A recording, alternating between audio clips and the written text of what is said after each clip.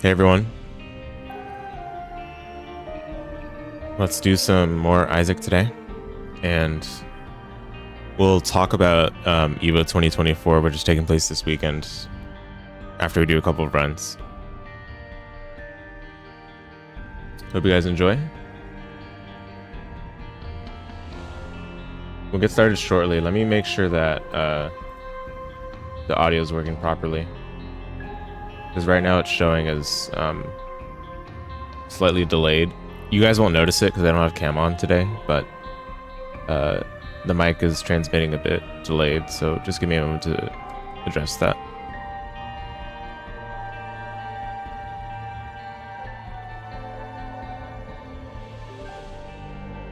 But yeah, we're gonna jump right in.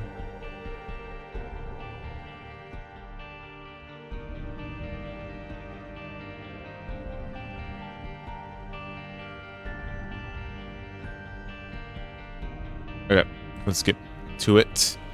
So we're gonna do some Jacob Esau boss rush attempts. I'm gonna try my very best. Hopefully we get it in minimal number of tries, but you know, it's not easy.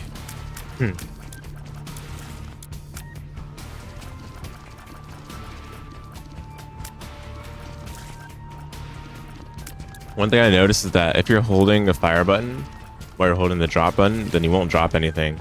I think in the past stream I was kind of afraid to drop things while I was holding the drop button, so I was kind of restricting myself in that regard. Let's not do that today. Let's just focus on good gameplay.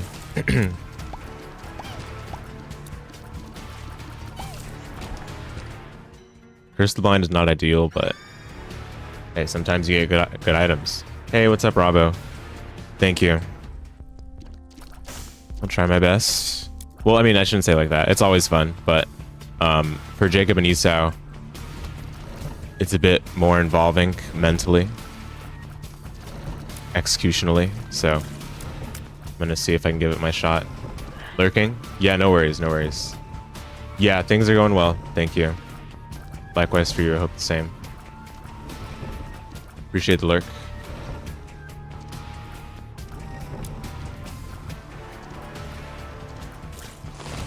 Yeah. But they've got like some of the best unlocks in the game, so for me it's like worth trying to figure them out, you know. Darn it.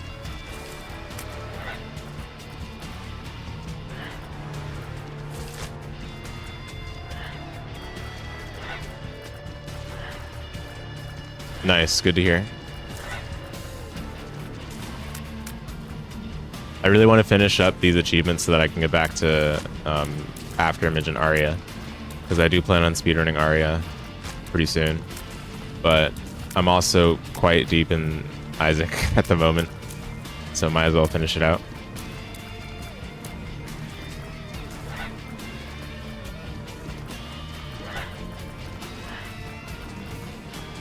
This is such a scary room.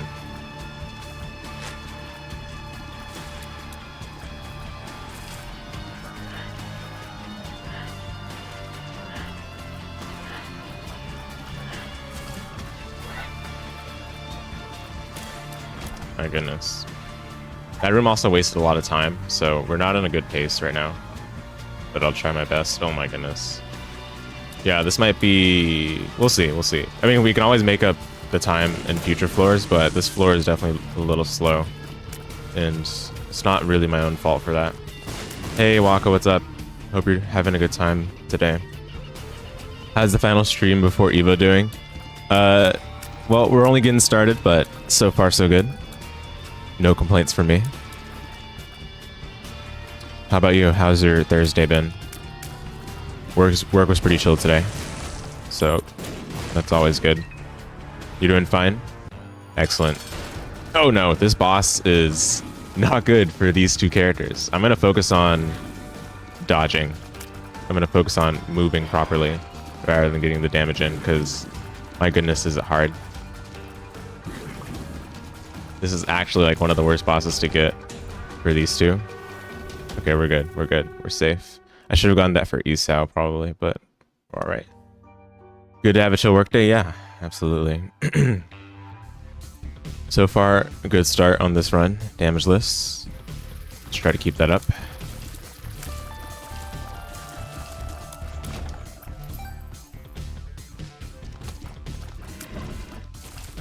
Especially on a blind floor, it can always be scary, but we've made good progress so far. Oh dear. Okay, we're out of there. We're safe. No keys right now, so I think we gotta save the key for all path. Gonna eat some dinner soon and then figure out what you're doing for this evening. Yeah, gotcha. Enjoy the dinner.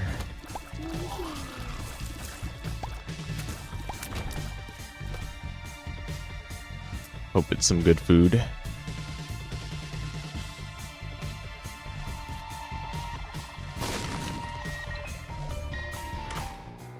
Okay, that's not bad. In fact, I'd say that's pretty good. Teleport to shop, sure.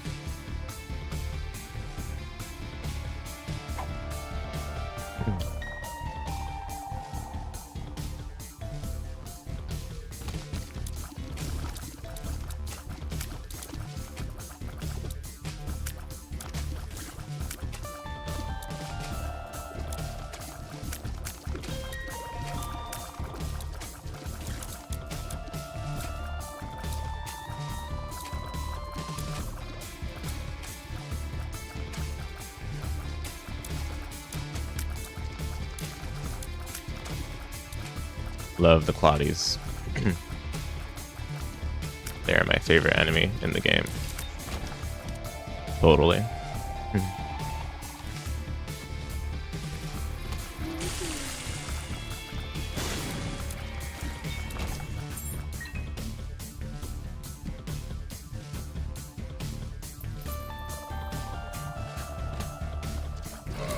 Oh, darn it. Wow. I'm surprised we had space for that. That's crazy.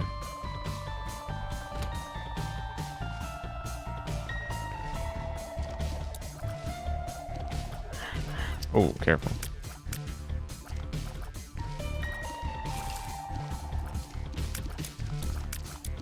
Oh, Esau has more range. I think I gotta stick with Jacob still. Because it's easier to control him while not moving the other person. Okay.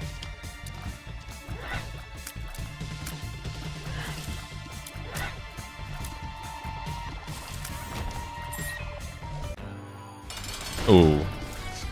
Scary.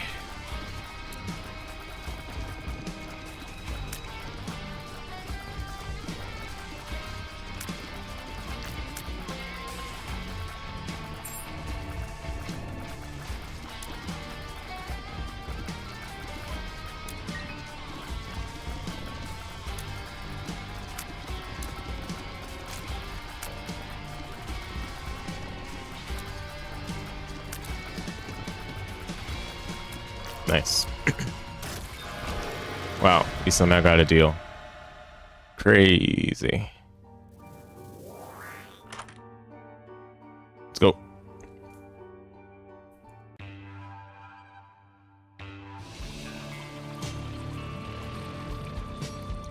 I don't think it's worth taking a peek even for boss rush, so. Not for these two characters. These two, you basically always want to go Angel. Because you can get both Angel items if there are two or more. I feel like that's always worth doing. Yep.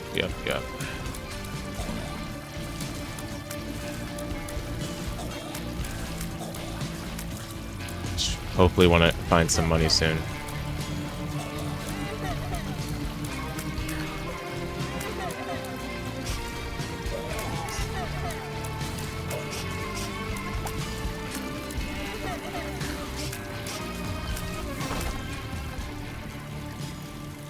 Oh, beautiful. Beautiful. Love to see that. I think I'll go ahead and double my keys right now. Oh my goodness. Ooh, okay, so do I want to take this right now? It's gonna be backtracking though, that's the issue. So I think I'm still gonna take it right now. Yeah. Is that Ipecac? Uh-oh. Well, maybe it's fine. Maybe it's fine. We'll see. Hopefully. Surely, right? Only one of them gets Ipecac, though, so that's, like, really scary. Alright. We'll see how this is.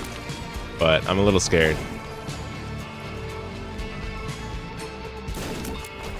Hopefully it's fine. In the tighter rooms, it's going to be awkward, for sure. The fool.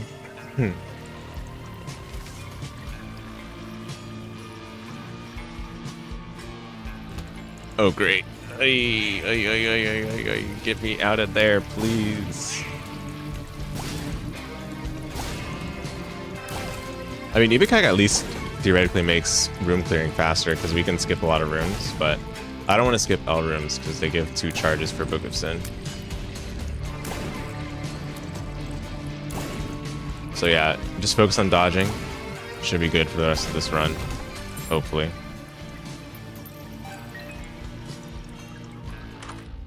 Soul Heart, love to see it. I'm gonna give that to Esau.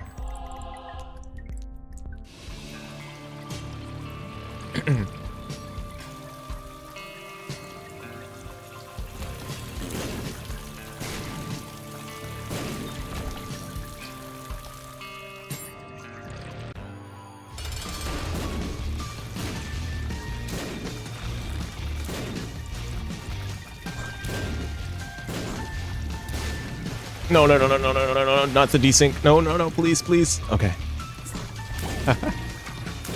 It's very easy to get desynced with that boss, so that's incredibly scary. All right, super bandage. Let's do him. How do we have perfection? Wow, crazy.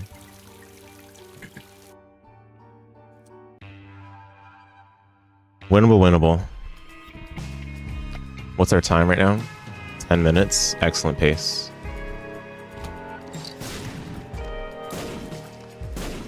So hopefully we don't get Curse of the Lost. Oh my goodness. Insane.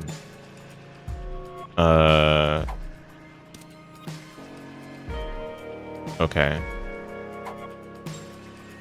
Yeah, alright. That's fine.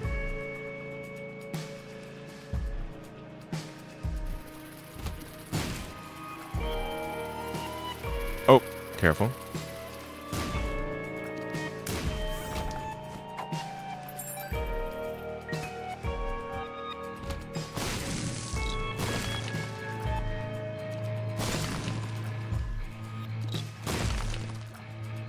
It's been fun. We've been getting a lot of Ipecac recently in the runs. I'm not complaining at all. It's amusing.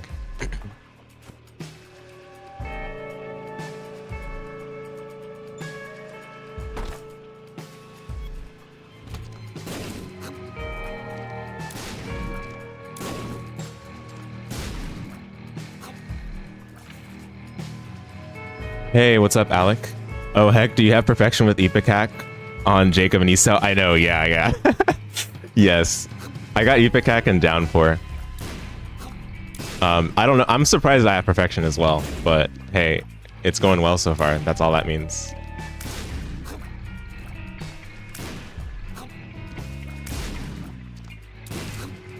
I don't mind having Ipecac if it means we win the run. Also, this room actually might be a waste of time. I'm gonna leave. Yeah, that room is a waste of time for sure. Whoa. Okay, well. Perfection 07.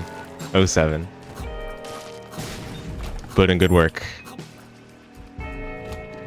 Oh, what am I doing? Yeah, it's true. You couldn't get perfection on them if you had a Holy Mantle on both? It's tough, man. It's tough. It's tough. But yeah, welcome to the stream, Alec. Hope you're doing well. Oops. It's tough. But I've changed my mindset a little bit for this run. I'm focused on dodging a lot, and things have been working well. So, we're looking good right now. Bruh. Alright, I'm not complaining. I'm not complaining. It's something, right? It's something. Not what I wanted, but it's something after all. Okay, so boom, boom,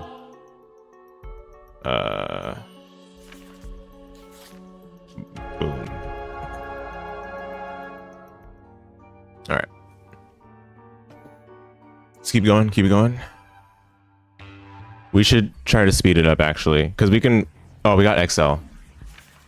Is that good? Probably. I can't see why that's a bad thing. Excuse me.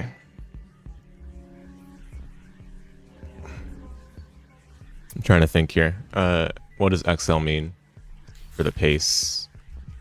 It should be a good thing because we have APIC, so we'll be fine, I think.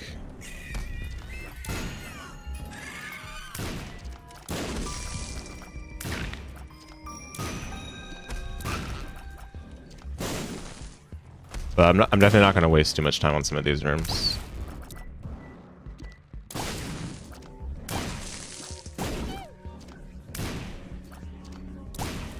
Yeah, getting perfection at all, let alone keeping it for like a couple rooms, was pretty fun. Not what I expected going into today. But I have a renewed mind, so helps a lot. Stars.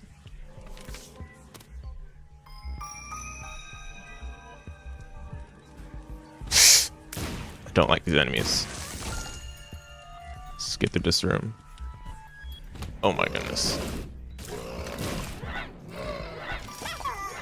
No. That's okay.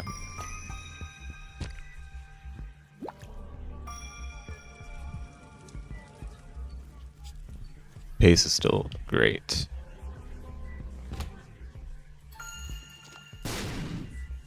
You have you literally have mark on every non-tainted character and 0 on Jacob and Esau. You avoid them at all costs. Yeah, but they've got good unlocks. But to be fair, if you've gotten that far without doing their marks, then you're probably good enough at the game, or at least you know what you're doing, right? So that's reasonable. But their unlocks are so good. Definitely seems worth learning, in my opinion. You know, even for as annoying as they are, like definitely worth learning. And I've done like a couple of their hard ones, like Greedier mode was pretty hard, as well as well, Delirium. The run I had Delirium for wasn't hard because that was like a complete pub stomp on the game. But the Greedier mode run was the hardest thing I've done so far, and I feel like Mother is gonna be tricky too. So we'll see when I get there. But to be honest, I don't think like they're the hardest character in the game. Like I don't know if that's a hot take, but I feel like Lost, Tainted Lost are still harder. Only T-Lost and Keeper. T-Lost, T-Keeper. I feel like T-Lost is definitely harder than these two. And T-Keeper is hard for me, but that doesn't necessarily mean they're hard. Just more so I have a lot of trouble with the Keeper characters. That's what it tends to be, so yeah.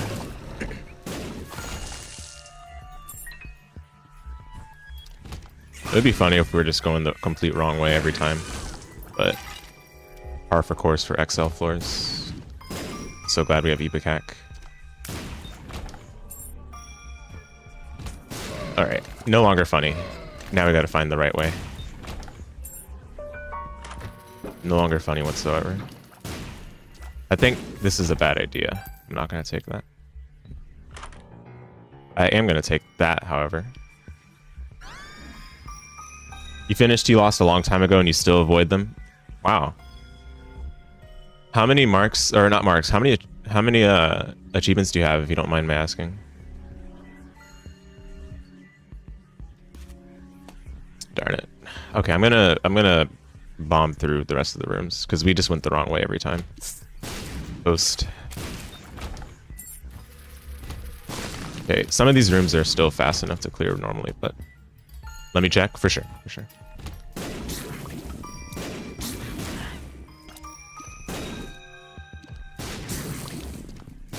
Come on.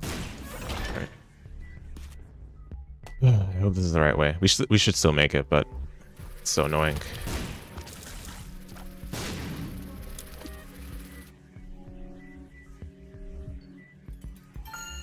Love me some XL.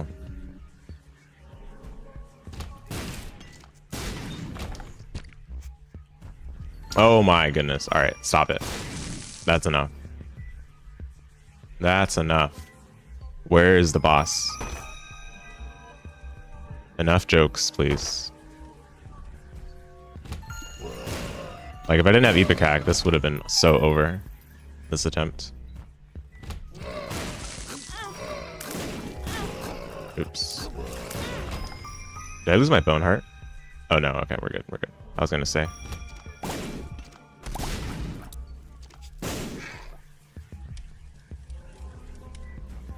Bruh.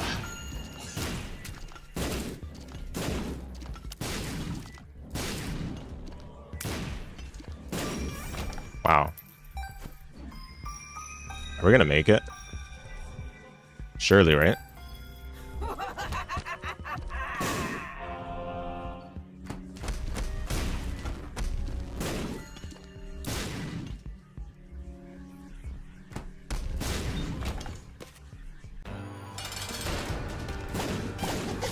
I still have to fight this nonsense of a boss.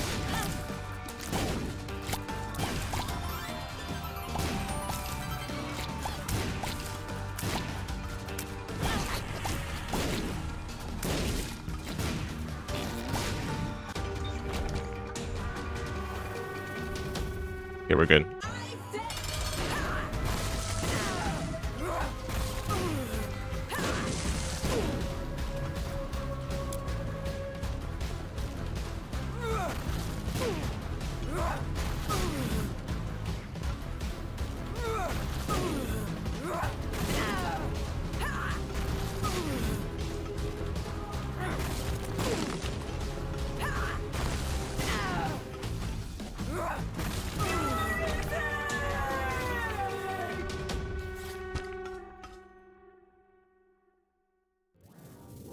Oh, I could have got both. I'm dumb. I'm sorry. 477. Oh, we're right about at the same spot. That means I got some work to do. I gotta start doing T-Loss. Stop being a wimp. I haven't even unlocked T-Loss yet, so you know I'm 100% stalling. You know. Okay. What do I actually want here? I think the bottom two, pretty much. I'm only pausing so that I don't waste time, because I can go hush here as well.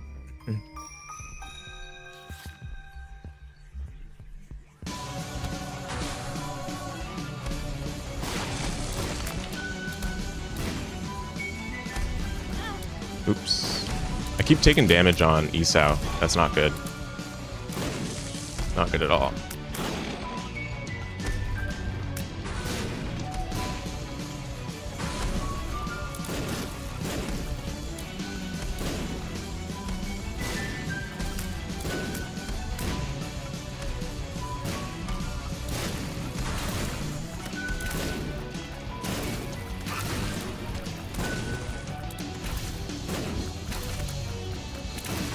Sorry, I might not be looking at chat for a little bit while I finish this. Oh, you have 1160 hours. Got it. Is it your first Dead God?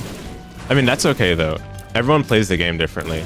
For me, like, for the first, like, maybe 50 hours, I was just kind of goofing around. And then after that, I started actually going for achievements.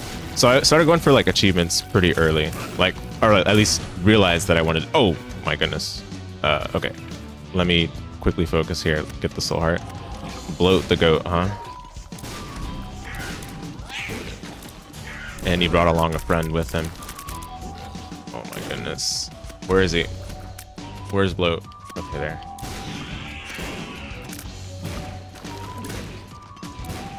Darn it. Please stop moving. No.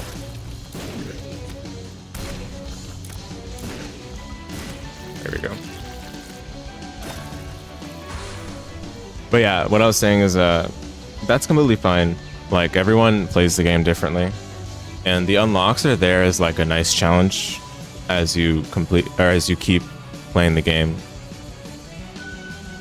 Your first 700 hours you only play for achievements, then after that you just decide to play the characters you enjoy. Yeah. Respect. That's a... Excuse me, whoa. I'm burping a lot. That's a great way to play the game. I want to do that for sure after I get all 637, but you know, I'm kind of deep in this investment of achievement hunting, so it's like kind of sunk costs in a way. It's like I started, might as well finish, you know? That kind of thing.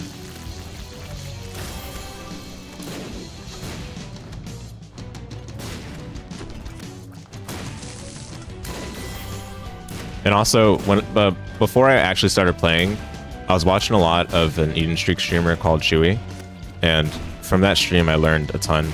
So that definitely gave me like pretty solid head start on understanding the game. Because this game has a ton of knowledge checks. Let's be real, right? We all know this for sure. Bruh. Come on now. Who do I want it for? Jacob?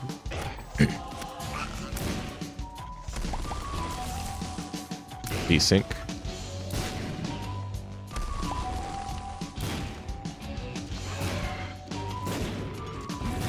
Whoa. Adversary is hilarious. I don't know if we can make Hush actually this run. We'll see. I'm gonna try. I mean, with Epic Hack, there's no excuse really, but I'm not going as fast as I should be able to given that I have Epic Hack and Boss Rush, so I don't know. It'll be close. Also, let me use my tier rate. I keep focusing on Epic Hack, but I gotta use my actual tier rate too with ESOUT. It's just scary to hold the fire button with Epic Hack because you don't know what's gonna happen like that. All right.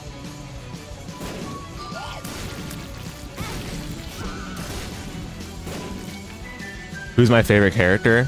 It's between Tainted Eve and Tainted Eden. Those two would definitely be my favorites.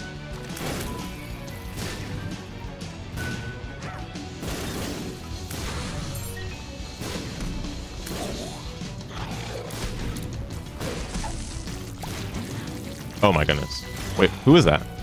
What? Oh. Fallen. Or not Fallen. Forgot this guy's name, but he's like the adversary, but worse. Or like, supposedly weaker. I don't know. Something like that.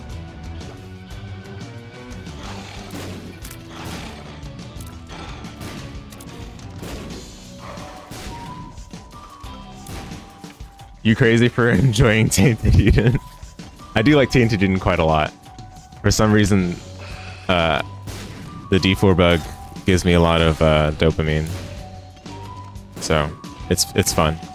And even without having known about the D4 bug, I was enjoying them. But after I learned the D4 bug, I was kind of more interested in learning them. So I think they're cool.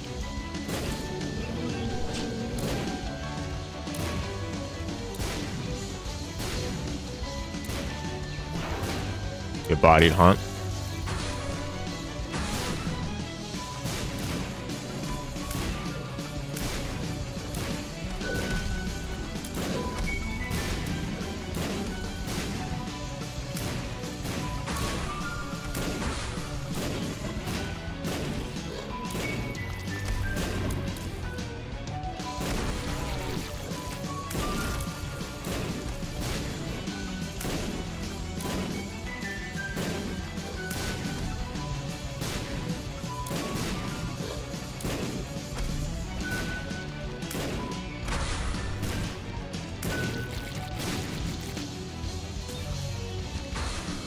Oh my goodness, I hate that guy.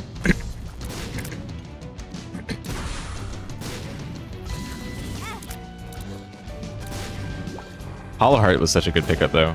I don't remember where we got it from, but I think I just found it as a room drop or something. Or it might have been from Book of Sin. I don't remember.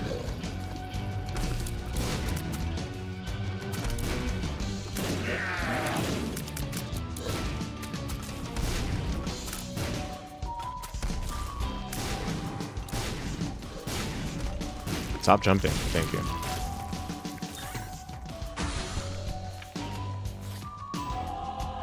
Ah, picked it up with the wrong character. I might switch Hollow Heart to ESAO next floor. We'll see.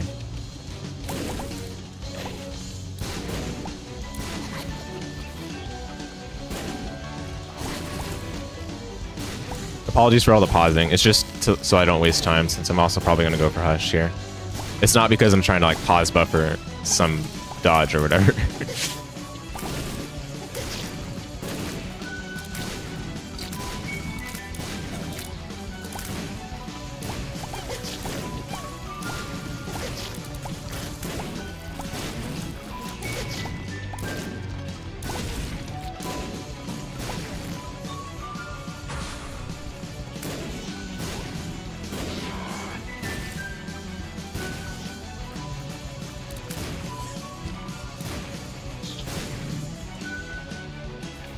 I'm playing on PC but using a controller. Yeah, I'm using the 8-bit Do Pro 2 controller, the Switch controller.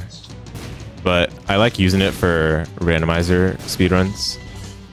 And for this game, it's the most comfortable because it's close to being like the DS4, which is what I use for regular speedruns. So, oops. ESAO's getting bodied. I'm sorry.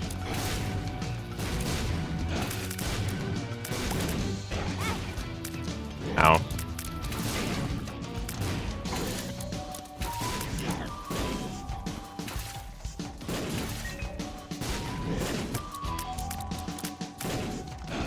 I don't know if we'll make Hush.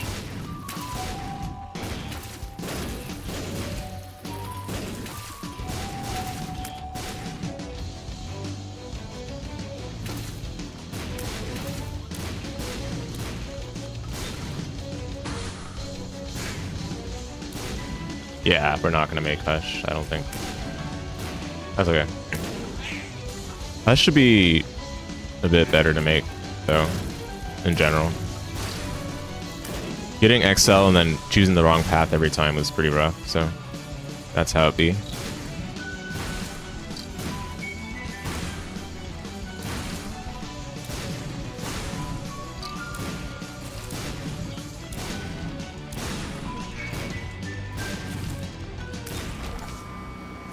We're all done already, wow.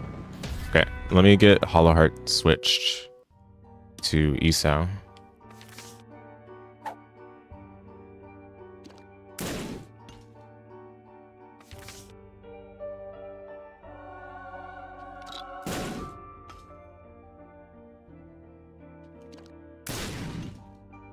Where's the door? Okay. You never understand how Apicat gives you 40 damage, but it feels like you only have 15. Yeah, I think it's because of, what's it called? Armor or whatever? I don't know if that's actually what it is, but something like that. I don't know.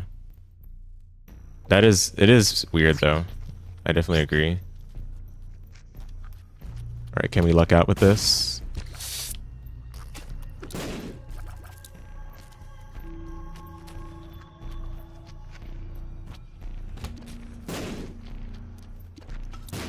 What a weird room. Oh. Get me out of there.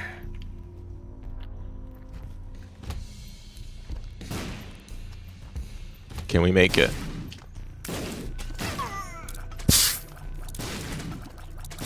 Funny part is I don't know who took damage. It should feel like 3 times more damage than Hemo, but it feels the exact same. Yeah, no, for sure. I understand what you mean, though. Like, I definitely agree. The damage feels less than the number actually shows. That kind of thing, right? We're not making it. I'll keep this run going, of course, but we're not making it.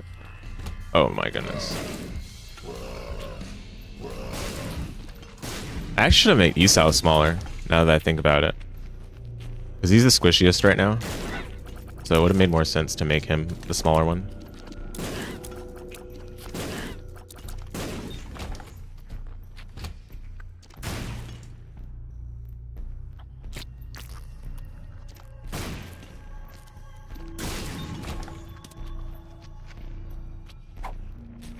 You got a favorite item? Oh. Favorite item. That is a hard one.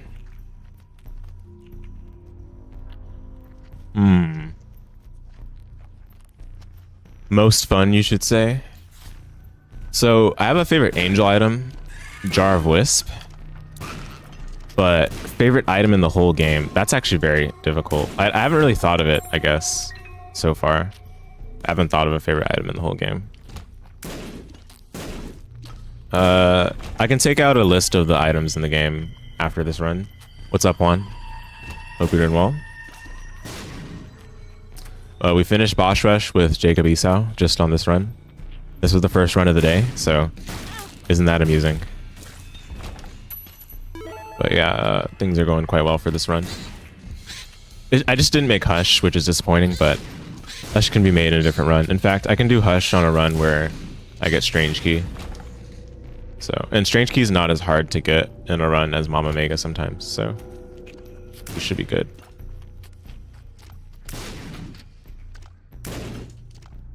Come on. Okay, fine, whatever. 1 for 1. I'll take it. Mama Gertie.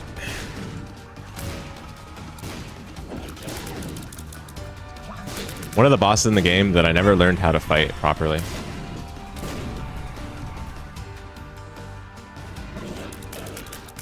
Because I rarely go womb 1 anymore.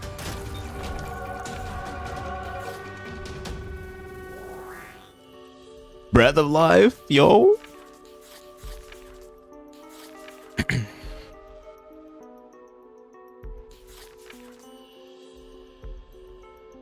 What's your favorite item? Saw the question in the chat. You're about to judge me. I just said my favorite angel item, which is Jar of Wisp. But my favorite item in the game, I'm going to look at the item list after this run and decide. How about that? Also, we can go Mega Satan this run. Let's go. Consolation.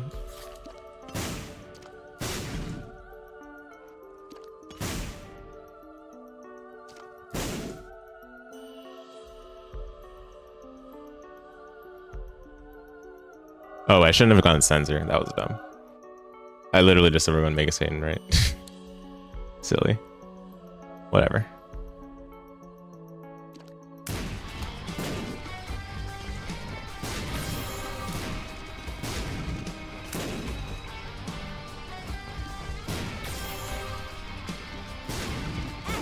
Ow. How much health do I have? It doesn't matter. Don't worry about it.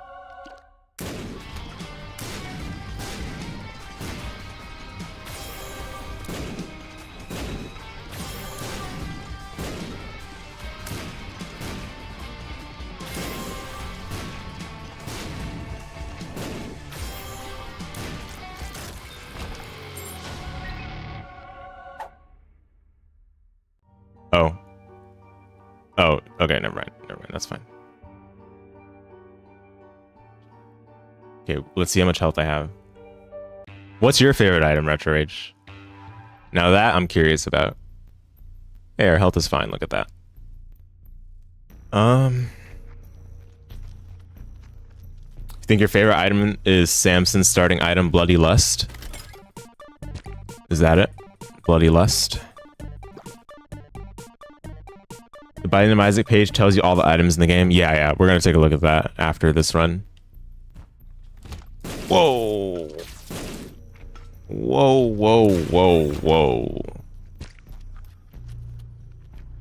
Hold it right there. Bloody Lust, huh? Interesting. It is a cool item. When you get like what's it called?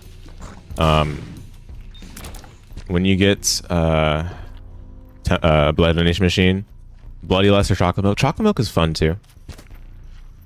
I don't always take it, but when you do get it, it's like pretty cool. Yeah, the Sensor for Mega Satan might be a throw. We'll see. Surely it'll be fine. You could say that the Binding of Isaac is a guide, or a TBOI is a guide. Yeah. Indeed. All right, now which one of you was saying that Ipecac is not a run carry? I think you're about to be exposed.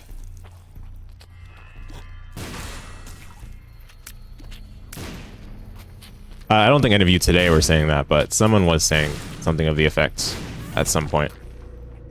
Think that ought to be called into question with this run. Because even Jacob Nisau can manage it. And I don't consider myself to be that insane at the game, so I'm carried for sure. So come on now.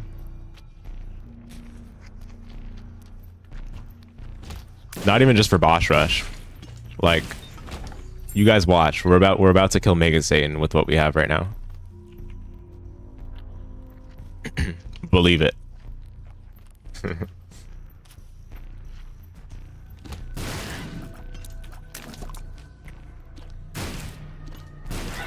Like, I even also have Death Touch, but you don't even need it. Oh, great. These rooms suck for these two. Oh my goodness. Sensor is helping for this situation, but I don't know. It's still a little sus.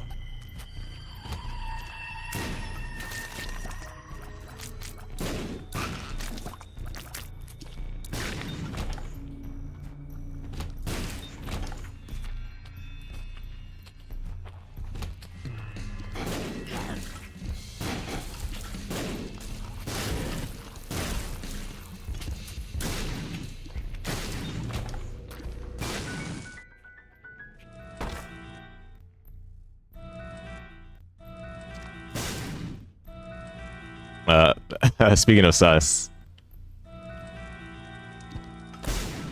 Okay, nice.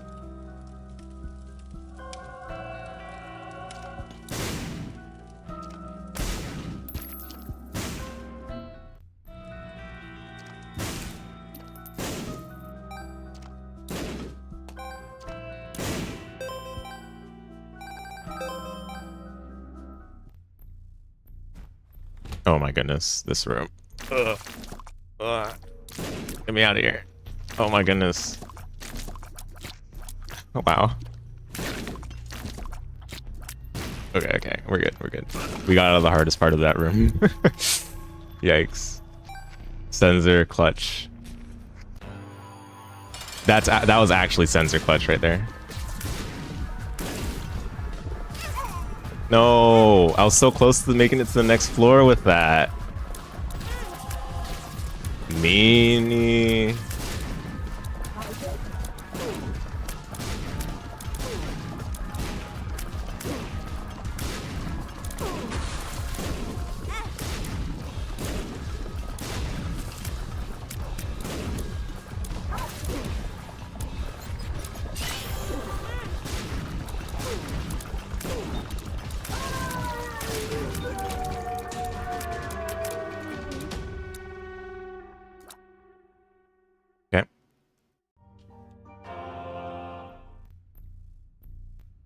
Oh, I took negative. I should have taken. I don't know why I didn't take both. I think I just forgot.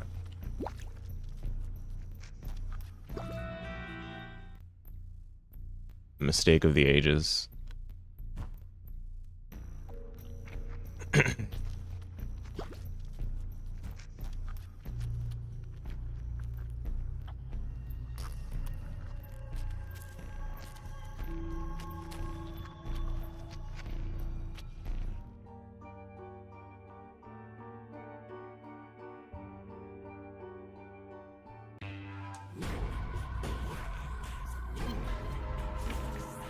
Yeah, we have to do Hush in a different run. Hush, Mother. Wow. So if we finish this run, we just have Hush and Mother left. That's insane. Whoa.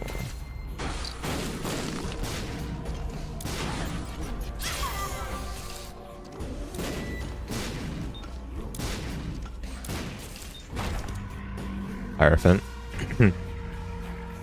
Let's go. Oops.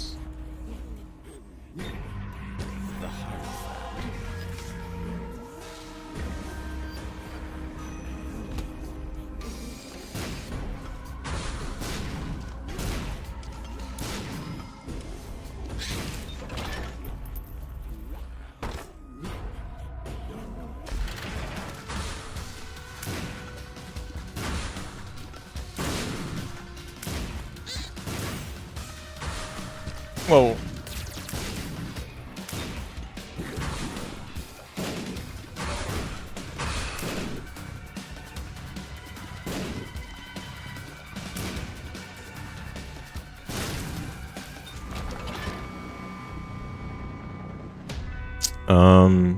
Let's give this to Jacob. Yeah. Okay. Wheel of Fortune. The Tower. Yep. Bloody Lust or chocolate milk is so weird out of context. Yeah. Actually. Again, the least weird thing in this game. For real, for real. Yeah. After this run, we'll take a look.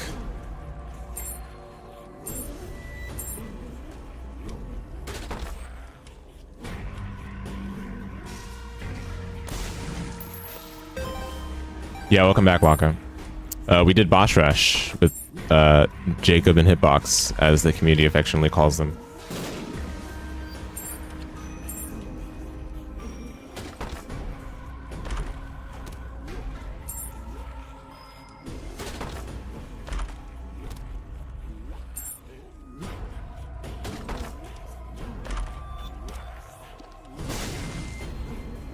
Nice, yeah. Yep.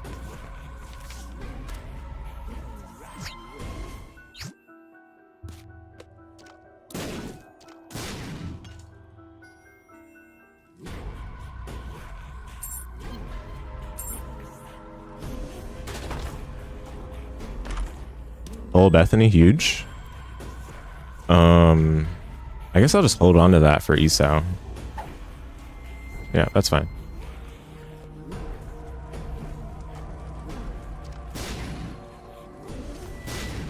Oh, can I not get over these? That's dumb.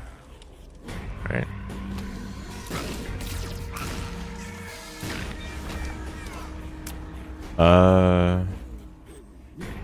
Yeah, I'll take this. This is worth it. Oh my goodness. What a funny room.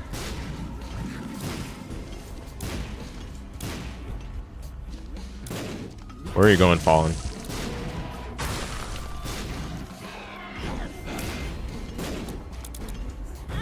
Ow.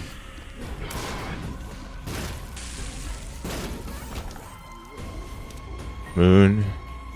Soulheart. You're back. Welcome back, Alec. You're watching the next door neighbor's house for like 2 weeks. Had to walk back to your place for a minute. Yeah, you're all good. House sitting is something, all right. Oops, dummy.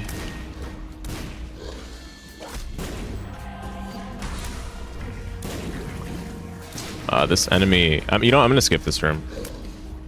I hate that guy. Come on, open the door. Oh, can I not open the door? That's cringe, if so. I thought for sure I could. Bruh. Wait, no way. There's no shot I can't open the door. But the door is not opening. Unless my aim is just bad. Whatever. I'm sure I could have, but it just wasn't working.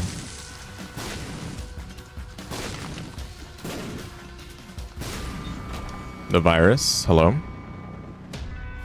Breath of Life, the virus. Insane. They have 2 dogs and a bunch of plants, so you're not just sitting at their place doing nothing. Oh, got it. Mm-hmm. I'm gonna switch Hollow Heart to the whatever that guy's name is. Jacob.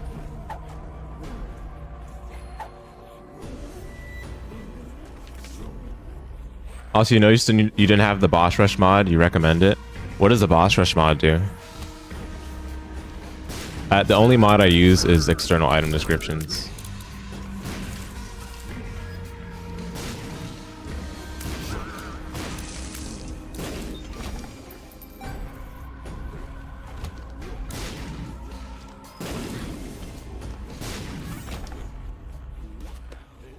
It shows the HP of bosses and how much more you have to go. Ah, okay.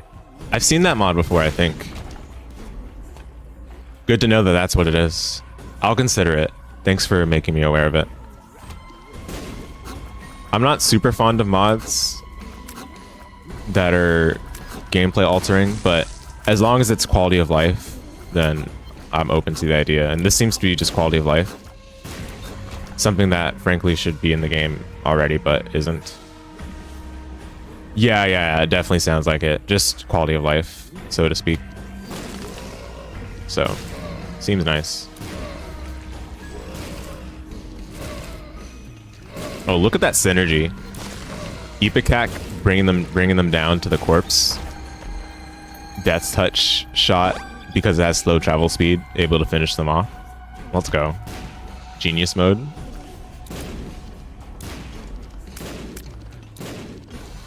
Totally not carried. Hello. Oh, oops. I forgot. The right character has to actually pick it up, so I can't just like pick it up without thinking. The charge key. Alright, I'll get it right this time.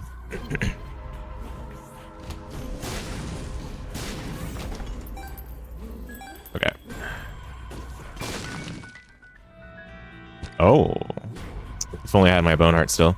In the same way, oh, you're the same way, only to get quality of life mods. You also love the regret pedestals mod, so you can see what item you missed out on. Those two in the item description mod are the only ones you have. Yeah, I think, was it Juan that was telling me about regret pedestal? Someone was telling me about regret pedestal, and that I should get it. That one I'm not really like super enthused about compared to like the boss rush mod, because the boss rush mod is pure quality of life. Regret pedestal is information you literally wouldn't have, like at least for, I guess theoretically for boss rush it would be stuff that you would get from having like spider mod or something. I don't know, maybe I'm coping as well, but I just don't like the regret pedestal one. I don't like that idea as much, at least. Jacob, right? Whoa. Yeah, sensor even for this fight is a little rough. It's weird. Just more stuff to dodge.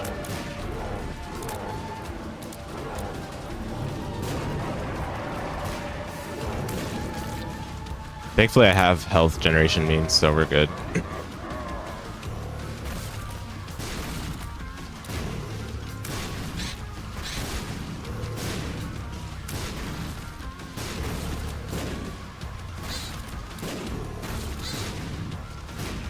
Whoa. Okay, nice. Not the best, but not the worst. It could have easily been worse. Excuse me. Okay, I've got everything, I think. Let's go.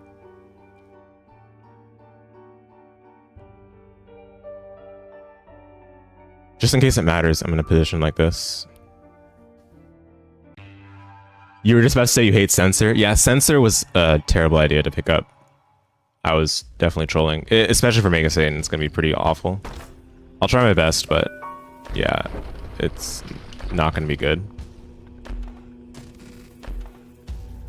Wait, these are actually decent. All of these are decent. I might pick up 7 seals.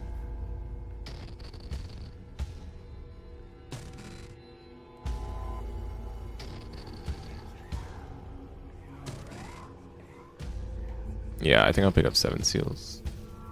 How do you feel that in less than 2 weeks, Xbox 360 Marketplace will close up shop for good? Yeah, that's unreal. Definitely, and not only end of an era, but just, man, like, that's brutal, right? Like, it had a good run and everything, and now we won't be able to see it any longer. But Microsoft lately has been a different company, so these sort of things happen, and it's like, wow, yeah, not surprising, you know? All right, what do you guys say? Let's farm for a couple of hearts. I can still get hit, obviously, but I think we're not fully prepped for Mega Satan just yet. I'm gonna try to get a little more healthy. Darn it. Well, I gotta do that without taking hits.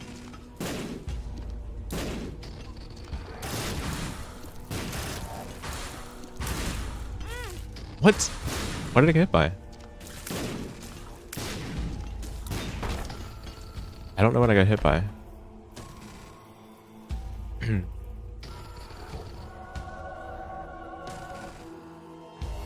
You feel sad and it'll be end of an era, just hoping everything will be preserved somehow. Yeah, absolutely. You know what? I'm gonna use Soul of Bethany right now. And then I need to switch the devil to Esau. Let's do this. Microsoft takes away the 360 marketplace at the same time, or they release the cheeked up Deadpool controller. The world is changing. Yeah. Microsoft ain't the same any longer. The one company we used to remember them as one of the console juggernauts, no longer are they.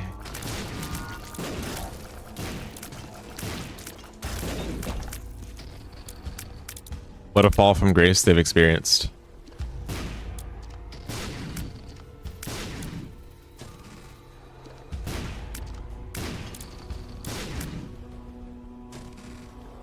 I might get Bloody Lust, but we'll see. That one I'm less confident on, because I do want to have a way of still, or not a way, but I want to still have a little bit more health than I currently have.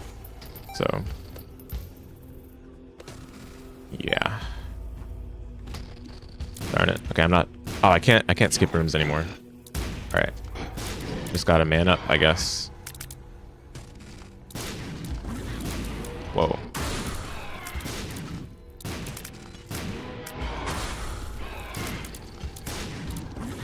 Whoa.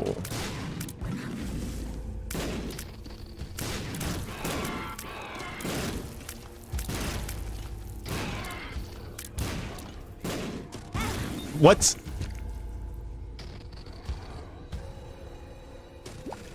Wow, that guy said I got one more in me.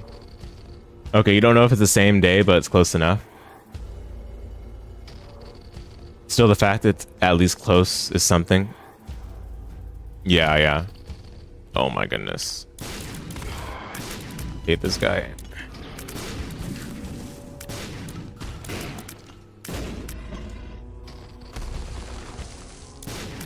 At least we have Ipecac. Oh my goodness. Another funny room.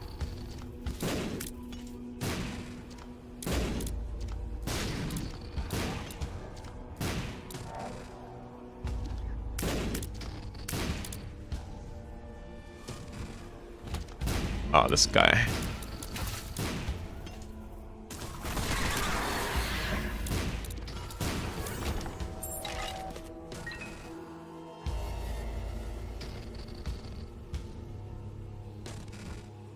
Okay. All right, all right, all right. Hold the corner and pray. Oh, no. I should have just left the room, to be honest. That's okay. I was trying to hold that tight corner. That gave absolutely zero cover. It was just complete cope.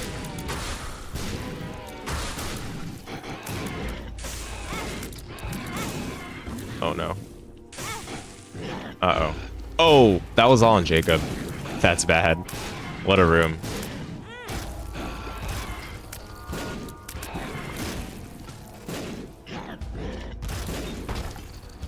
I'm looking like an idiot for not getting Bloody Lust. Oh my goodness. Hold up.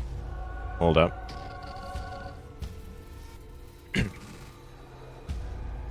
You're hoping Ninja Gaiden 2 DLC you can still buy afterwards, given you can play the game on Xbox One and Series X. You want to replay the OG better version of the game again? Did they re-release it? Or is this the only version that you can play right now?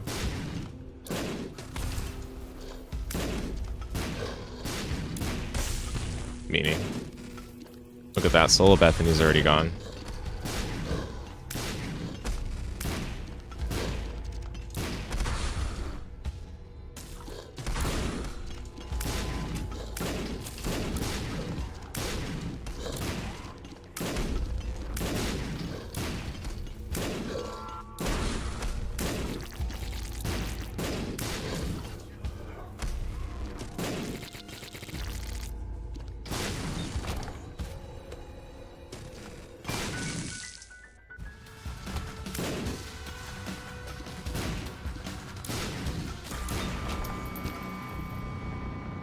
think we just gotta fight Mega Satan right now.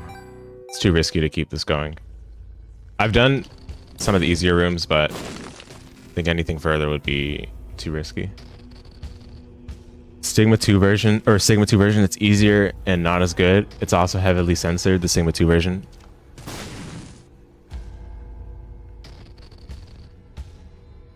You can only play the OG version of Ninja Gaiden 2 on Xbox systems right now. Ah, okay. Got it. Got it. Oh, no. See, every time I do a new room, it's just more mistakes being made. This is why I should have just done chest.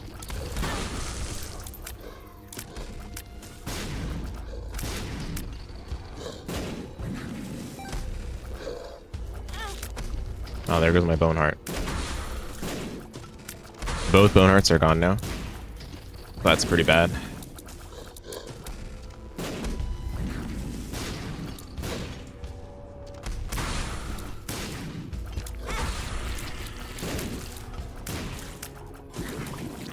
Oh no, it just gets worse. Alright, yeah, we really just gotta go right now. So close to getting another prayer card charge, but ugh. What other games did I play? I speedrun Metroidvanias. Afterimage is my most played Metroidvania game. And then I speedrun randomizers for Castlevania Symphony of the Night and well, it's mainly Symphony of the Night, but then, you know, the other Castlevania games I play, like Aria of Sorrow and Harmony of Dissonance, I'm not like quote unquote speedrunner level for them. But I play the randomizer for them still. Or at least, you know, try to. It's pretty hard, but yeah. And then I used to play fighting games. That's like the main genre I played on this channel for a long time, until basically last year. Sensor is actually going to be such a throw. I don't even know if we can beat Mega Satan here. Like, before I was confident because we had a lot of health, but now not so much. I'm going to try my best, obviously. It's still winnable, but man, is it going to be hard.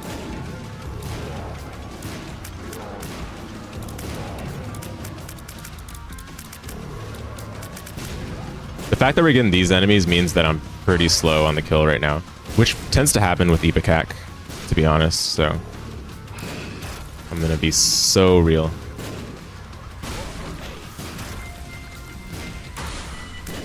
Oh, I gotta kill this guy first, because he's ridiculous.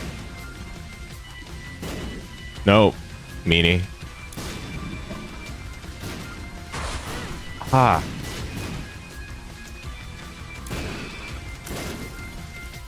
Just play around it, bro.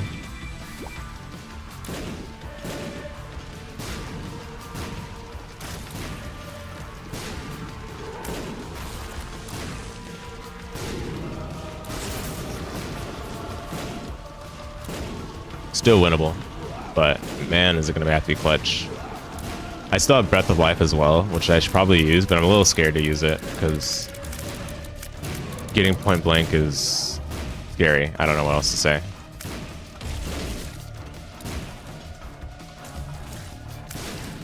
Seven Seals was a good pickup. Rip fighting games. Hey, hey Armando, what's up? Yeah, fighting games are... That's it. Fighting games are.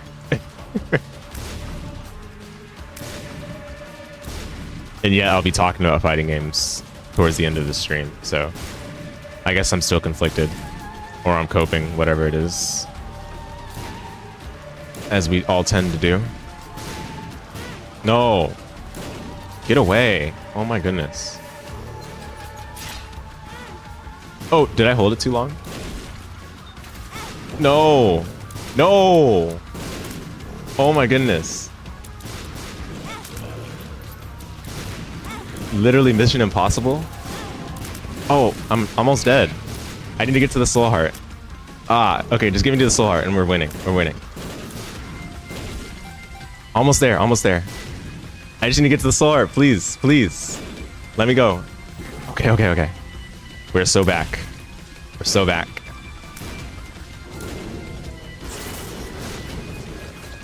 We were never in trouble there at all.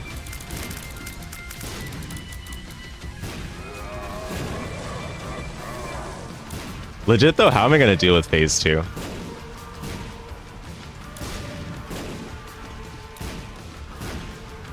And also, how is this thing not dead?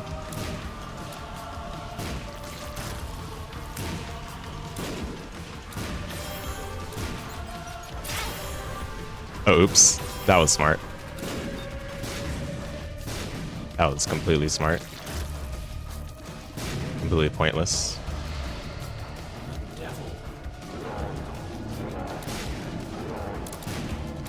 Isao, be my tank. Be my shield. Be my fortress. Oh my goodness. Okay. We're in this. We're in this. Oh no.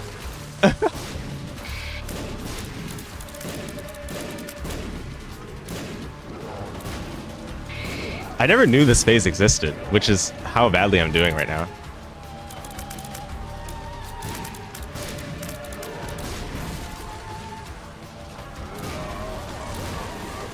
No! Oh, the right person got hit. Okay. We're so back. We're so back. We're so back. We die in 2 hits now. Easy. Just get lucky. I see you absolutely destroyed your estimated speedrun time on Afterimage. Yeah. Dude, we've been grinding a lot that the past like couple months, and I'm surprised it's been going as well as it did at the marathon, so it's always great to see the practice pay off. Oh my goodness. Look at this. Honestly, I don't care how long it takes. I will literally just sit back and chill. If we need to. Although I don't know how we're gonna do this, because Sensor was such a throw. Like, it helped for the rooms up at this point, but for this boss, it is absolutely horrendous, as it is with like a lot of the final bosses, to be honest.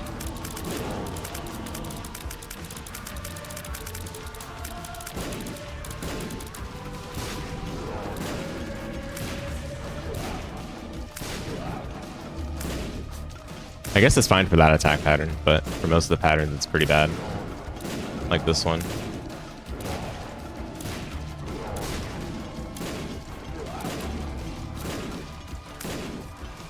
Yeah, I just gotta wait it out. Come on. Okay, pathway.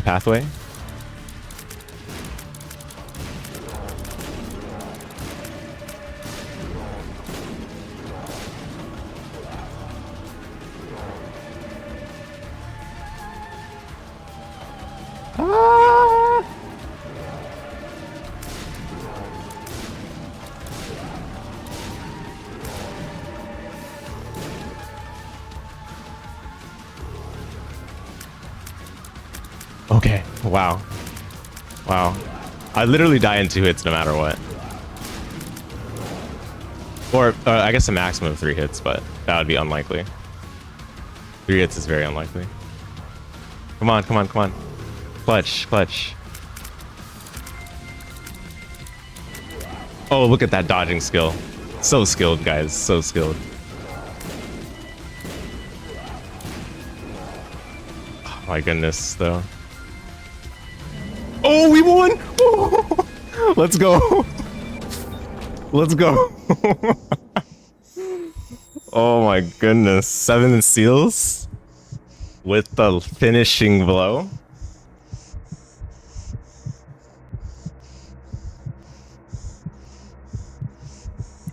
Alright, I don't mind being done with Mega Satan now. Dog, you would have bet your life savings that I wasn't going to be Mega Satan? Dude, for real, yeah. That's the hardest I popped off after a goal in a while.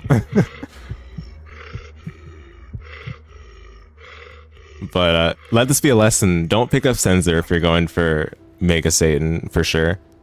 Also, don't pick it up if you go for Beast. For Beast, it is even worse than what you just saw. Thank you, Waka. Okay, what do we do? There was a lot of adrenaline there, but I wanna leave things while I'm on top, you know? We can still try to go for Hush, but it's gonna be hard to get a run as good as that one into Hush quickly.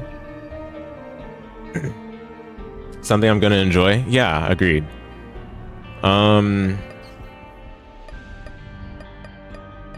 What do I need to do? So Retroage was suggesting I play Samson. I have only Beast and Hush, it looks like, in greedier mode. Oh, you know what? Let's do Blue Baby. Let's do Blue Baby. I haven't unlocked Tainted Blue Baby, so this is perfect. Let me do Blue Baby.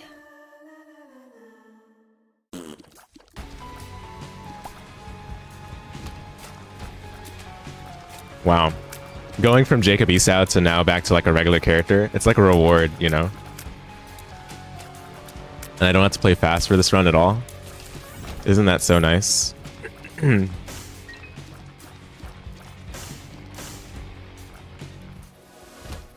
Oh. Retro Rage, I know Mega Bombs are your favorite. Looks like we got it again.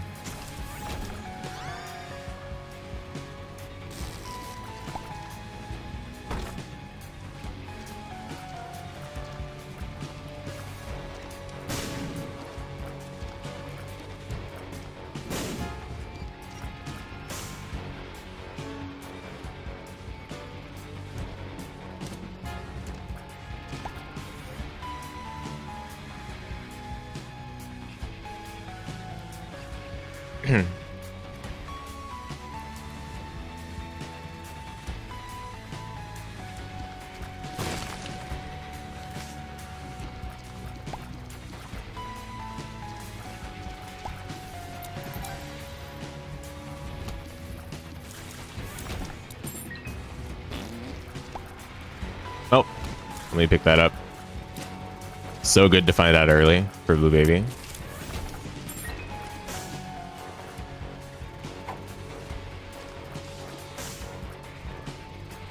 You got some good resilience.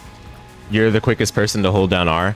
Yeah, I'm a big believer in play out every run, but you know, to a fault. Sometimes I persist and you know, persevere a little too hard, even when the run is kind of whack, you know. But no, I appreciate that. It's helped a lot for completing a lot of these marks I wouldn't have expected to. But at the same time, you know, it's a time investment, that's for sure. Definitely a time investment. Since we're going Beast, maybe I should go Devil. I don't know if I want a bomb donation for either of those though. Maybe Fanny Pack. We'll see. Fanny Pack's not even like that amazing for Blue Baby though, as compared to like other characters at least. I can open Secret up, I guess. Secret seems to be there. Or not. Alright, whatever.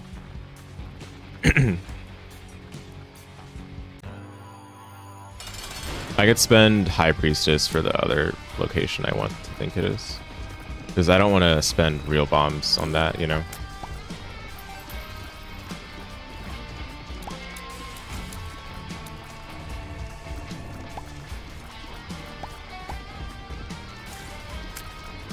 Looks like there's a Tinted Rock in here too, so yeah.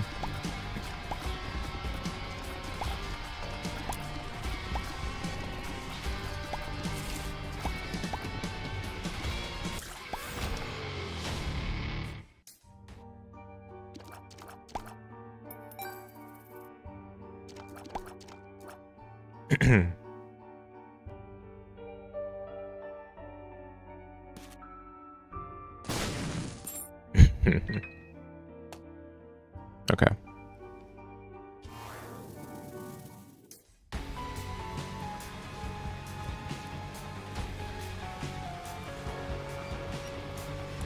Seems like you stream quite often. You're glad you got another idle streamer to rely on when you're bored. Yeah, for sure.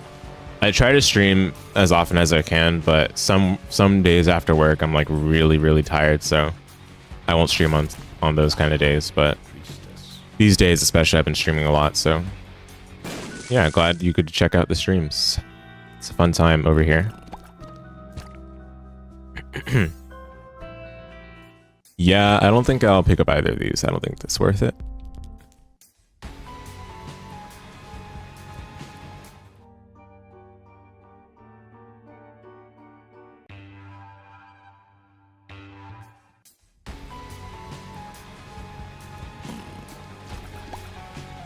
Still trying to figure out how unhinged you can be around here, though. We tend to be pretty chill, or I say we, but it's really me, and then the rest of the chatters just cooperate. That's how it tends to go. But, you know, as long as you're not being disrespectful to people, then you're fine. But of course, I do have rules outlined for when you've sent your first chat message, so do adhere to those. But otherwise, should be a plenty splendid time over here. I'm not really like a stream personality. I just broadcast to the internet whatever I'm playing at the time.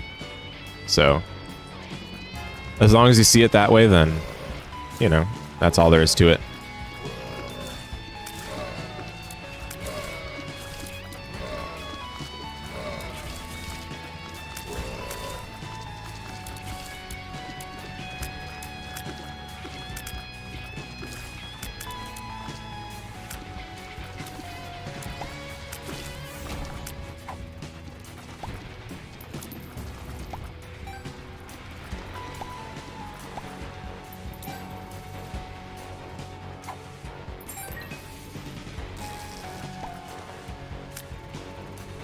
Once upon a time, I played fighting games and made videos for them. Such a time has passed, and who knows whether that time will come back.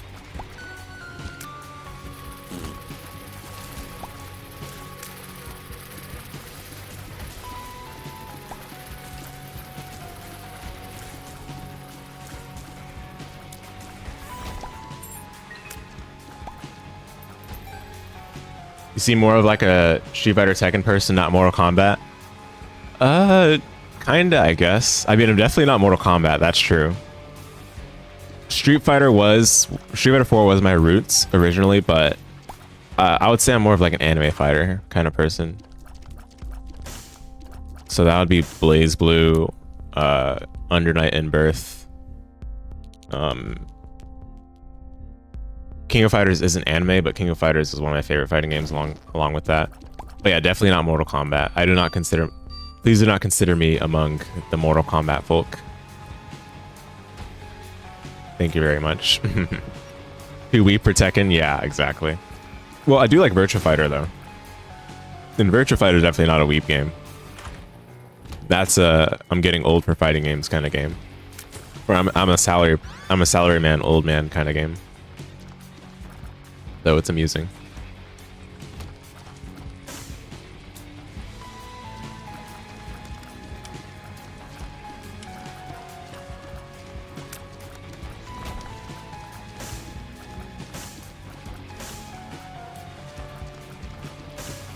You must be good at Super Smash Bros. Nope. That's the forbidden video game right there. Fighting games does not include Smash. I am sorry. No, quiet, Armando. Shut up. No. Smash is not a fighting game. As far as the communities are concerned, absolutely not. No thank you. In seriousness though, I am not a Smash player.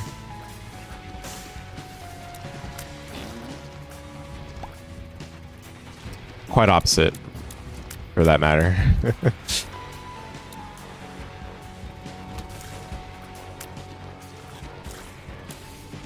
Quite the opposite. Unfortunately, you're a League of Legends gamer. Uh-oh. There are a few things in the world worse than League of Legends and Super Smash Bros. But don't worry, so far your impression has not struck me improperly. So that you are a League of Legends player is not an immediate issue.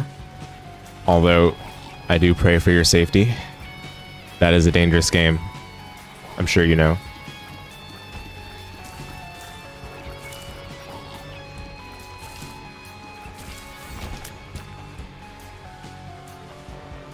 Okay, we know where Secret is not. 14 money. I want to get rerun or restock, whatever it's called. Is that worth bombing donation machine for? Secret can have money. Now you want to play some League? Ugh, no, gross, despicable. How dare you? Nice. All right, I'll keep donation machine around. We'll peek devil. I'm peeking devil only because it's beast, so it's a shorter goal anyway. We won't get to see as many special rooms. And BFFs, I'm not sure if I want to get that yet. I don't know if it's worth the money.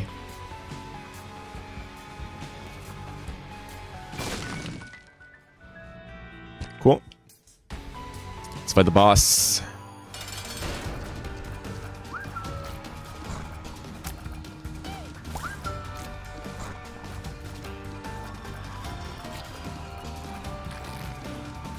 That's uncomfortable. Yeah, because it kind of slithers a little weirdly when you have Ball of Tar, but it's fine. It looks like we're okay.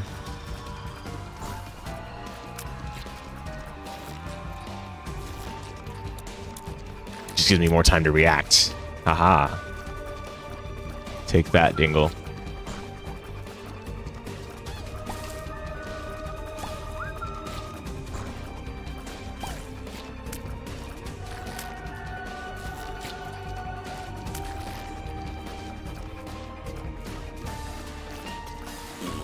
Whoa, what? Why did it go there? That was weird. Oh, because it farted and it bounced off right away, I think. That's what happened. Probably.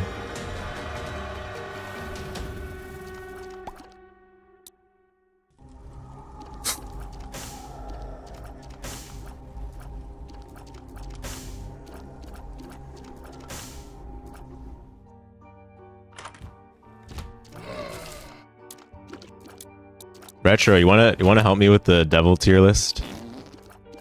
Let me know when's a good time if you want to.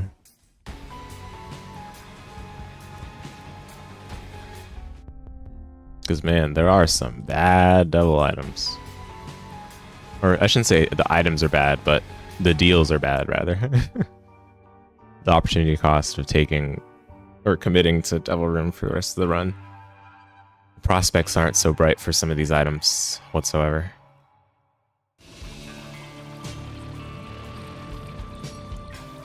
Oh, whoa. And it has these guys. Alright. Glad I wasn't free-firing the room, because that would have been very bad.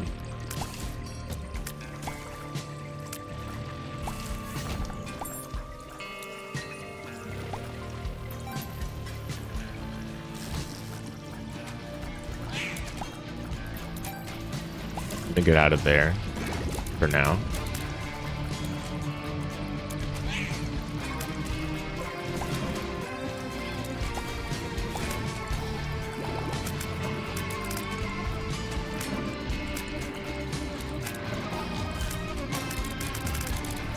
If you don't mind you asking, what do you do for work? I'm a software engineer. But I work from home for the most part, and most of my team is remote from the area I'm in, so how to say it, the working routine is a bit more flexible. Somewhat, I guess. Oh no, the slip and slide. I forgot about that. That was not good. Did I get hit by the champion? Well, maybe like that.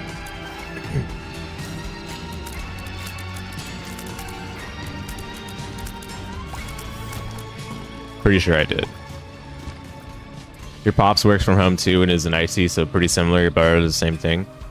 Yeah, during COVID, a lot of companies hired for remote positions. Oh, whoa, yeah.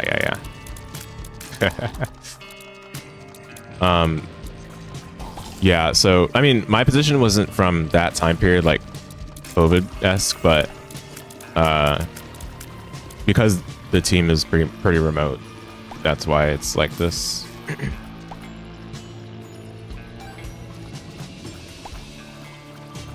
But I have a number of team members that are in person still, or I shouldn't say in person, but like that are also in the area. So there's at least on occasion there are times where there's a good incentive to go into the office, but most of the time I can do pretty much all my work at home.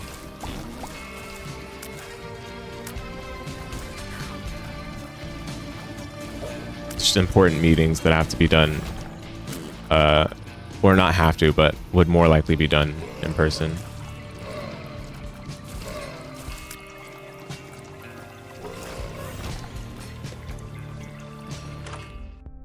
Broken stopwatch.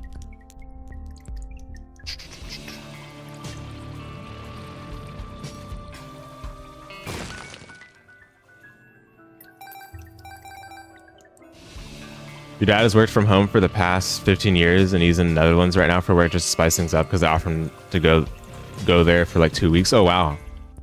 No, yeah, that's awesome. Whenever the job allows you to like travel more flexibly, that's always great. Also, Card of Humanity, perhaps? Maybe.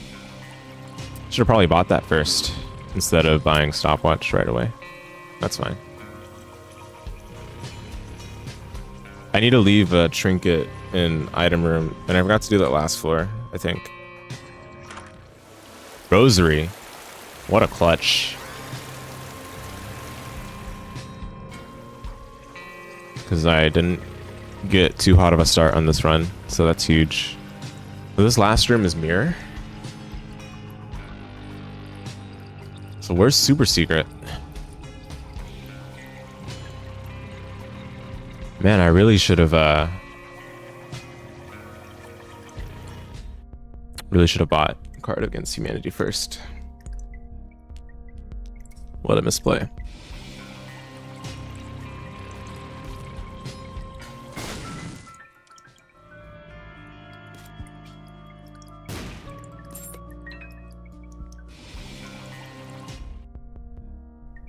I think I will Abomination Machine for that though. I mean, I don't have to do it right now, but nah, I think it's worth it. I think it's worth it.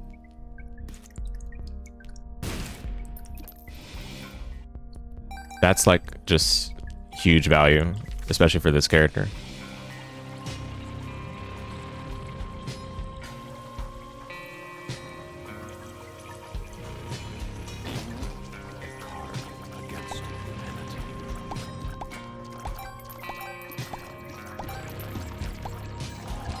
Look at this. Look at this.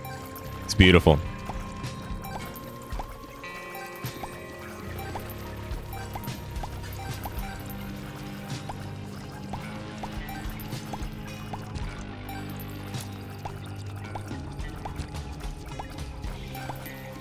There's a max on the flies, right?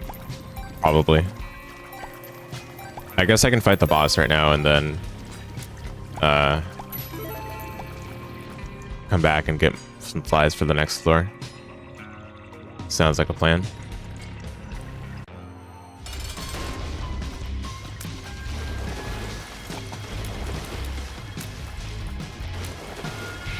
Look at that damage. Oh my goodness.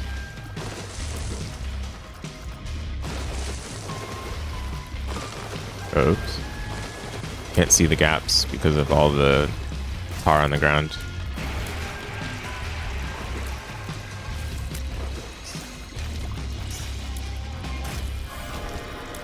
Devil. Yeah, I really should have done Card Against Humanity first. What a misplay. Bloody Gust.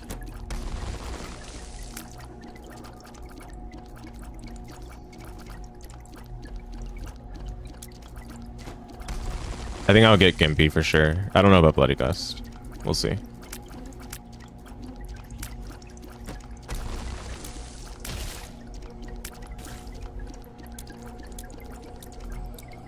Everything's so slow because of broken stopwatch.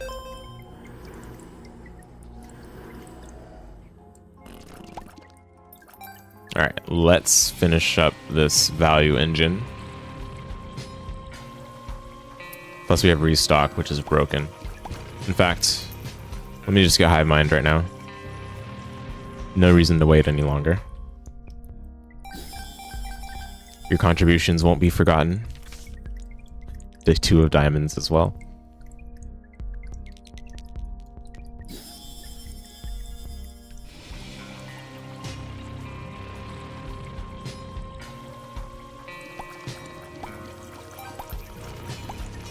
I'll hold 2 of diamonds for sure.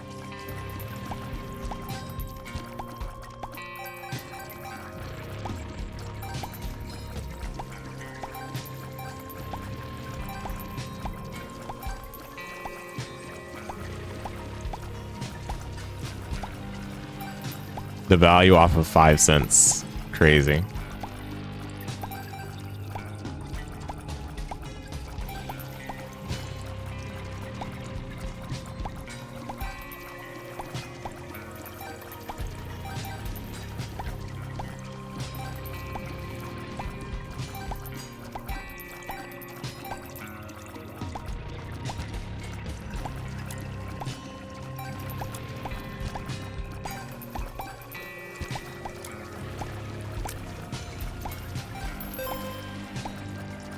So many flies. Looks like there's probably not a limit. I don't know.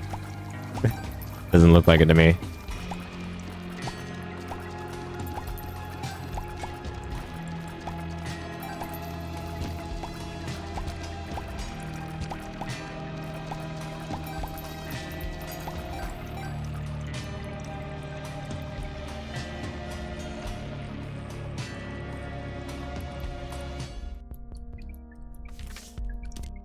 Temperance, strength.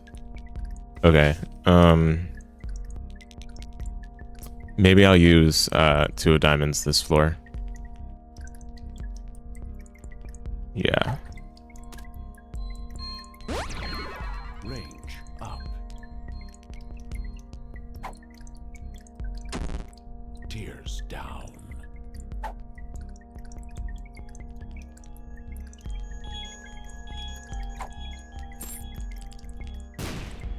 Not mean to buy that.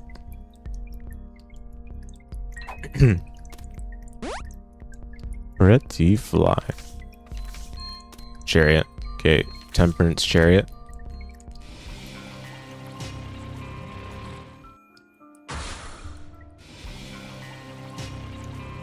Also, I think I forgot to pick up the black heart in that previous floor secret room, huh? Yikes. Previous floor super secret room rather, but anyway, you guys get it.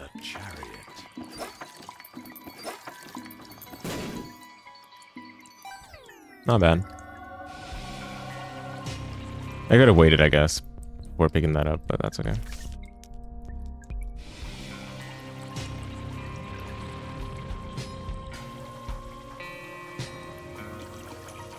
Maybe I can actually... I mean, the thing is, since I've committed to Devil now, I want to take strength to future floors, but...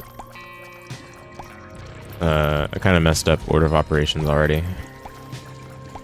It's unlikely we get to...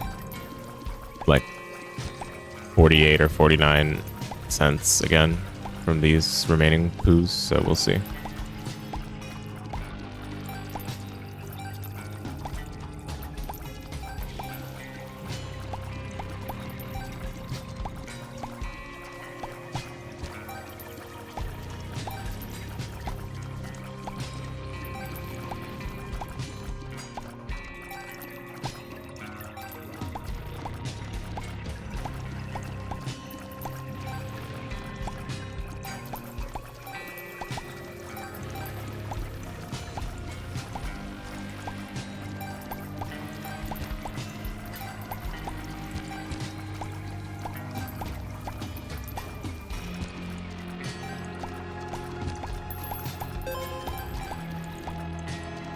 Hold up, we actually got there, it looks like.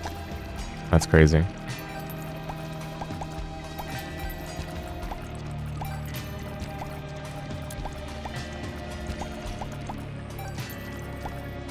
Yep, cool. Do you have any way of spending exactly 2 cents? Nope. That's fine.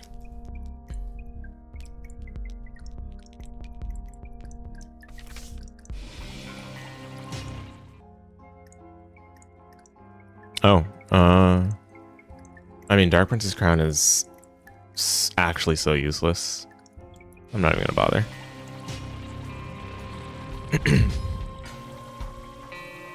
Tears down. Okay, we're done. Let's go.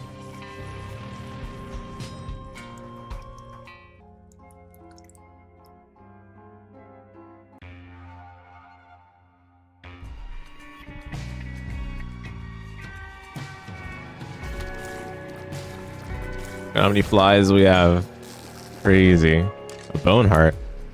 We can't fill it though for this character. So we can use that for sacrificing, but otherwise that is not a good idea. Unless we place it. Nah, I mean, it's just not a good idea in general. I don't think there's any situation where you can justify a bone heart for a character like this, so I'm gonna say no.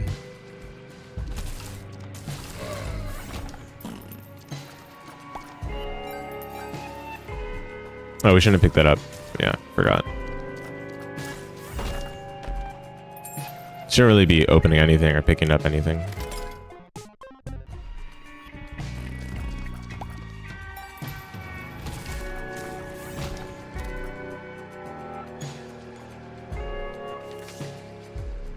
Can we get into boss challenger? Maybe. Maybe. Ah, come on.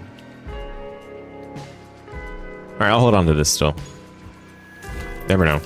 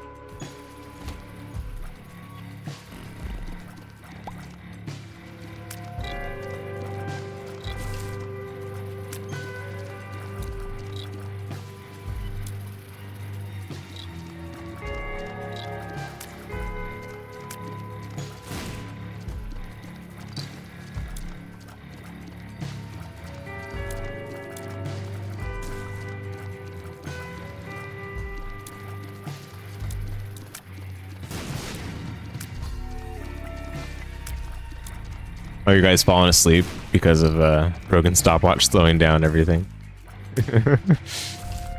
I would be falling asleep, personally, if I were the one watching and not playing.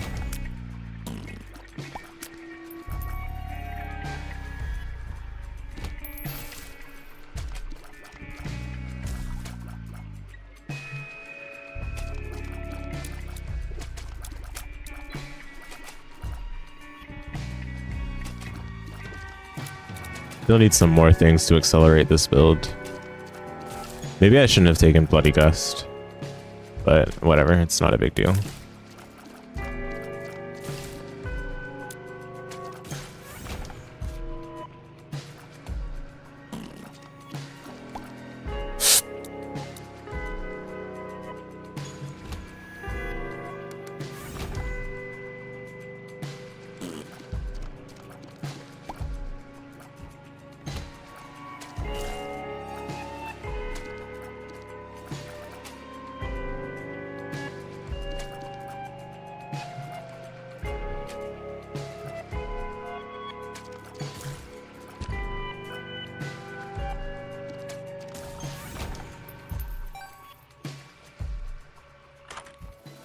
Everything jar. Hold up. Yo. I kind of want to take that, actually, because this is literally better with the poop, right? Starts as poop? Yeah. This is straight upgrade. Hold up. Insane.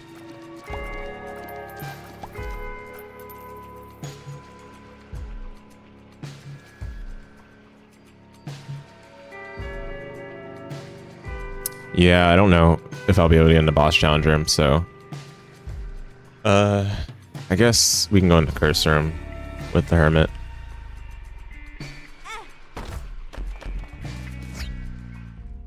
Mystery gift. Red stew. Want to buy both, but not yet. Not yet.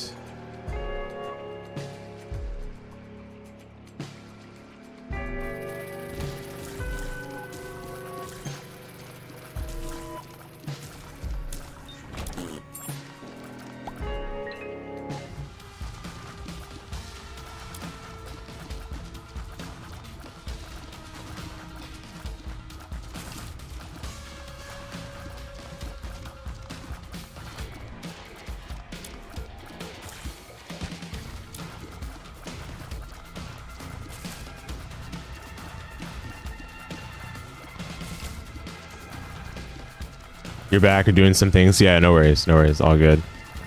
I was telling the chat, like, are you guys falling asleep yet because of the slowed down music? We got broken stopwatch, and this floor's item room had an everything jar, which is the poop but better. So this is a winning run for sure.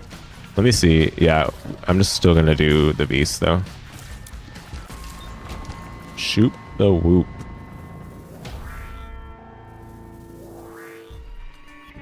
Okay. So let's take a shopping trip. Let's buy Mr. Gift. Let's buy... Okay, let me check secret first. Because, yeah, we do need to bring a teleport card with us. Not need to, but I would love to do it. You guys get it anyway. It's not there. Okay, well, there's another option that seems plausible. There we go. And no, I'm not gonna drop mystery gift in here. Not yet. Let's wait until after we see the special room. Capiche? This dog does not want to be in the house, keeps begging you to go outside. Ah. Yeah. I've never had a pet, so I'm not... Admittedly, I'm very much a scrub with the necessary duties of taking care of a pet, you know?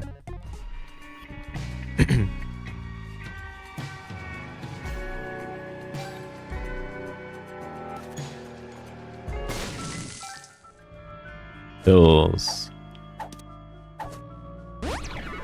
Range up. Okay. Let us fight the boss. There's a no, there wasn't a beggar. There's just the bomb beggar, I think, yeah. Yeah, it's unlikely that I use Mystery Gift in Devil Room, but if we don't get Devil Room, then I'll use it in Seeker for sure. Whoa, whoa, don't pre-fire.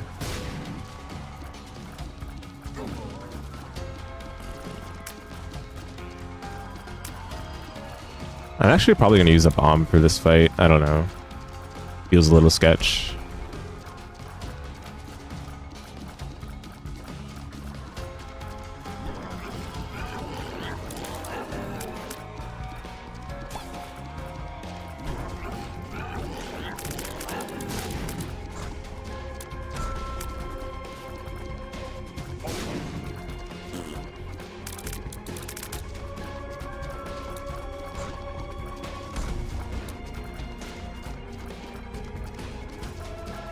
Oh, it's almost like 10. What are you gonna do? Also, you love how you're commentating Isaac and you're just telling you what he did today. No, it's chill, dude. It's chill. You know, live streaming is also a conversation. It is not just the streamer playing a video game, you know? I'm only talking aloud so that like you guys can hear my thought process and it's not just person playing video game. Although of course sometimes I have nothing interesting to say, so sometimes I'm just quiet, right? But that's the nature. Give me a second, guys. Give me a second.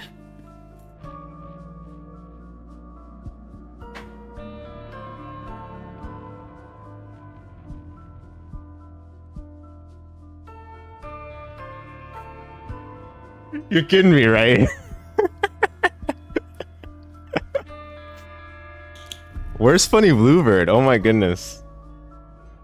He's not gonna believe it when they see the VOD. It's gonna be so good.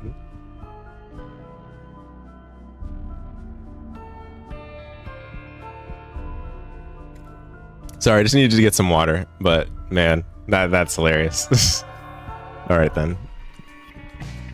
You're due for a rock bottom too, since you just unlocked it. Yeah. We'll see. I mean, obviously, that's just so funny. Oh my goodness. All right. Well, time to use this as practice for Glitch Crown, I guess.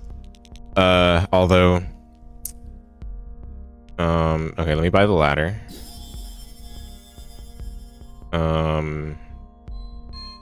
Member card.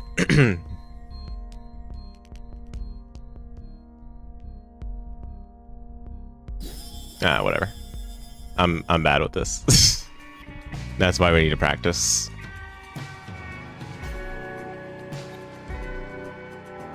Every time you unlock an item, it's always see it in the next 3 to 5 runs. Yeah, it does feel like that, or something close to it.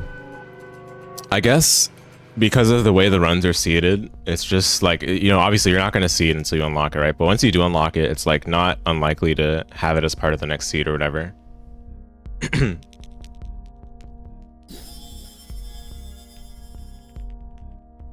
I guess BOGO bombs. BOGO bombs is expensive though. Okay, let me just buy red stew first. Birthright, mom's key. What does the birthright do for this character?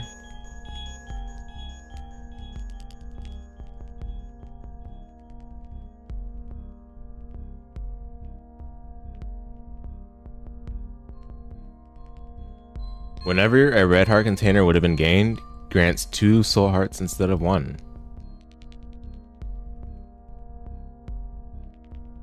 Dog, you've never missed a glitch crown since you unlocked it. Pause on the item right before pause it, hold down your move button, and you get it every time. Okay, I'm not gonna do that. I understand the sentiment and I appreciate the knowledge, but it's more fun this way, you know?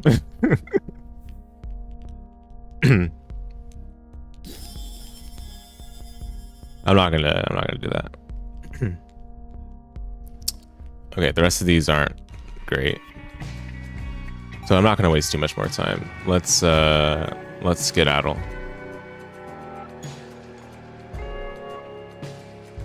Imagine missing a glitch crown though. Streamer, get good at the game.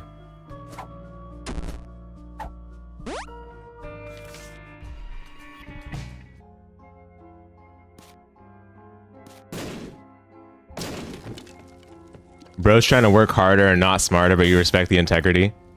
I mean, I will pause. I can assure you, I will pause. But for glitch crown, you've already won the run. Like, it's not a big deal. Okay, if you're losing with glitch crown, there's something wrong. I can play, however, like, I don't think that's the difference between winning and losing with as far as glitch crown is concerned. Okay, that's all I'm trying to say.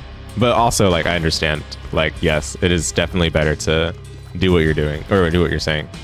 But, you know, at the end of the day, it's glitch crown for crying out loud. You shouldn't be losing with the item to begin with, so. But yes, I will admit that I would rather have Mom's Key than Birthright in that situation. So, cry about it. Also, there's one rule about glitch crown. You can't go to all floors because you lose so many items. Oh. Okay, but it only matters if you open item room, right? Or is this the case always?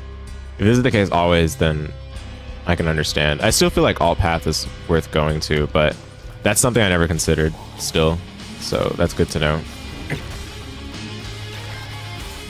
This theme slowed down actually sounds pretty sick, I will say. Bob's bladder. Darn it, we have to take that into item room. Never mind, we have to open it. Alright, whatever. Unless you're doing a certain unlock. Yeah, I see. We're not doing Mother, so I see what you mean.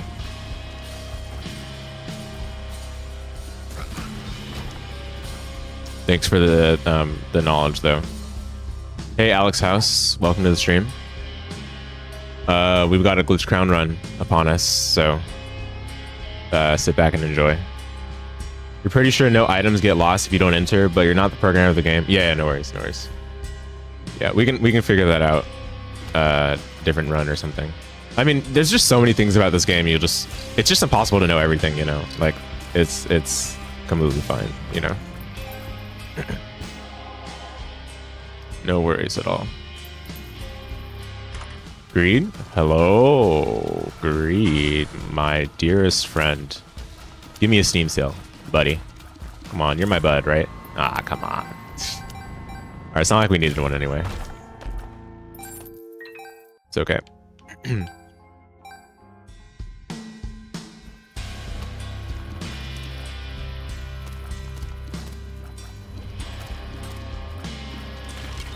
Red Stew did next to nothing, but that's because that was really slow.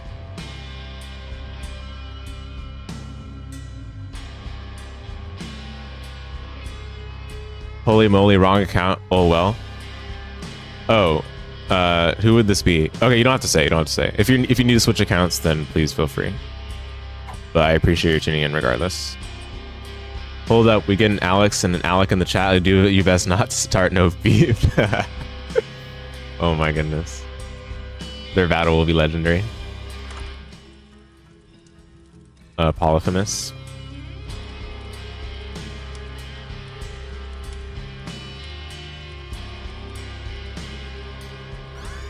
I'm so bad. Oh my goodness. That's okay.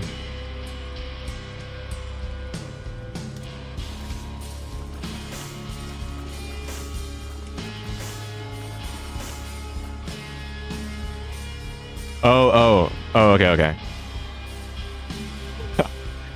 Ooh. But I hope you're doing well, Chewy. Yep, this run has been funny, I guess. We have Glitch Crown now, so... Although I missed, like, I think 3. But... The run was good anyway, so it didn't matter. Yeah, everything's good so far. Oh yeah, we did, I think... I don't know if you were here during it, but we did Jacob Esau Boss Rush. Boss Rush. What do we have? We had Ipecac. Yeah. You see some chatting has been occurring without you. Yeah.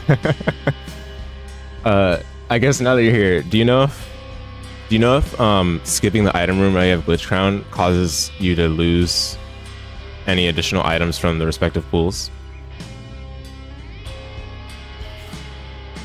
That was one question that we were curious about. It's not a big deal for this run, but it would be interesting to know.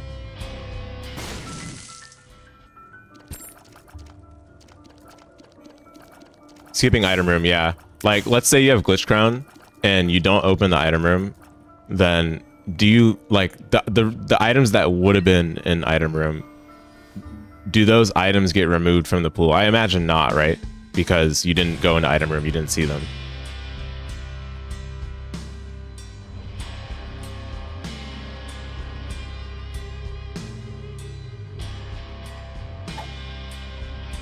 Oh, you don't think so? Okay. Yeah, all good. I went inside anyway because I needed to put the trinket in there. But yeah, I was curious about it. But yeah, going back to what I was saying, the Jacob Esau run had Ipecac, I think. Which character did I give Ipecac to? I think it was Jacob, right? But yeah, it had Ipecac. And yeah, that was enough. We also did Mega Satan, but I almost died. Oops. It was funny because I found there's an angel room in Womb. I found Breath of Life and Senzorin, but I was a dummy and got Sensor, which almost ended up throwing against Mega Satan, but just barely had enough health. 1 second, Alec. I'll read the message soon.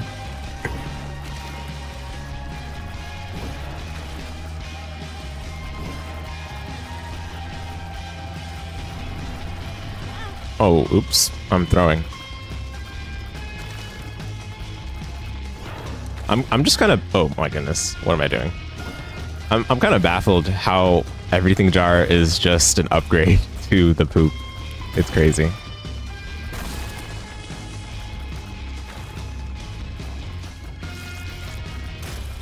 Something I didn't know I needed in my life.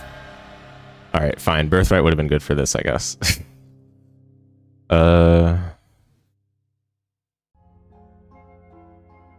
Meat?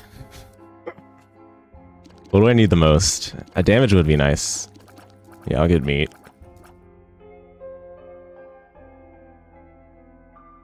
No, too early.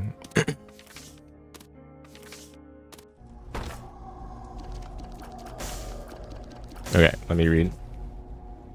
Not even stigmata. Wow. Yeah. You're reading my YouTube channel description. My dog was the founder of Fighting Community UCLA. Yeah, we started in 2018. It's still running right now. Not as many events at the moment as there used to be, but it's grown a lot since when we started it. And that was definitely like the highlight of university. So that's something that I still hold near and dear. Why is OBS lagging? Okay, there we go. All right, what do we have here? Brimstone. Ugh, I have to actually hit the brimstone. Otherwise I get what? Blood Oath.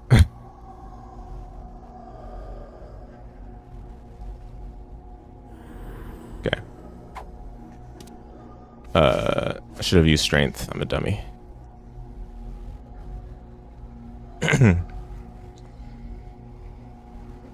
Yeah, I don't think anything else here is worth getting. I can't believe I forgot to use strength. Range up. Alright, we'll be fine though.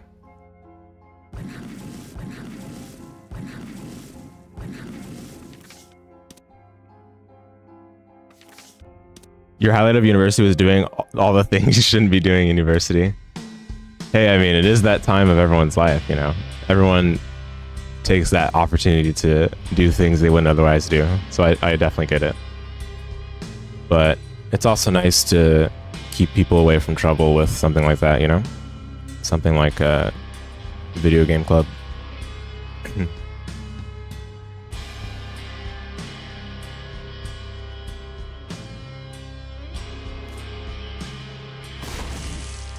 Okay. All right. That's enough.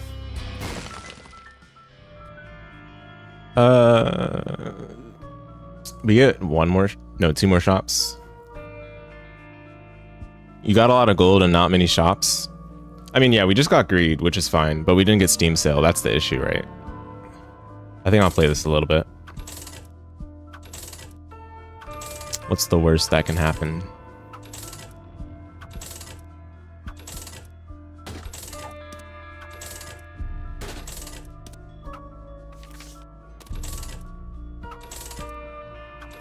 I'll play up to like 25.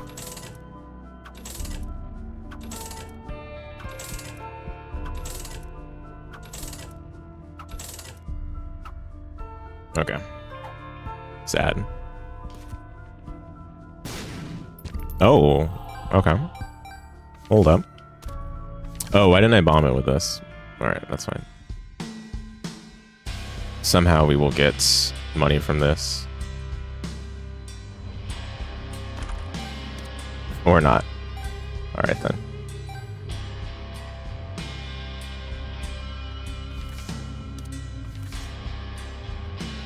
You only got like 18 credit hours left to get your degree and haven't been to college in 2 years. You're taking a break? Or are you are you doing like another program or something?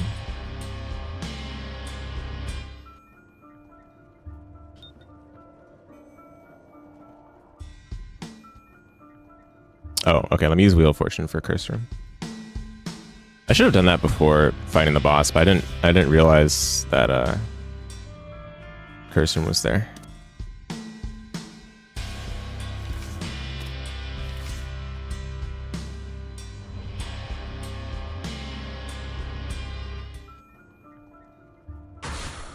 Wheel of Fortune.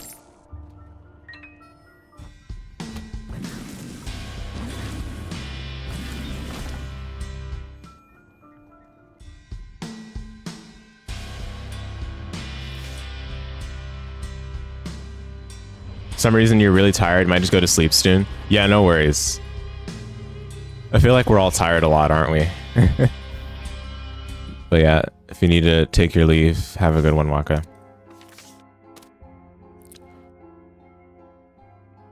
Do you wanna do a watch party of Evo tomorrow?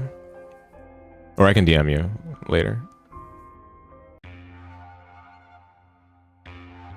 Worm friend, hello? Well, okay, that's a problem actually, because it's glitch crown, right? Uh-oh. Okay. We're just gonna use this as budget book of revs from now on until I get full health. It's that kind of run anyway.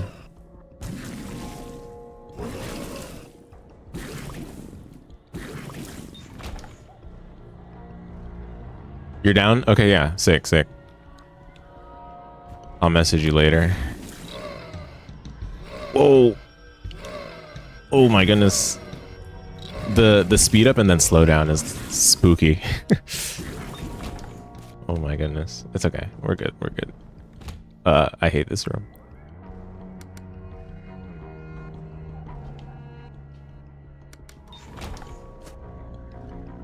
Shot speed down. That doesn't do anything, right? For Brimstone.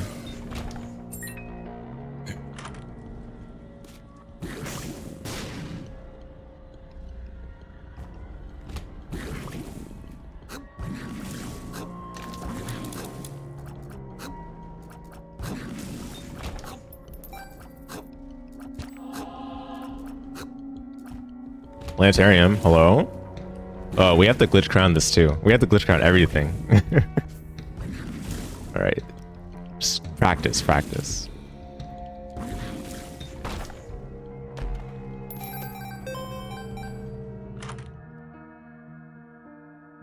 Okay, it's gonna be Luna or Mars.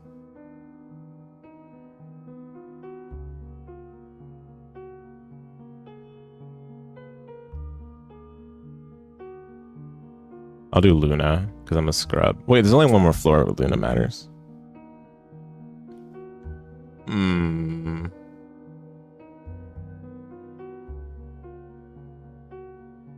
mean, that one more floor is valuable enough because that's 2 extra secret rooms.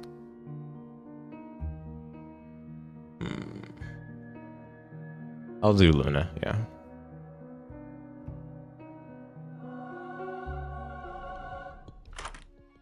Okay, Worm friend.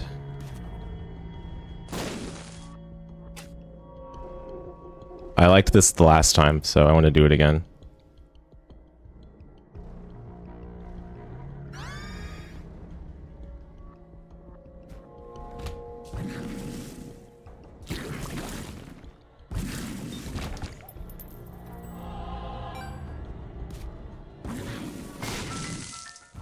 Shooting good, it feels so good. Yeah, dude, actually though, it's so satisfying.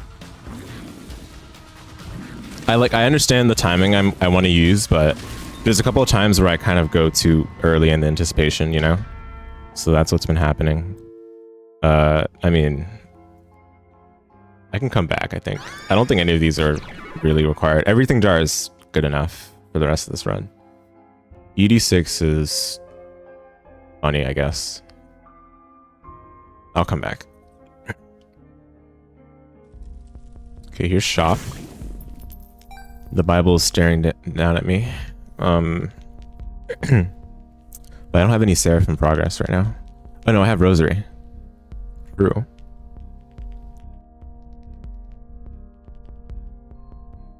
Okay, fine, I'll get the Bible. No. Yeah, I mean, there's nothing better here, I don't think. Wow. Did you see that clip Vox posted? Yeah, I saw that. That was actually pro gamer. Okay, are you okay with me showing the clip on stream? I saw that. That was actual pro gamer.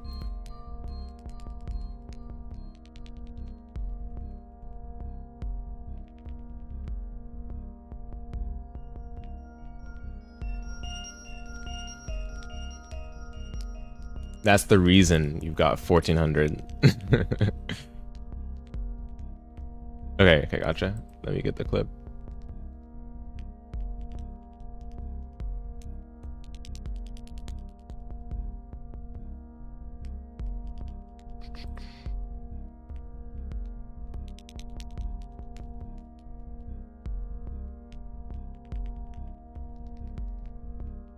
So okay, this was the Mega Mush run, right? So like you're already stabilized from the very beginning, but this at this point in the run it was like style points.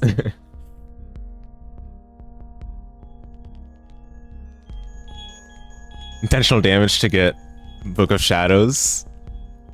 Timing the rest of the Glitch Crown items before the invincibility expires. Actually professional.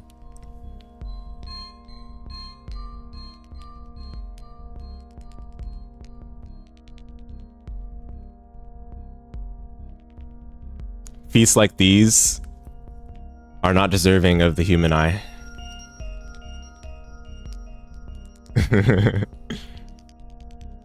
Yeah, this was sick.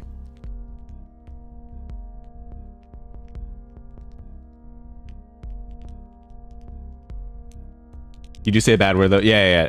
I think it was muted by default. Twitch, for some reason, I don't understand the muting rules because it like it has it muted sometimes and sometimes it doesn't. But yeah, thanks for the caution. Just that easy. True. Honestly.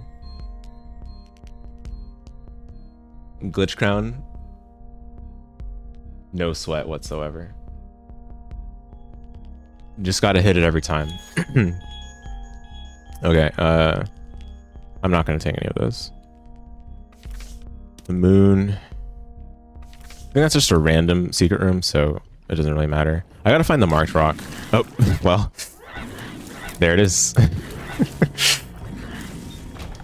Alright.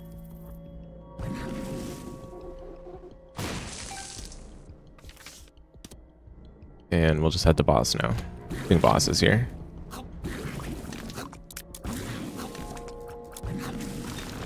Also, is it weird whenever you see someone that's either you anime or express a dislike for it, it's just Japanese animation, to speak as if all are the same is insanely narrow. Death Note and Naruto as examples that are not even close to being the same.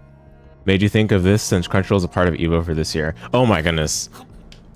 Yeah, Crunchyroll being back again, I think didn't, like, a lot of people probably didn't expect that because last year it was horrendous, dude. Like, they took up a lot of space on the floor and they were like super loud. People were doing their pools and you could hear like the singers, you know, or the, you know, I don't know if it was karaoke or whatever, but you can hear them like from the other side of the venue. And the EVO venue is huge. No, you're all good. Yeah, the EVO venue is huge. Like, so like, I was surprised that they're back this year, right? Given how many people complained. But what I'm guessing is that because Crunchyroll is trying to become a lot more like corporate friendly and mainstream, as well as EVO, it feels like they have like, I guess kind of a mutual, what's the word? Like they have mutual goals. They're trying to achieve the same thing. So the partnership is like, on paper, it's perfect, I guess, right? It's a match made in heaven kind of thing. But the reality is that it's not a partnership that really has any positive interest for the fighting game community. It just feels like it's corporate oriented, which is fair. I guess EVO is going in that direction now, but you know, I don't think it's worth it. Why are they doing this, you know? Yeah, only the people that were there would have known about it. And trust me, I was there and knew about it because they were near the Unitube booth as well. So they were doing all of this while Arxes was hosting the Unitube booth for the demo of that game. And while, again, I'm okay with Crunchyroll having a presence at EVO, but they should at least be giving something to the community. It shouldn't just be, oh, we're here for the corporate partnership and literally serve no other purpose or value. Because, like, you know, every time that Mad Catz was like helping with the event, they offered like prize giveaways or booths with like, you know, Mad Catz gear at the event. Obviously Mad Catz isn't the same anymore, but point being, you were still able to get cool stuff from having Mad Catz as a partner, since they were also contributing to they're contributing in a meaningful way for the average fighting game player to notice it, you know? In all honesty, very random partnership, and probably avid anime fans are those anime fighting game players. Seems like it's just corporate, sadly. Dude, even the anime fighting game players don't care about this partnership, okay? Like, it's not even like, oh, the weeb angle. Like, it's legit, who cares? Like, it's such a weird partnership, in my opinion, that no one really cares about. At least that's the way I see it. Chaos, darn it. Can't afford it.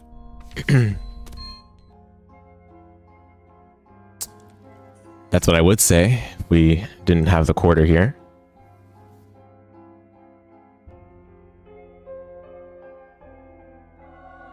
Darn it, that was too late. That's fine.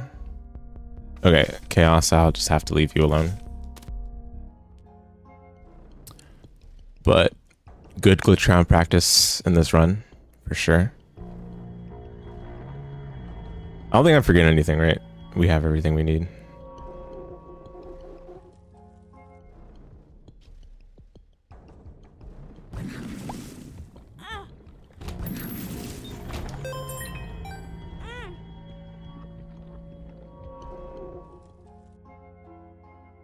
Seems like it's... Oh yeah, I already read that. Yeah. Yep. Yeah, I do wonder if things are going to change for that later on, but for now, they seem pretty keen on this partnership, so we'll see. What else was I going to say? I was going to say more. Death Note, right? Death Note's a high-quality series, but because of, I guess, anime being like really popular right now, I guess doesn't go in a lot of things' favor, because since basically it's like super mainstream, yes, of course, the natural reaction is going to be like, oh yeah, all this weeb stuff, you know? But what are we going to do about it, you know? At the end of the day, these are like TV shows that people can enjoy. And you don't have to enjoy it if you don't want to.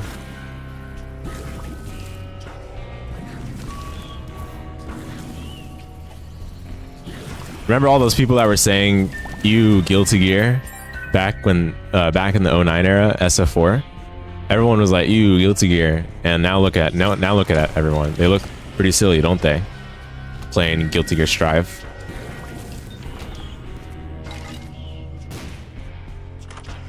Everyone just plays what's new and popular. That's the reality. Oh, we have some good stuff here. Well, not everything, but I kind of want to get Diplopia, maybe. Nah, is Diplopia even needed? I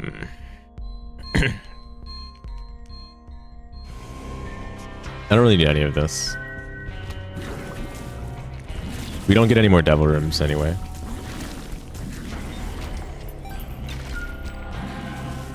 Okay, I think we can use the poop now, maybe.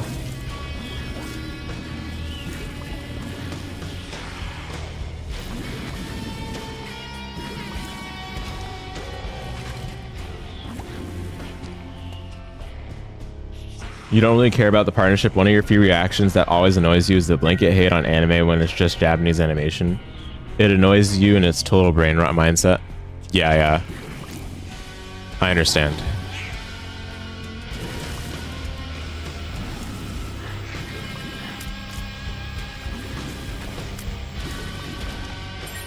It's you know, a lot of people have certain experiences with the anime crowd, so I guess it just that affects people's biases, so that's just natural, you know.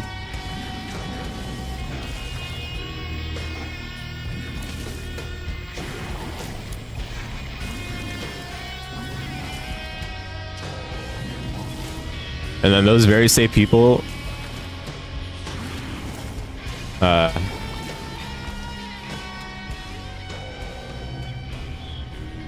I'm linking on the TV show, but it's a TLC TV show, I think. It's like where people basically like marry someone for like some gimmick number of days. I don't even remember the name of the TV show, but I'm sure you know what I'm talking about from the description. People will turn around and watch that show and say anime is trash.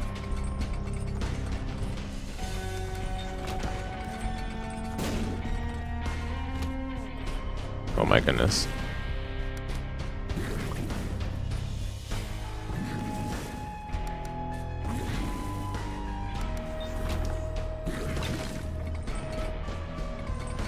Yeah, dude. Yeah. There's a Majin Obama video that talks about that, I think. Kinda.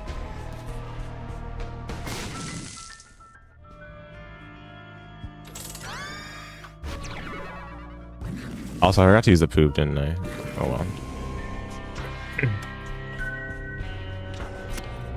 Where's the other secret room? I'm surprised one of the super secrets was there. Oh, this is awkward. I have only 3 bombs too. I think I have to buy bombs. Wait, do any of these give bombs? No, right? Mama Mega. So I'll get Steam sale. No, too early. Rough out here. Okay, the cope is I'll use this for super secret. All part of the plan, actually. Or secret and super secret, rather. But yeah. This is all part of the plan.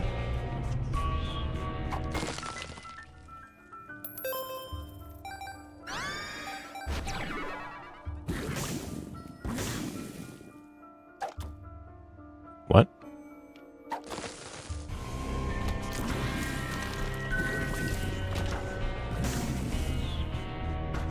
Okay, so where's the other super secret then?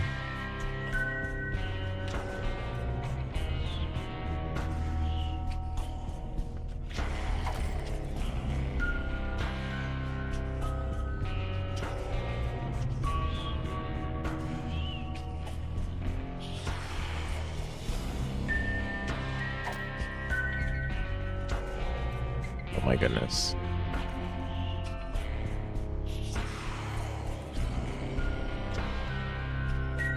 I have no idea. It's not there.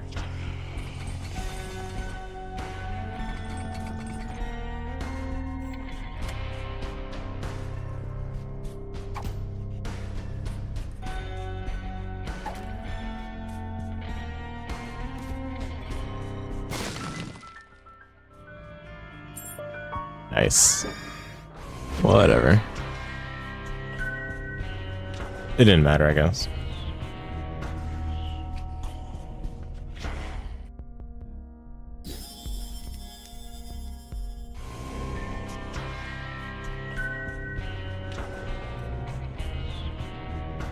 Death Note is just straight up a good work of fiction. Yeah, agreed. And a lot of people watch Death Note in English, so I don't even know if the weeb argument applies as much as it would for a lot of shows, you know? Spent it. It's gone. Just get over Feels it. weird. It's gone. How can you have spent our savings?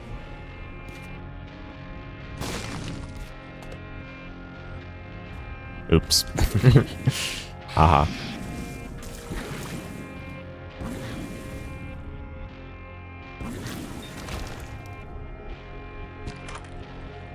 Oh, nice.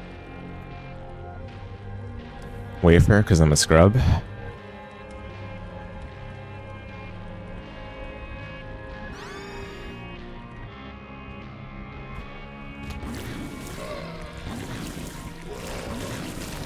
Inevitably, I'll get hit by some silly thing.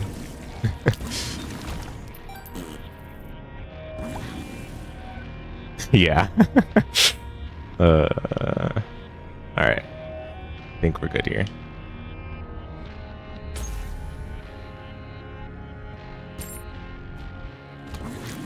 I'm definitely gonna go ahead and speedrun this. See, look at that.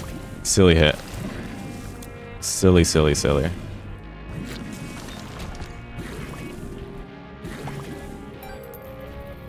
I'll still just go for fly farming since the bed will give soul hearts as well. So we'll be fine.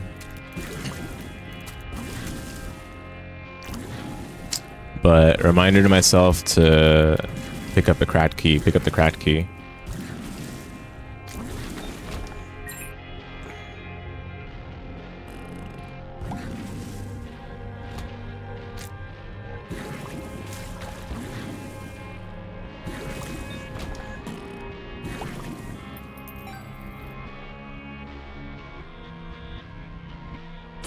Also, you think you're gonna hit up Retro and use some time to form that Yu-Gi-Oh cube? You really want to have it as a board game you can take out with friends or whatever? Yeah, for sure. Sounds good. Yeah, absolutely. Much better than an actual Yu-Gi-Oh game, the TCG.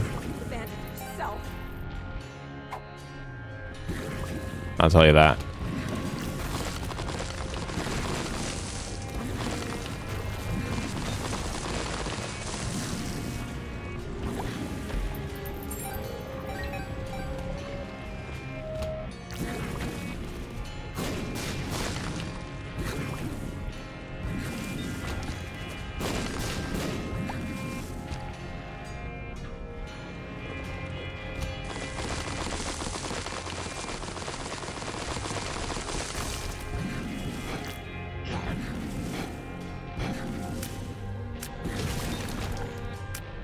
Totally agree. Normal Yu-Gi-Oh is kind of so good. Yeah, dude.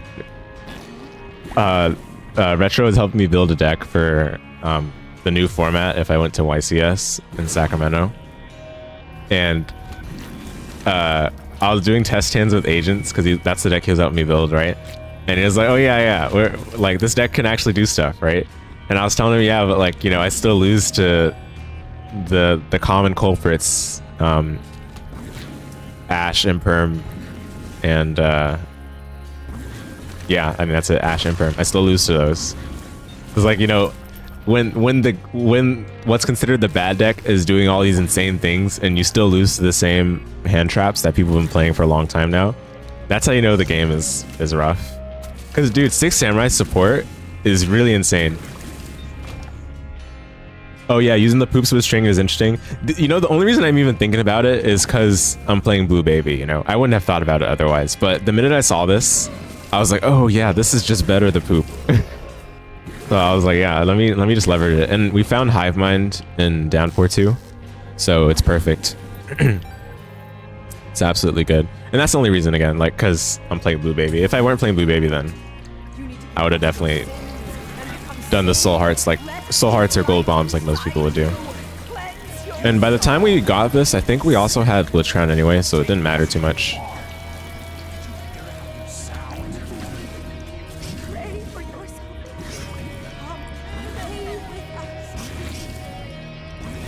But yeah, I like the idea of using it to stabilize your health, like a Book of Revelations kind of item, and then from there using it for like damage or something.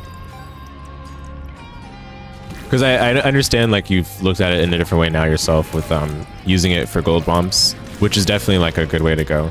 To me, that seems like maybe not the best, absolute best way, but like one of the top ways to use this item. But it's because it's like so versatile, it doesn't seem to be a wrong way to look at the item at all.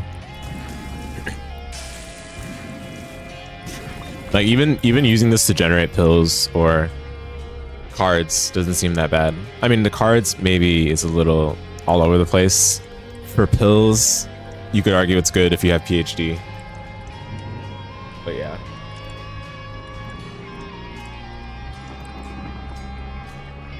No bounce at all. This is what happens when you don't phase out cards, just keep adding new rules after new rules. You're not surprised at all. They could have done the format rotations a long time ago, but even, dude, the problem is it's so far gone at this point. A format rotation won't really help things. Like, the game just needs a reboot. It just needs a full reboot at this point. If you want to fix things, it's too late to undo everything with a rotation. Yeah, actually treating the gold bomb as a DPS option instead of eco is big. Yeah, absolutely. It's great. It's absolutely great. And if you like, that's why like everything jar, basically no matter when you find it, it's good. So, and like, because like if you need bombs, you can just charge it up and get bombs from there. And then if you need resources like keys or something or coins, then you can still use it for coins, and it's not even that bad. So like, it's great. It's like a yeah, it's like whatever you need in the moment, you can just get it. And since I already have Petrified Poop, I'm not sure how likely it is for Petrified Poop to drop normally, but I imagine if you like want to use this as like a Petrified Poop engine, like maybe you found it already or you want to find Petrified Poop from it, I feel like that's not even like that bad either. It depends though, right? But I feel like that's not that bad. It depends on whether you have a better trinket already. But maybe for other characters, it might not be as good. Yeah, yeah. Because, you know, because Blue Baby started with a poop, I found Petrified Poop Basement 1 in like the second or third room, right? So I was already getting a lot of value. And then I found Card of Humanity in Downpour 2 in this run. So by the time Everything Jar came about, like, it made sense to just keep the resource engine going with Everything Jar.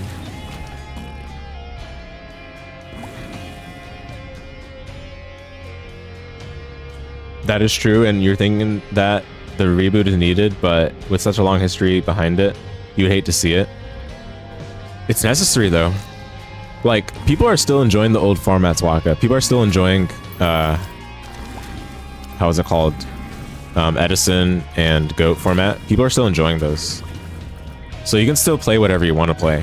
But the issue is that the constructed format, advanced, whatever it's called officially, is just so far gone. And they keep repeating the quote-unquote mistake over and over. It's like they don't even want to learn. They just keep doing it over and over. Keep printing new busted one-card starters that do everything. It's just absurd. Petrified Poop Engine, what are your ears hearing? Yeah, I'm sure you're numb to it at this point, but classic Isaac right there.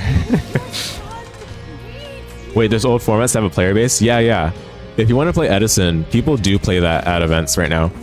You might have to go to physical events, unfortunately, if you want to do that, but it is available to do. Oh my goodness, I almost ran into that. Older Yu-Gi-Oh! Is fun, new Yu-Gi-Oh! Is too wacky. I think Edison's good.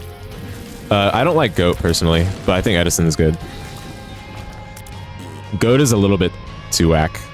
GOAT is you have a bunch of instant game winners that everyone plays, so a lot of decks look the same. And it's also a little slow. Like, Edison is like just right, in my opinion.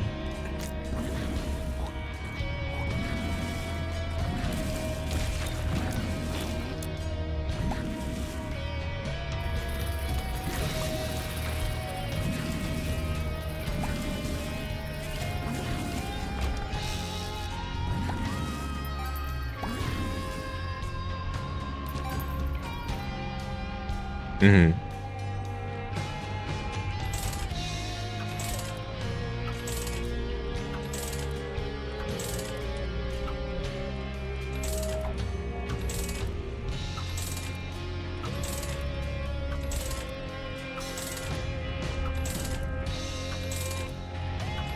But yeah, I do think maybe without Petrified Poop, what I'm using is not worth it, really.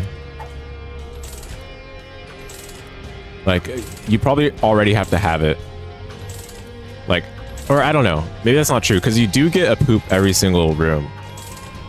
Like, it's not entirely unlikely, but maybe it's not. I don't know if it's still. It's probably not worth it over, like, going for golden bombs or going for soul hearts. Like, maybe if you already have Petrified Poop, or if you have Card of Humanity, then that's where it's, like, reasonable. Yeah, you'd probably have to already have it for it to be worth considering. Welcome back, Alec. You feel like you're surprisingly weak for a crown run? No, this is comfortable.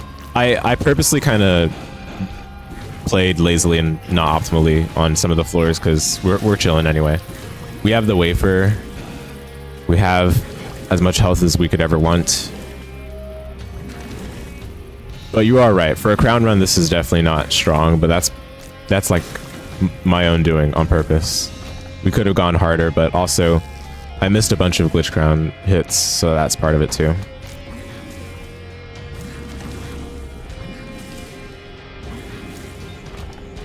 Like, our damage is pretty low, so. But it's chill.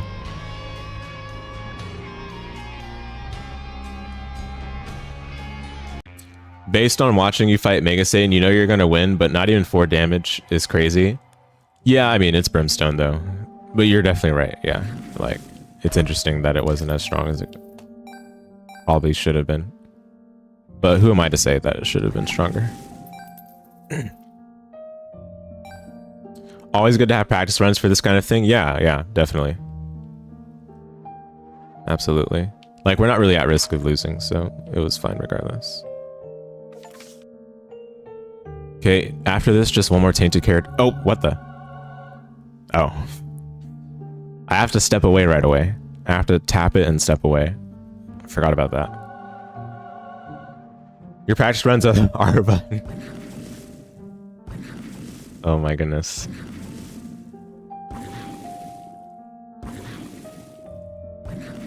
Yeah, I think we're set. Let me just make sure.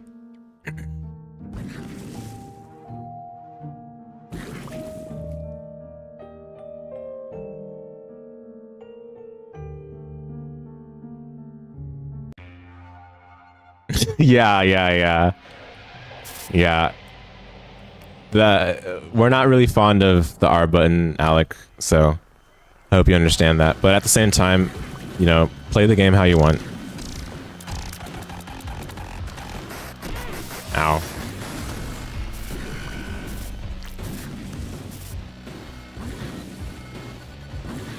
I think I'll use bombs, but not right here. Not this fight. We're fine. We don't need to use bombs right now.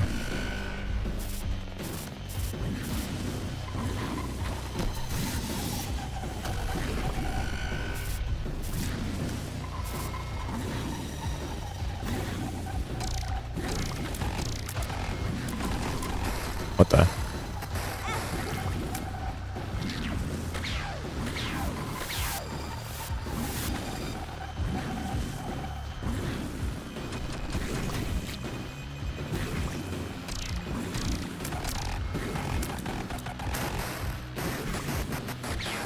Whoa. What the? That was a bad position to be in. Right? Yeah. Maybe I should have tried to look for damage ups. I mean, I did try to go for meat, and I just missed on the Glitch Crown, remember?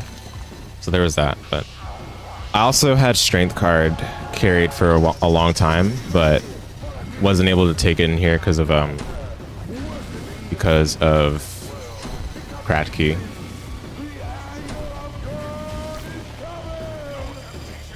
Where is it? Hello? What? What the? Oh, what? It was off screen. That's crazy. Oh, because of Worm Friend. Okay, that makes sense. That makes more sense. I was gonna say, it was literally off screen though. Oh, also, I have Bloody Gust. That's right. Yeah. I was like, what?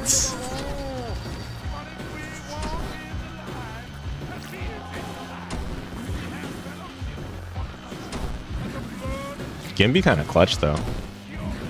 2 soul hearts already from it.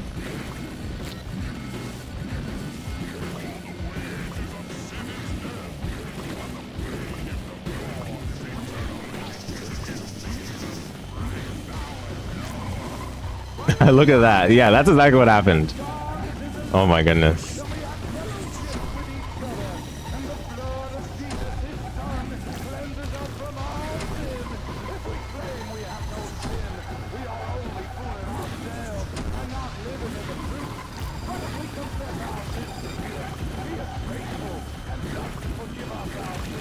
So glad I have Brim though, because otherwise, who knows? All right, nice. We're gonna need those bombs. Oh no, the poop doesn't work in here. Dire. Or maybe it's at the bottom of the ground, I don't know. That would be funny if so.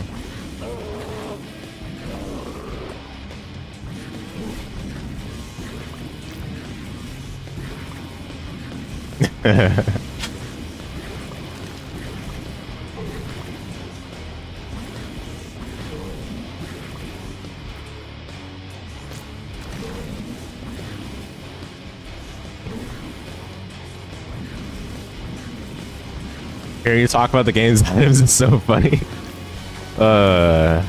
Yeah.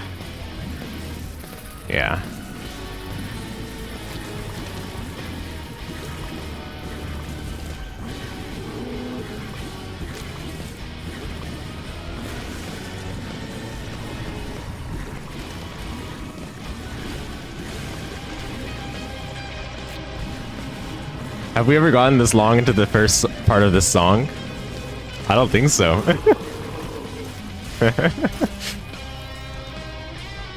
Okay, 2 charges per clear. So that means we get a soul heart, I think. That's so. Or is it a card?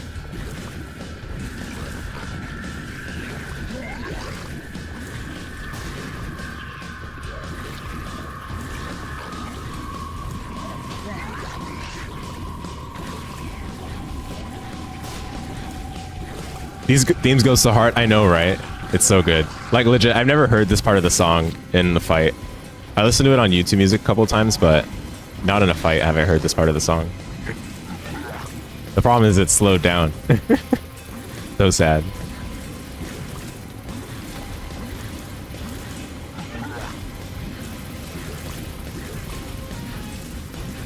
Do you have stopwatch though? Wait, what have I been saying? Have I been saying like something other than stopwatch? If so, I apologize. I don't know what's going on with my mind, but yeah, I meant stopwatch. If I said something different, I apologize.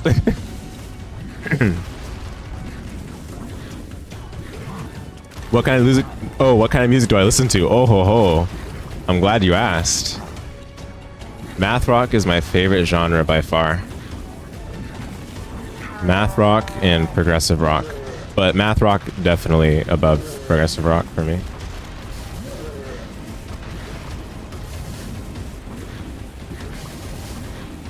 Come out wherever you are.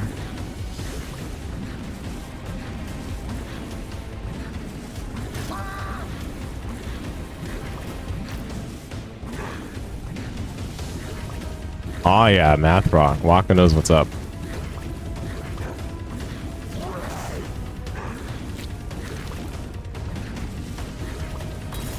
Ow.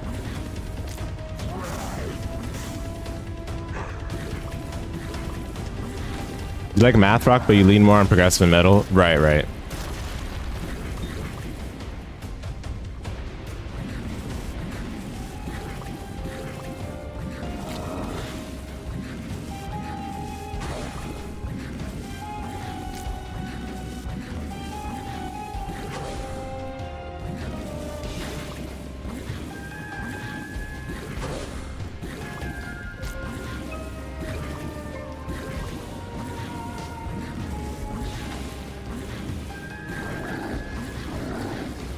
Don't even get this guy started.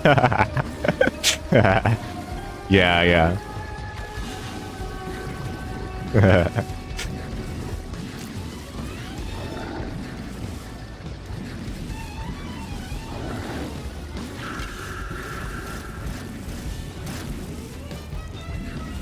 You like Math Rock is fine is on an easy S tier.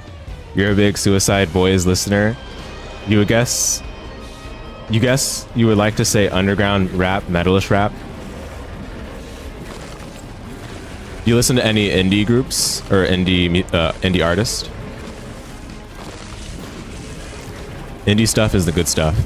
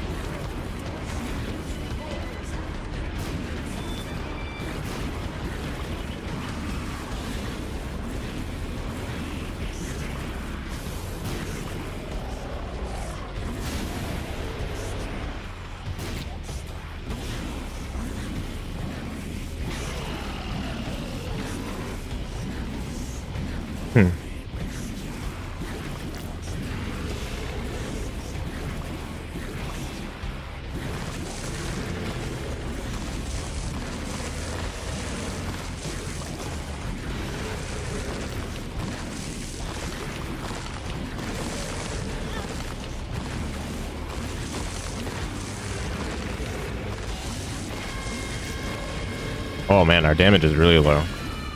That's a concern.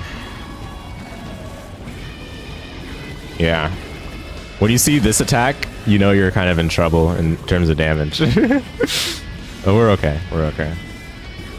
We have plenty of hits we can take.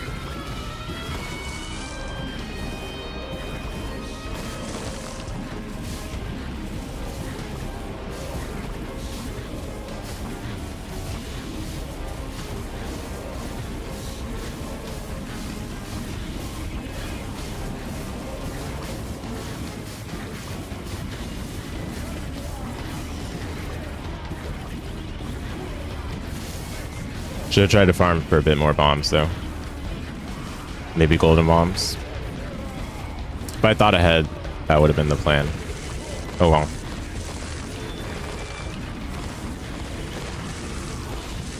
Yeah, we are not doing enough damage to it. Okay, finally, wow. That crazy or what? We're only now in phase 2.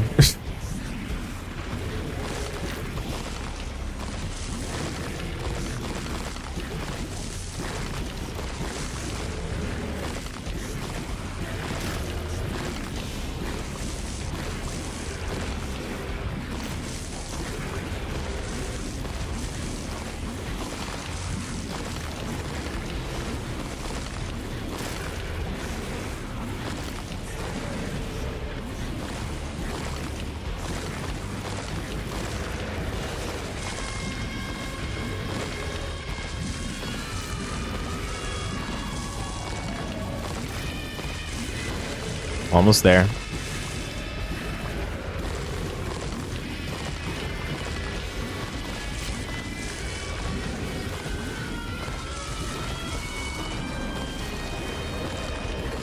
All right, there we go. Yeah, almost saw the ghost attack. Yeah, that would have been interesting. Okay, nice. Cracked open, and a white beam of light reached down into Yeah, you listen to indie, but in the term not well known, the only indie you listen to is indie rap, which you think is basically underground rap. Yeah, I haven't listened to any indie rap. The mainstream rap definitely annoys me a lot, to say the least. You're wondering what is the difference between indie and underground forms of music? You don't like the basic Little Baby, Drake, Lil Uzi, Cardi kind of rap, etc. You don't like mainstream basic rap that all sound the same? Yeah, I think I'm with you there. And the guilt he felt for what he believed he was causing. I used to listen to a little bit of Eminem, but that was like a long time ago, and that was only because my parents listened to a little bit of it. So I heard it in the background sometimes. Drop from his body, his shame, his worry, pulled from his But yeah, I can't handle rap anymore. Or I shouldn't say anymore, but can't handle rap. Okay. All done.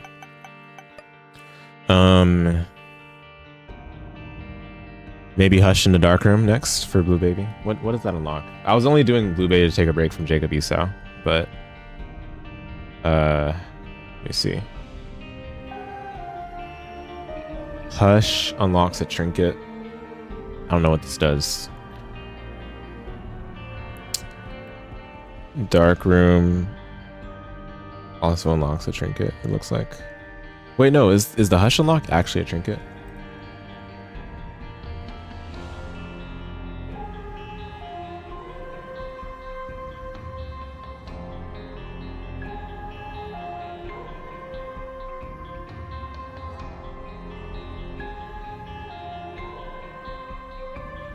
No, it's a passive item. Okay, what does it do? Spawns a familiar that fires tears with the same damage and tear effects as Isaac's tears. Fouls at half the normal rate. Okay. It's not that bad. Yeah, sure, we can try Hush into Dark Room. Okay, let's see. You like the out-of-pocket Eminem? You like the old out-of-pocket Eminem? I guess he's changed then. Is that so? I haven't listened to any of the new stuff, so I have no clue.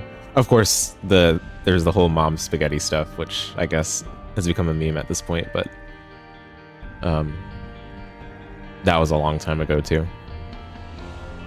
You gotta tell me your top 3 math rock bands so you can take a listen. Oh, easy. That is, I have never been so excited to tell my 3.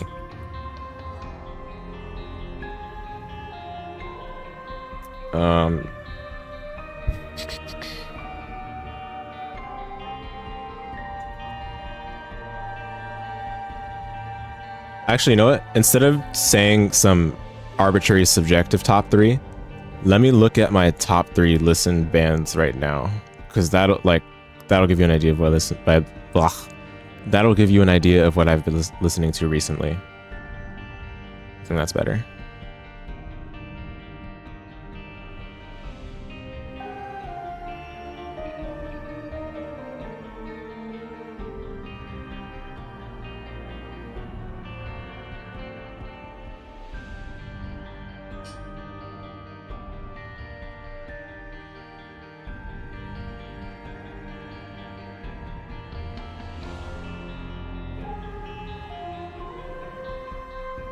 And I also have a tier list that I did a couple streams ago. Yeah. Okay, these are the 3 I've been listening to the most recently.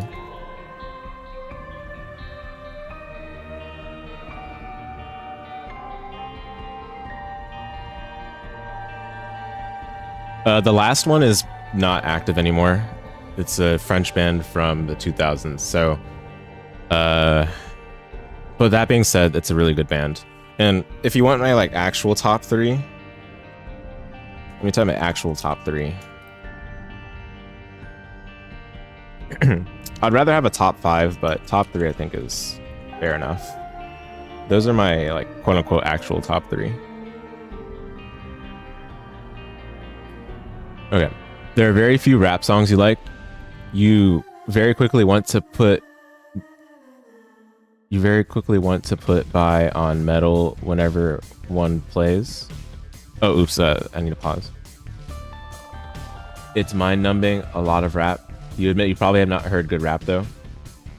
You're very knowledgeable. You're not very knowledgeable about the genre. Got it. No, you're all good. You're all good. Oh, Curse of the Lost, bruh.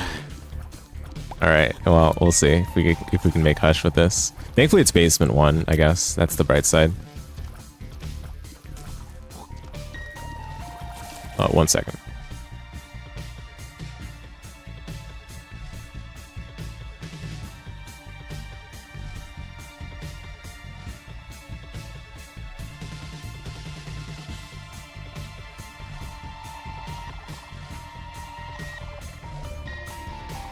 Okay. Sorry about that. Oh, wow. Okay. Fair. Oh my goodness. Wait, that's cheap. That's actually cheap. I'm glad it was... Oh, well, I was just gonna say I'm glad it wasn't the champion, but that was literally cheap. Alright then. Yikes. 1.5 hearts of damage in that room. Got all 5 of them saved. Dude, yeah. If you want to look at my tier list, let me pull up the VOD link for that. I spent like 3 hours or more just yapping about math rock bands and what I thought were some of the best albums. Definitely give that a watch if you want to look for some ideas on what to listen to. Let me try to find it.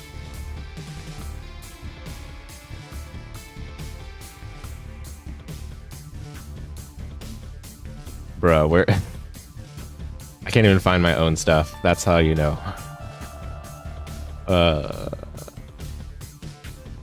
I don't even remember when that was. That couldn't have been that long ago.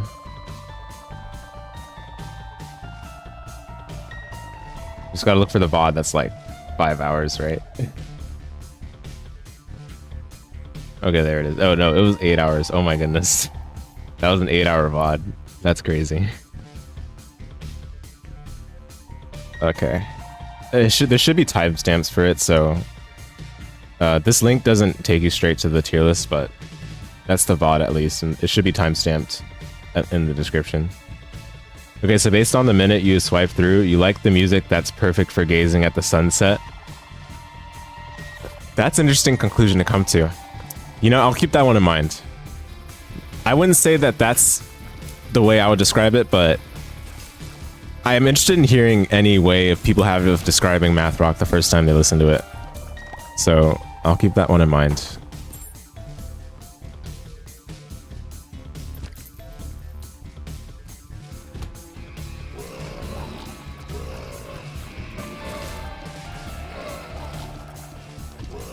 I think the way I'll describe it is I like music that I can listen to intently and also kind of tune out and be doing something else on the side. But then when I want to listen intently, like there's a lot of interesting things to listen to there, you know? That kind of thing. That's what I like.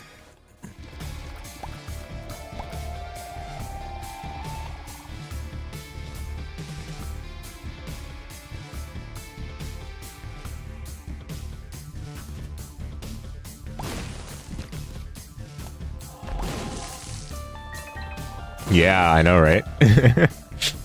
99 bombs. Surely we make it now. I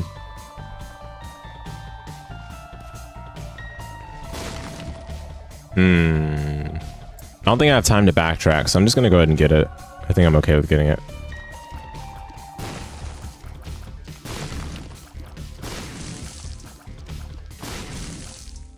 Diplo.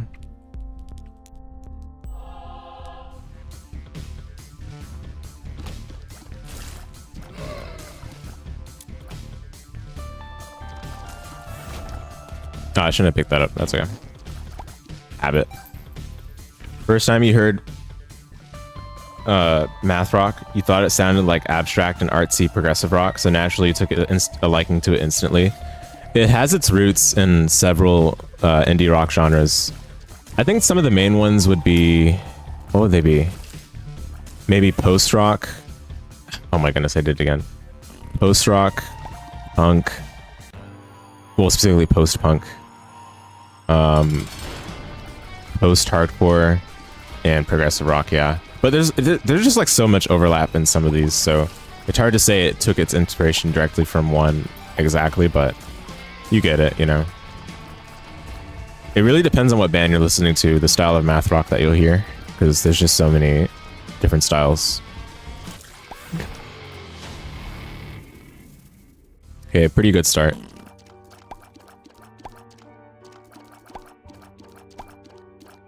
I think this is okay hush pace. Oh, I still have to do greedier after this, because I haven't done greedier for Blue Baby at all. I don't want to do it right now, though, to be honest. I think after this run, we'll talk about EVO.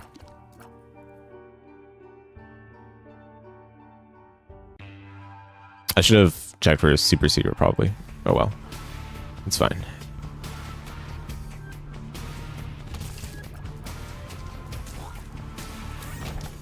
Stop picking that up.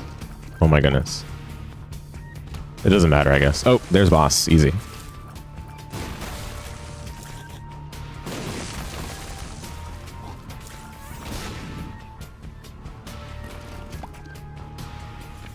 It really is, and you get it. Yeah, yeah. Billion different styles. Blind.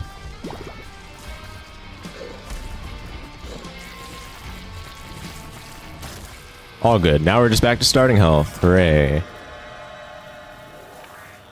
Do I check Devil? No. Hush is long enough, I think. I can play quote-unquote normally. Also, you agree with you? It seems like easy music to listen to while studying, multitasking. Exactly, yeah. Listen to it all the time. Working, walking, when I was studying. Sometimes when playing other games. No, I try to not listen to it while I'm playing games because sometimes, you know, like, I guess psychological effect where you start to associate moments with, or the music with the moments that you're, like, moments associated with what you're doing at the time, right? So I try not to do that, but, you know, I can't help it. I can't help it. I listen to it during speedruns nowadays, so yeah. But it's nice. It's still good for getting in flow. Flow is really important. What's up, Retro? Welcome back. Did you pick your favorite item yet? Oh my goodness. Thank you for reminding me. I was not trying to avoid that. Sorry, I just forgot. Let me get that up. Okay, class. Today we take a look at the items in the Binding of Isaac Repentance. So that Kurushi Drive can find his favorite item. Yeah, speedrunning. Yeah, yeah. Not joking about that one, Chewy. I have a playlist specifically for like math rock for speedrunning. Along with like some other music mixed in there, but a lot of math rock songs in there too. Okay. Here we are. Items. This is all the items in the game. We'll speed through it and start with the actives. Okay, a pony, no. None of these so far stick out to me. I do like Book of Revelations, but I wouldn't call it my favorite. Breath of Life is so nice, but I don't think I'll call that my favorite even. Crystal Ball is cool.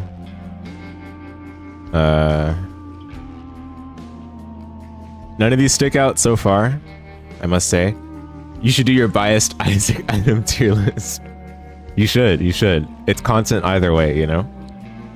Satanic Bible, yeah, none of these stick out so far.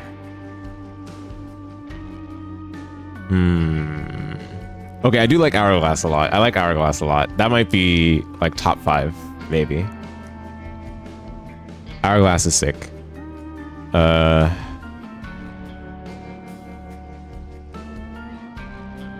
me see. I do like Book of Virtues.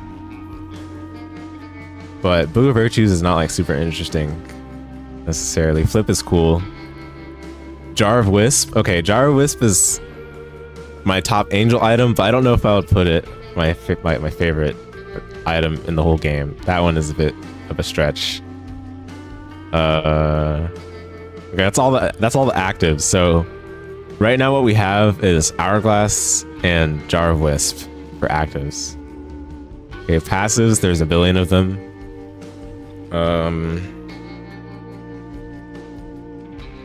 Let's see. Which item do I get? And I'm like, yo. None of these so far, to be honest. I mean, a lot of these are obviously run winners, but none of them are like, I'm jumping for joy. I should make a how easy this item makes the game tier list.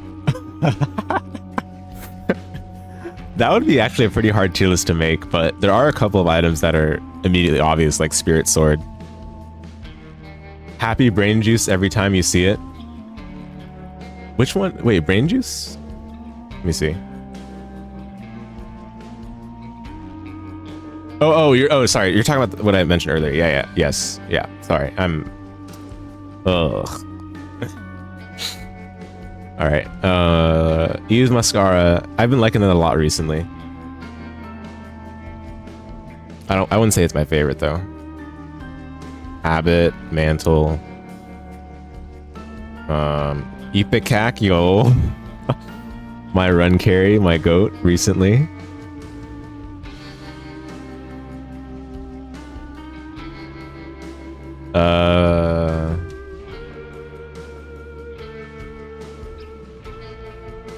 This is hard. There's too many items in this game.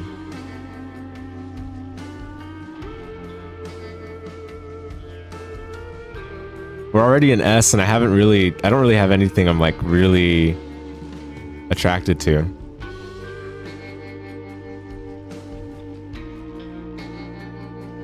We're now in T. Oh man. Yeah, I think I'm boring, Retro Rage. I don't really have like one item I can think of that's my favorite, at least the passives. A lot of these are like I'm good with. Weak answer, come on now. Like there's too many. Like how am I supposed to pick one?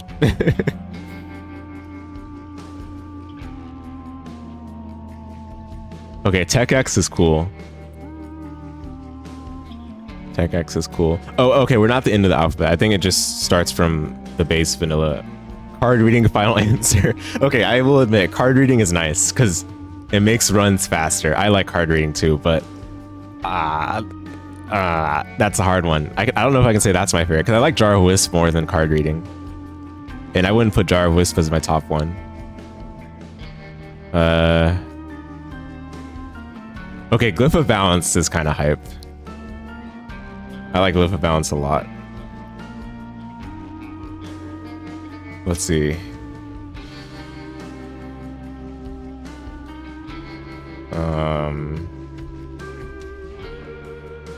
We're now in Repentance items. Uh-oh. Oh, wow. Card reading was added in Repentance. That's crazy. Wait, what the? Dogma? I have literally never seen this item before.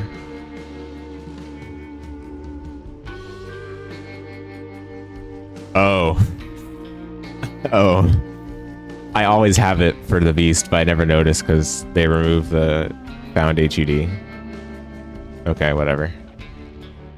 Or whatever it's called, extra, whatever, anyway. I like Guppy's Eye. Guppy's Eye is actually sick. I do, okay, every time I see Guppy's Eye, I am a big fan. This is one of the staple death cert takes on a 1 heart start. Honestly, yeah. That is a good point. Like, if you had death cert on a 1 heart start, the top 1 item would be the item you would take. Yeah, that makes sense. Since it fills your HP to 6. Oh, true. Yeah, Dogma, right? Yeah, Dogma. I guess if you, yeah. I guess if you get this out of the Beast context, it's super good.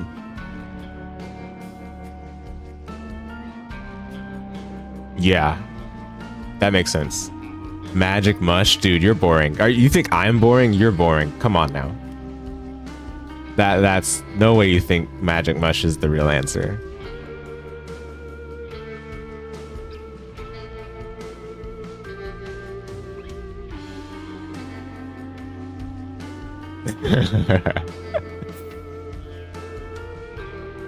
Okay, I like Spirit Sword. That's not my final answer. Okay, we've gone through everything. If you want stats, it's not even a good choice.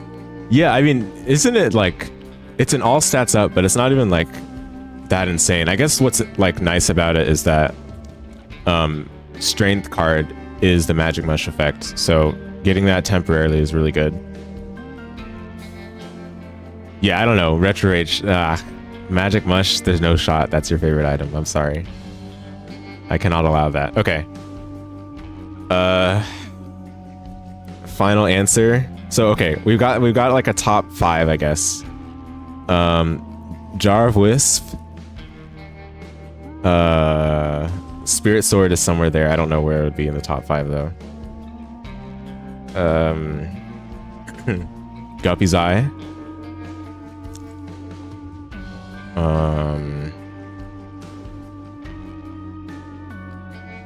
Glyph of Balance,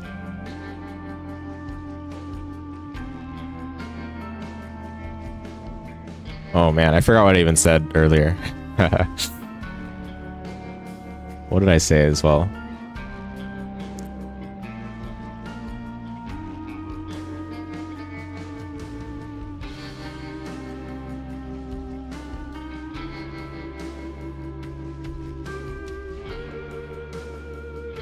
I forgot what I said. It's so over.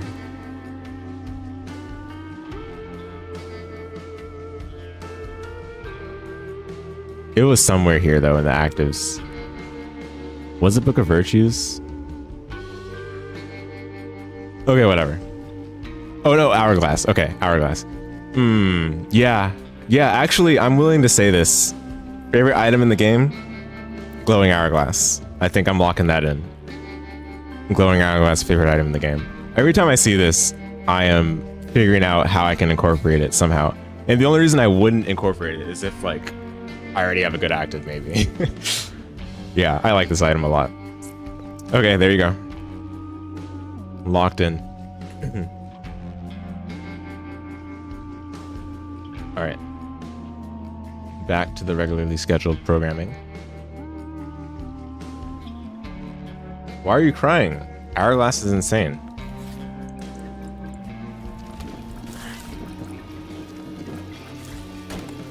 How dare you? Do you disagree?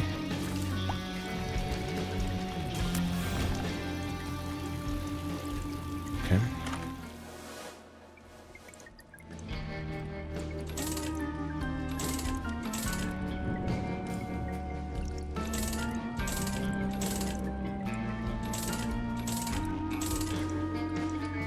Darn it.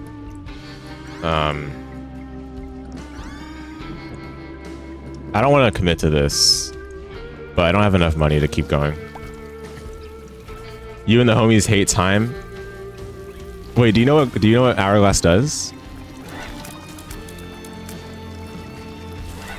You've had such a love-hate relationship with Hourglass. Back when it was just straight up 3-charge active, it was an insane amount of legwork, like moving box level stuff. Oh, that sounds awful. Yeah. So what it is right now isn't what it always used to be, huh? I do like the way it is right now for sure. But also, I'm very much new, right? So I'm not aware of the history of the item. Okay, I think I'm willing to bomb donation machine for some stuff.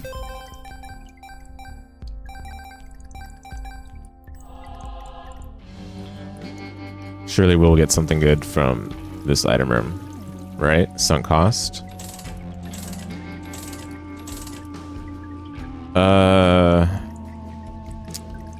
I hate it. Okay, that's good enough. Yeah. You don't know what it does? No, Retro Rage. No, no, no. You were in the streams where I've used it, dude.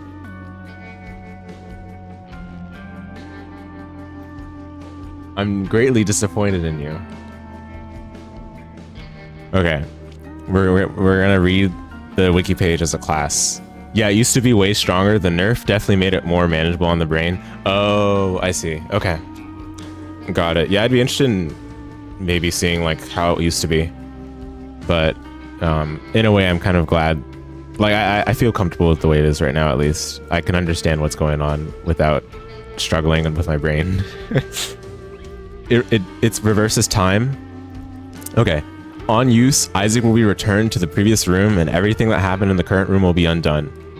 Health, bombs, coins, keys, cards, pills, runes, items, and trinkets will be restored. Score and time will reset, but about 1 second will be spent in an unskippable animation after use.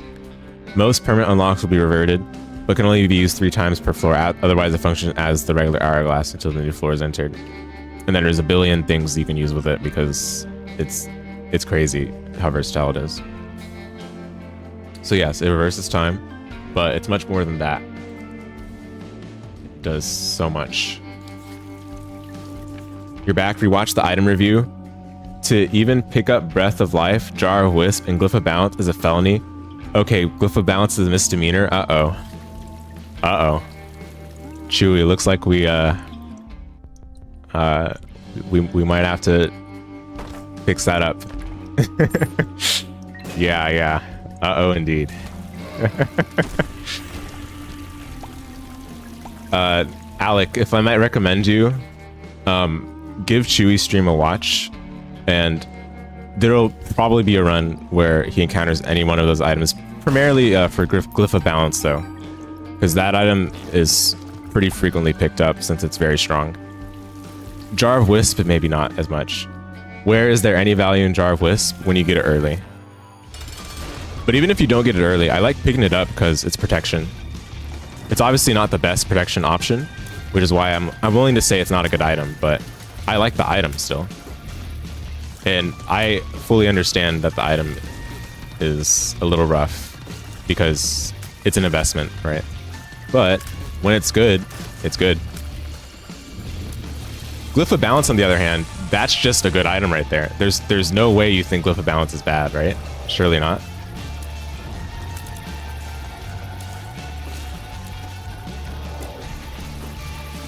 Please say psych.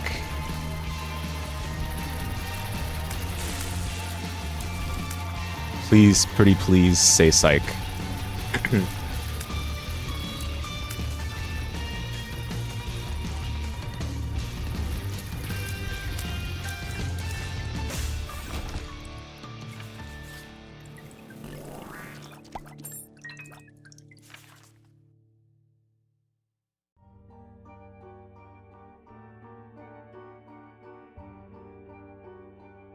Here's the stream link for you, Alec.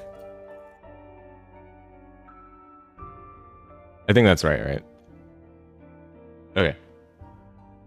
How many hours do you have on Isaac? Who are you asking, Laka?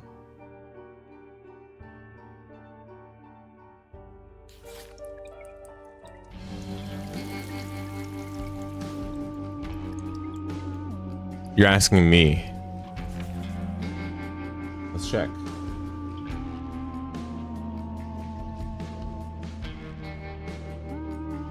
It says I have 381 hours.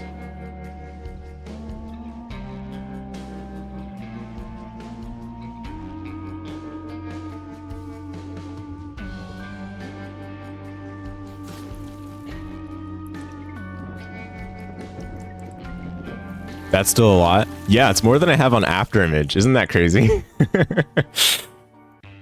I think I have a whole like 70 hours less on Afterimage.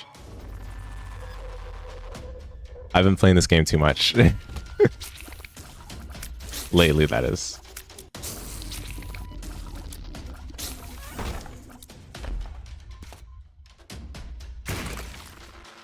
Yeah, and you have just as much excuse me. You have just as much of the game done as me. You can tell how much you hold the R button. No, but in seriousness, I was watching a lot of Isaac before I actually started playing, from Chewy's stream specifically. So my watch time is not really like accurate to, or sorry, my play time is not accurate to like where I was when I started. Although when I started, I was still a scrub, mind you, but like at least I had like a head start with a lot of knowledge. And this is really like a knowledge game anyway. It's not really like execution anyway. So I feel like knowledge goes a lot further than like skill you would acquire from game time. But obviously experience is the most valuable no matter what. Bruh. Rude.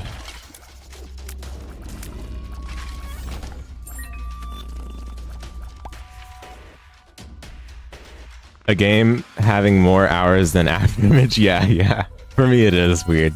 Your watch time is probably like 1,000 hours around, but that was old Isaac.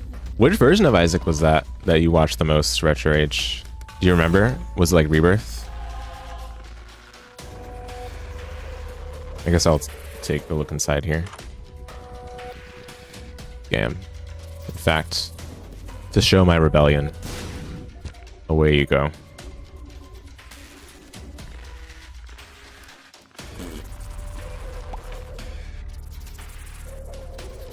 You gave a follow. Chewy going to be showing up on your Twitch. Yeah, definitely take a look at the streams when you get a chance. I think you'll have a different opinion when Glyph of Balance shows up the next time. And I had a Glyph of Balance run. Was it yesterday? I think it was literally yesterday that I had a Glyph of Balance run. I had a choice. Okay, I have to pull this up. Because nah, I cannot let you leave today with you thinking that Glyph of Balance is a bad item. Oh no, it probably wasn't yesterday. Maybe it was the day before. Let me see.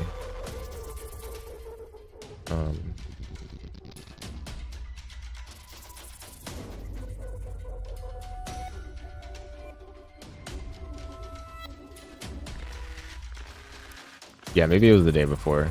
I don't remember. Days go too fast.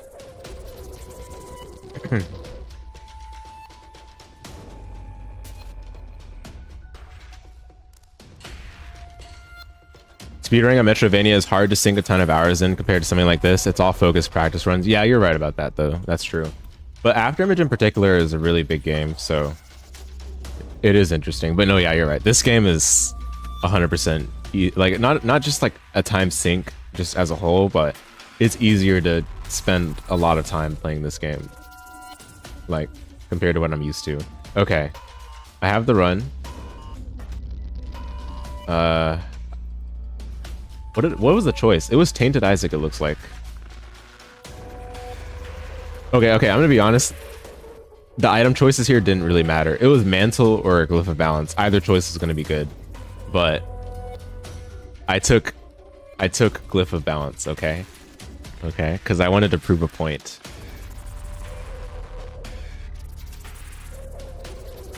All right, let me just let you see the context at least.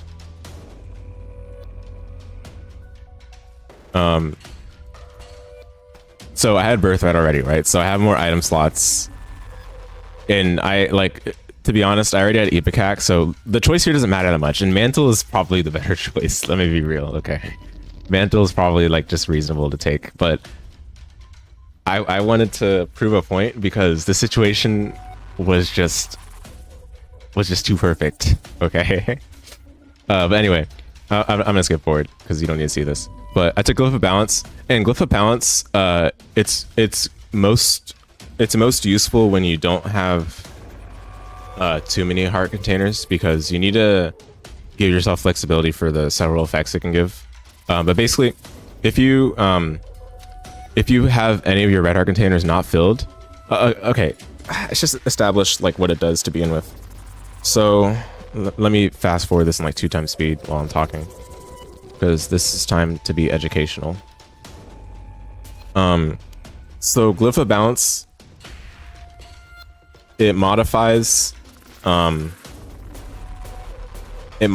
the room clear rewards, okay?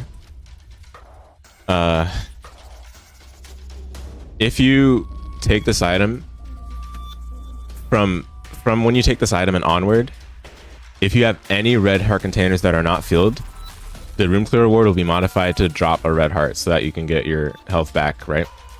It does that until you have full red health. And then after that, if you have less than 5 of any of the coins, bombs, or keys, then it'll modify the room clear rewards to give you the respective pickup until you have 5 of each. Okay, so let's say you have 5 of each of those. Let's say you have full red heart containers. Then, if you have less than 6 cumulative red hearts. Oh, coins need to be 15. I'm so sorry. Yeah. You're right. Coins need to be 15. Thank you for catching that. Thank you. Yeah, coins need to be 15. Okay, so yeah. Once you've met those conditions, you have 15 coins, you have 5 bombs, you have 5 coins, or 5 keys. Then, if you have less than 6 hearts, cumulatively, it'll modify the room clear rewards to give you soul hearts. And this is like one of the main things you'd exploit, right? Because you want to leave the soul hearts on the ground so that you can basically just farm them until you have enough soul hearts on the ground that you can get full health once you leave the floor. And when you leave the floor,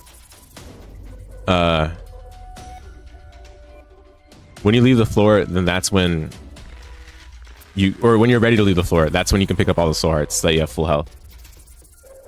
Okay, once you have 6 or more cumulative heart containers, the last thing it'll do is, if you're not holding a trinket, then it'll drop a trinket. And that's like the most exploitable thing. That's what Chu was just mentioning earlier. Having the best trinket farm in the game. Tainted Isaac, yeah, I was playing Tainted Isaac here, but like the fact that you can like just easily get whatever trinket you want and then decide which one you want to move forward with for the rest of the run is just insane, okay? I think what I ended up picking for this one was Sigil, but that was because I was lazy. I just didn't want to think about it anymore. But you can literally keep going until you get whatever trinket you want. Let me fast forward more. Are we not going to talk about how you took Sty over Synth Oil? Yeah, I think that was a mistake. I don't remember the context anymore, but I was trying to get rid of Sty after that because I realized Ibikak doesn't work well with that. Yeah. But anyway, you see I farmed trinkets, right? I just left the trinket that I had earlier on the ground, and then all the other trinkets that were given from the room clear rewards, I left those on the ground as well, so that I could decide, like, later on whether I want to get it. Here's one problem with this item.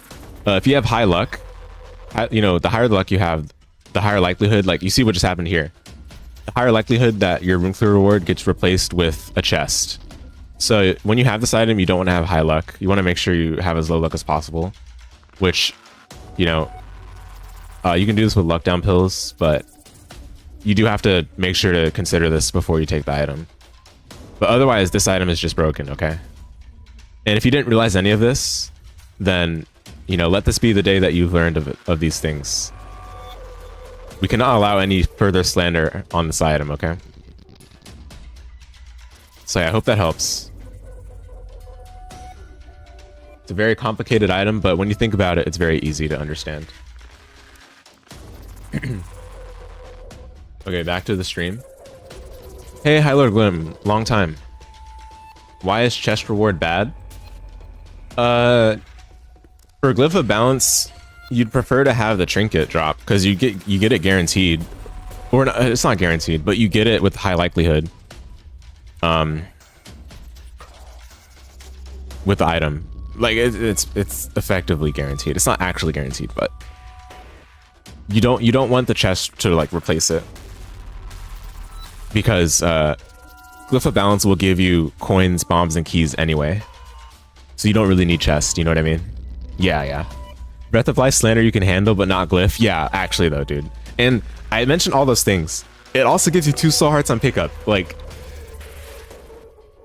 there's no way that's bad, okay? There's no way that's bad. I refuse to allow that. I'm sorry. Also, 1 second. Forgot to scroll the achievement counter. Yeah.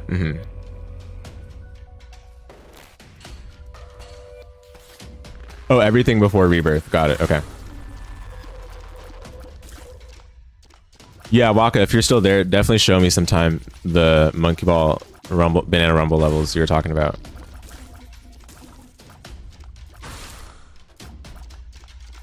Wait, you're telling me you were... You're telling me you were Glyph like Glyph this whole time? I'm not sure I understand that sentence. I'm sorry.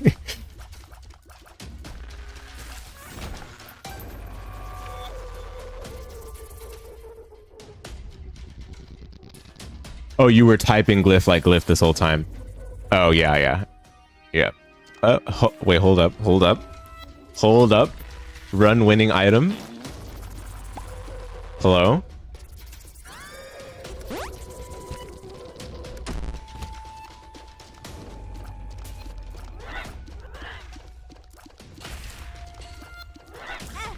Oops.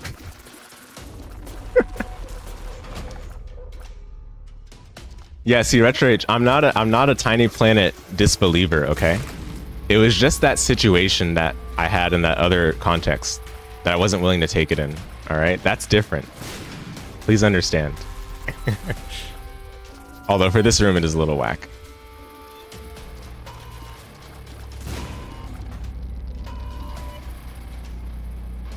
I gotta be super careful. You know, I can use bombs. I don't know what I'm doing. Something like this, yeah. Oh my goodness.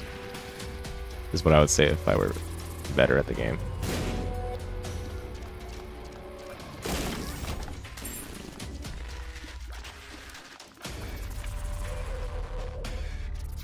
Pretty sure this item sucks.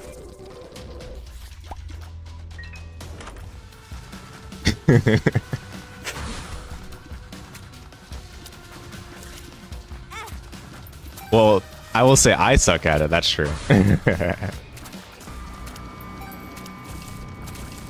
But no, I want to get the W with Tiny Planet because I have to prove a point to Retro Rage.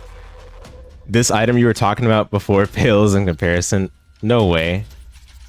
Tiny Planet is 10 times more useful than Jar of Wisp and Breath of Life. You can't believe you picked those over Sacred Heart or something? No. Surely not, Alec.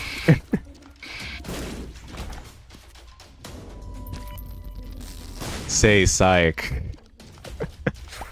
Alright, I'll you got me on that one. Jar of Wisp is not all too insane. Have a good night, Waka. Jar of Wisp is not that insane, but I like the item. That's something that's important to clarify, okay?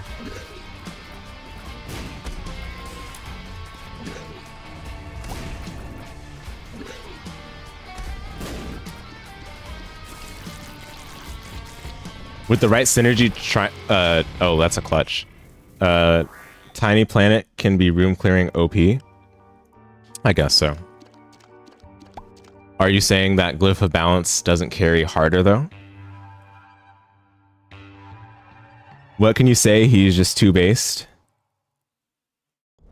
think you got it wrong. You guys got it all wrong.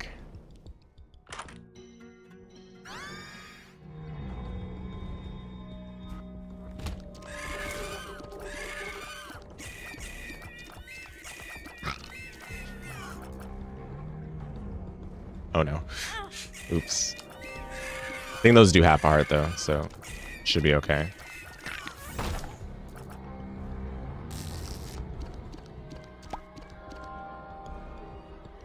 How do you have 90 bombs? We found pyro in the first item room, so that was funny.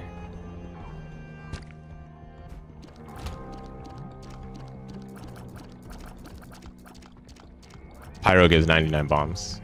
Or whatever it's called. Is it called pyro? But yeah. I'm kind of at a bad pace right now, actually. Maybe I should start bombing out. I'm just having a good time at this point. Worst case, we'll just do dark room. No, yeah, Retro Rage loves Tiny Planet to death.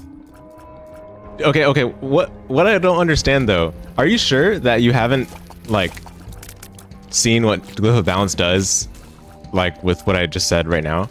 Because maybe you're thinking of what Glyph of Balance used to do, and apparently Glyph of Balance used to do something quite different. So if that's the case, then that's understandable. I mean, after all, you said you have 1,000 hours. Maybe you weren't aware of what it does right now.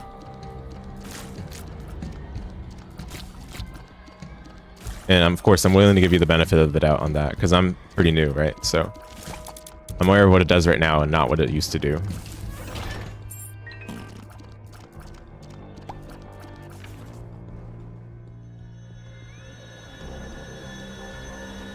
You love Tiny Planet with Trisagion, Soy Milk, and no, you haven't, so maybe mistaken. Yeah.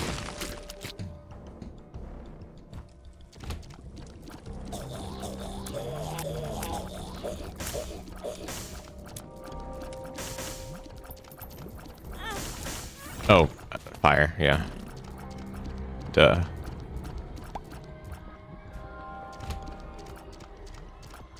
Yeah, this is a tough item to use, but I'm here to prove a point.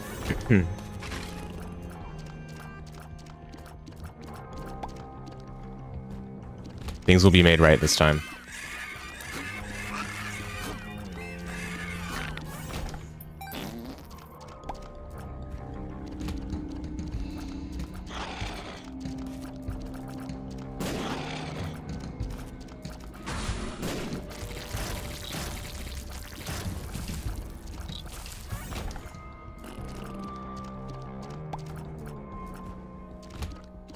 Oh, great.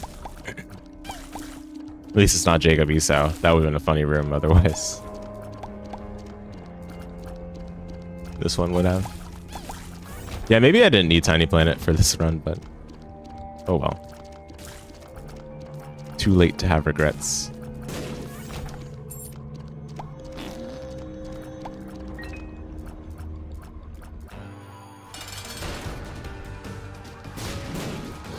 Oh, the bombs do no damage to this guy. What?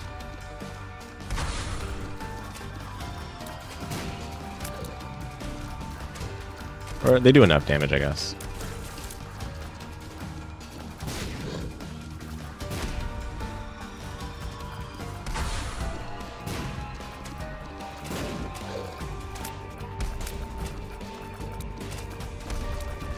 This is annoying. Ow. That's a classic right there. All right.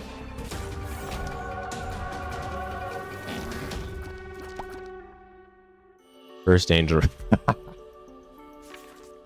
I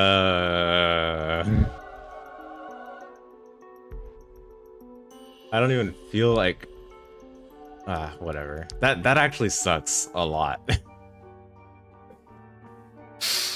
Oh my goodness.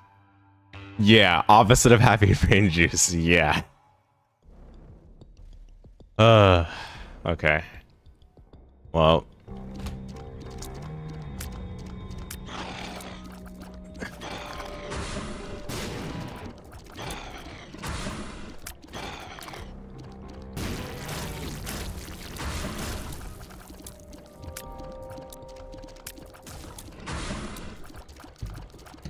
Okay. No, I have to clear this room. I was gonna say maybe I should bomb out, but it's too late now.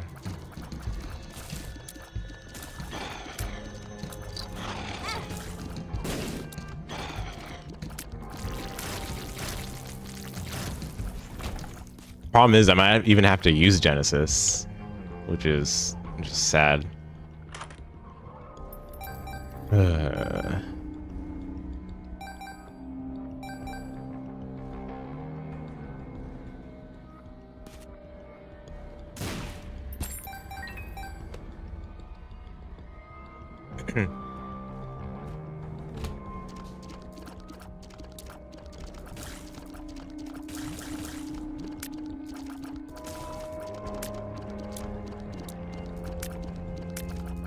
Wait, how much time?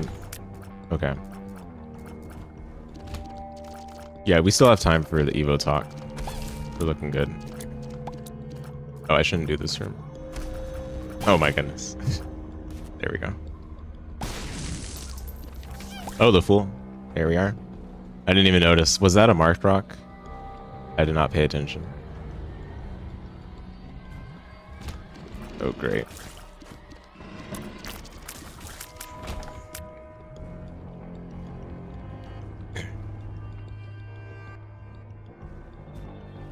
Okay.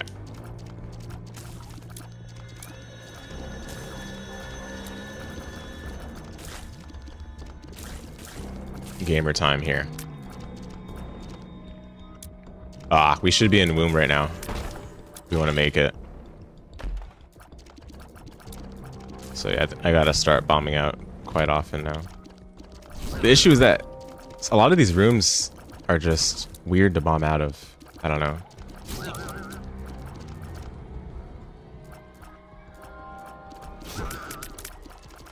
Oh no. Sunk cost.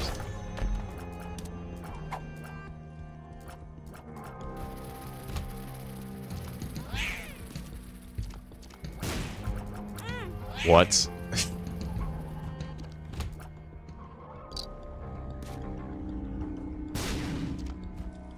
Oh my goodness. The classic.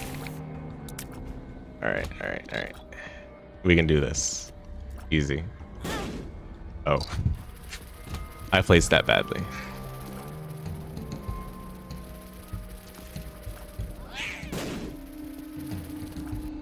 We can do this, we can do this.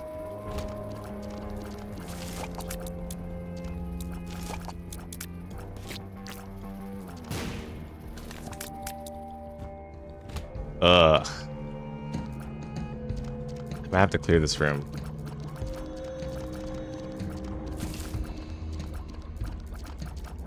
It'd just be annoying to retrace the steps and have to do these enemies, you know. Yeah, Genesis would be pretty bad here. The wrong floor to have to use it on. It's annoying.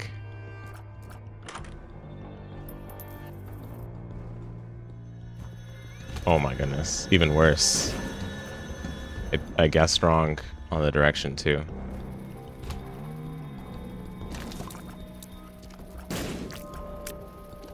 No, get away, get away. Get away. Oh, wait, that was the right way. Ugh.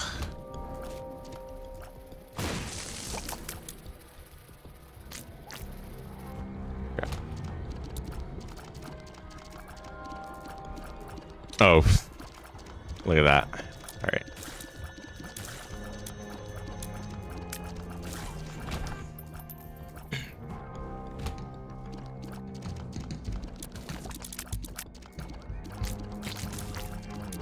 Still winnable.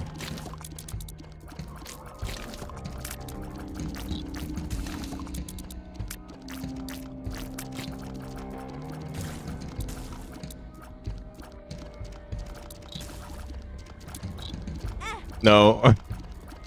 Okay. Wow. Literally next hit could die. Starter deck.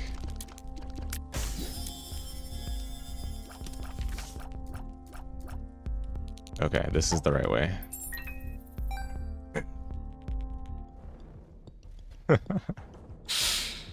Oh no.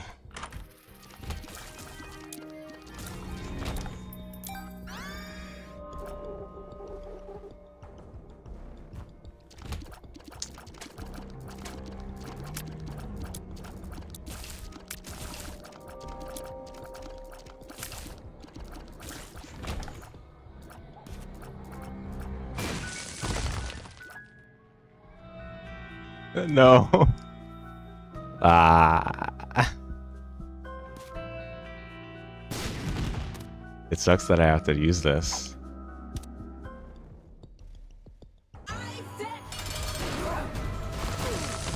Oh no. Yeah, I'm not doing that. That's that sucks. We can't go to dark room. Where else can I go? I can still go hush, I think. Yeah, I'll have to do dark room in a different run. All right.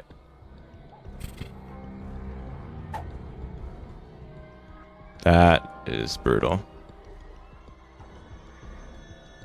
If confessional wasn't unlocked, that would have been a soul heart and the run would have been saved. Confession suck confirmed. True. Oh my goodness. Oh, speaking of which, yeah, I forgot about this. Oh wait, no.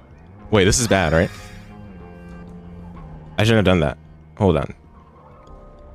Okay, we're good. I don't know why I thought the worst, but I thought that for some reason would be pretty bad. Yeah, alright. And go with HP Curse Die. Ooh. Dumpy or prayer card?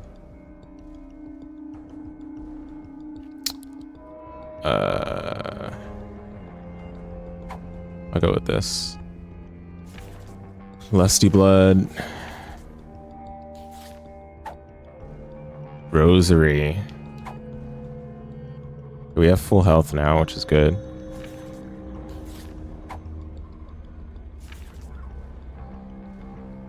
Probably Celtic Cross. There's the Bible. This would help with actually going faster. Even though I already took prayer card. This does help for going faster. I think that's fine. And we have Seraphim. Bombs. Okay. Yeah, so no dark room, but I'm gonna try to still go for whatchamacallit? Hush.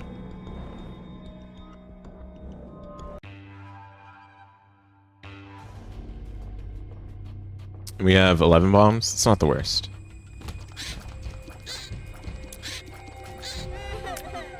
A bomb out of this one.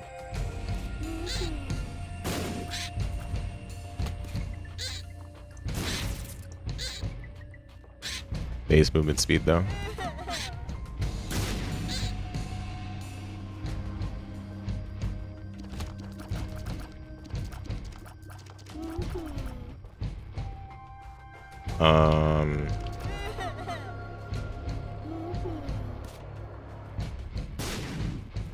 Okay. I'm just gonna assume I went the right way. We have to, kinda.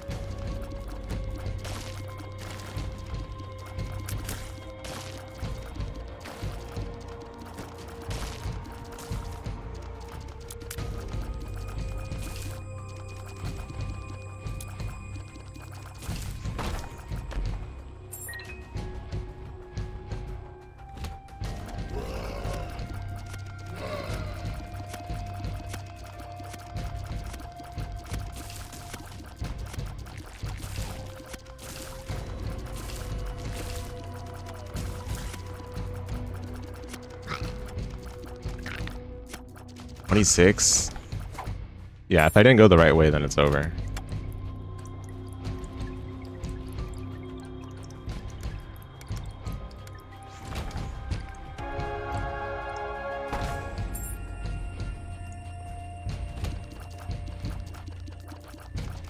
Might have to get another The World card.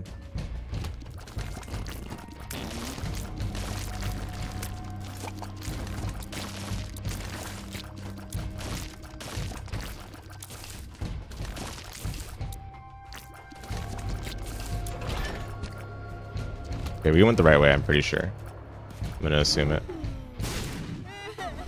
Bruh. What a room.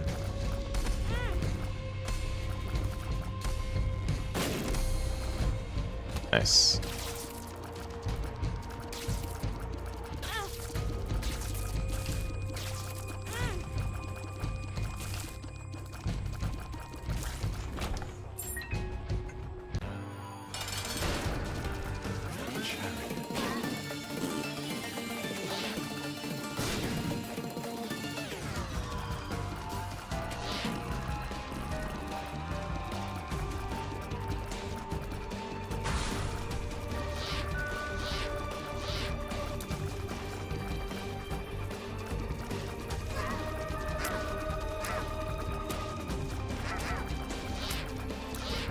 Oh, this familiar is doing so much work. It's crazy. Look at that. Carried.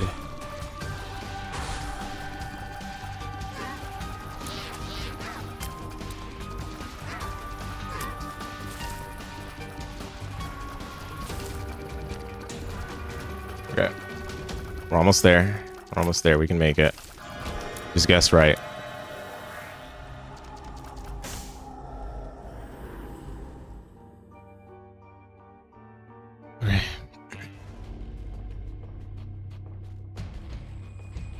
And I have 4 bombs. That's not the worst.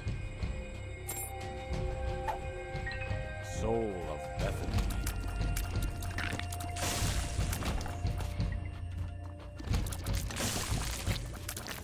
Whoa, what was that? No.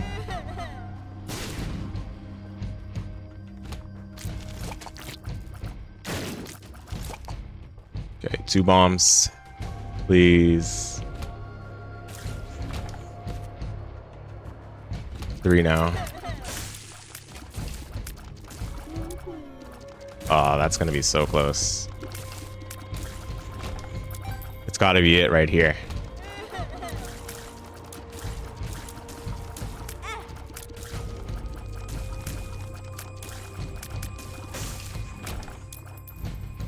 No, I think it's over.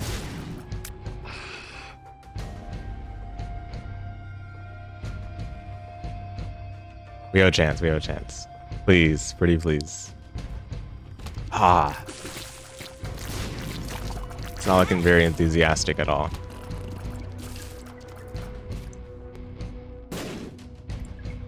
Wait, what? Wait, why didn't that work? Did it get knocked to a different place? No. Okay. All right. I'll go as far as I can, but you know, we're not getting any notable marks here. That sucks.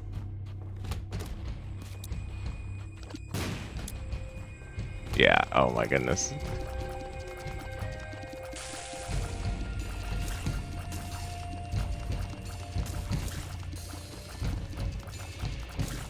I mean, even if we keep it going, this run would have to end early anyway, so I don't know.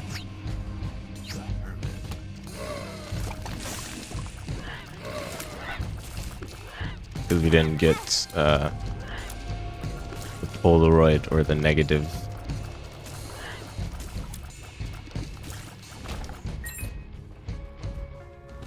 Ah, there it was. Wow. We were so close.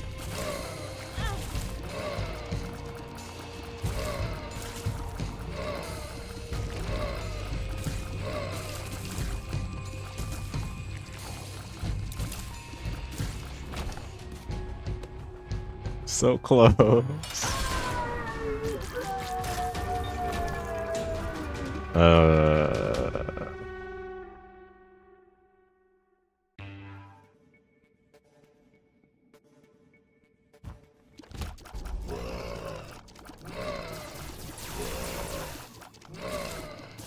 Yeah, I lost all my bombs after I used Genesis too, which maybe I should have used it sooner.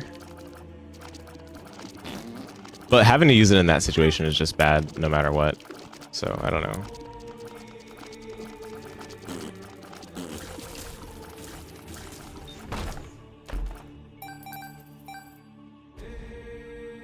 That means Paracard would have been better, of course.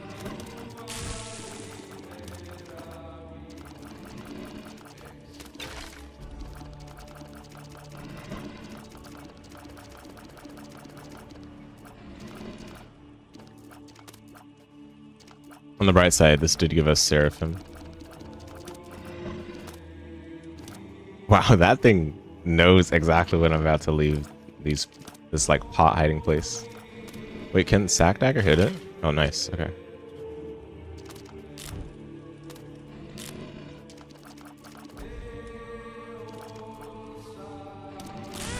Oh, what? All right, fine. That's crazy.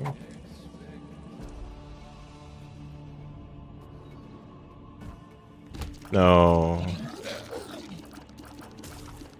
I think I have 2 hearts or 1 heart left.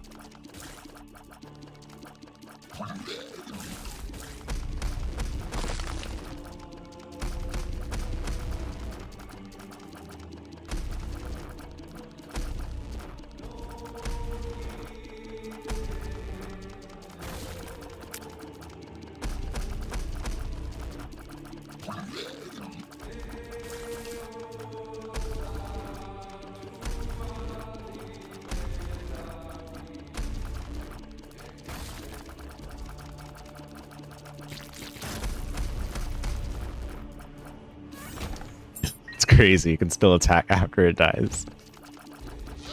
Man.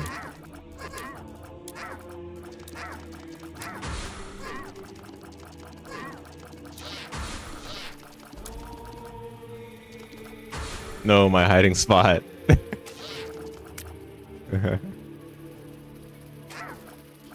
It's somehow new. Oh no.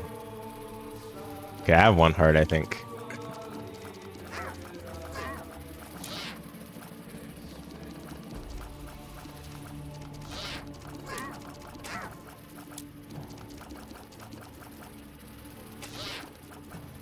Boomflies might be a problem.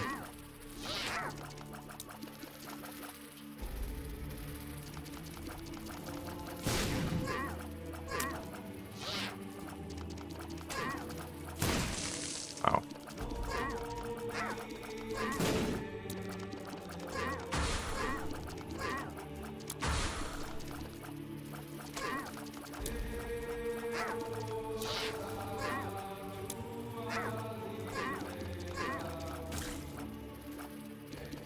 Finally dead. No. No, I made it so far. Come on.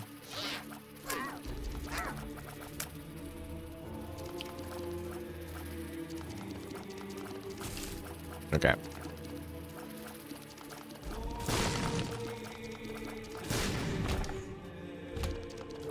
Oh no. Okay, all right. Good games, at least. The boss was right there, but I had only 1 heart, so that was gonna be hard regardless. Okay, good runs. We're already almost 4 hours, so we don't have a lot of time for Evo talk, but let's talk about it. Thanks. Yeah, I think maybe for next time I'll use Genesis sooner. I just wanted to believe that I would make it to mom, but yeah, I got destroyed by mapping. So next time. All right, I'll be back in 2 to 3 minutes, and then we'll talk about Evo.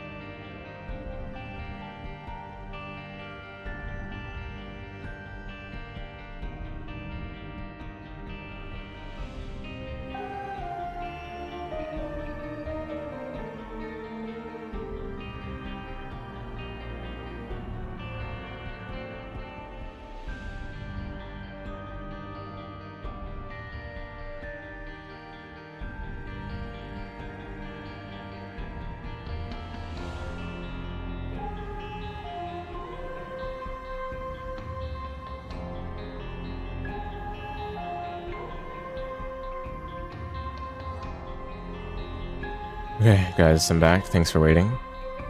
Give me a moment to pull up the pages, the web pages for the tournament, and then we'll start the discussion.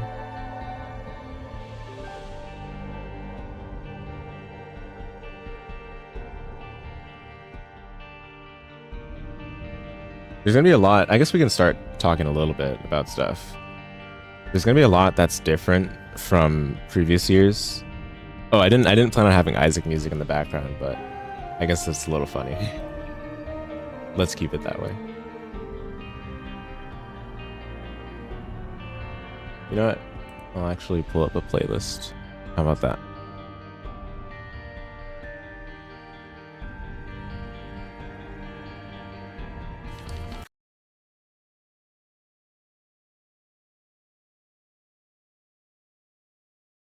Might be too loud. Let me make sure it's not too loud. Yeah, it seems fine.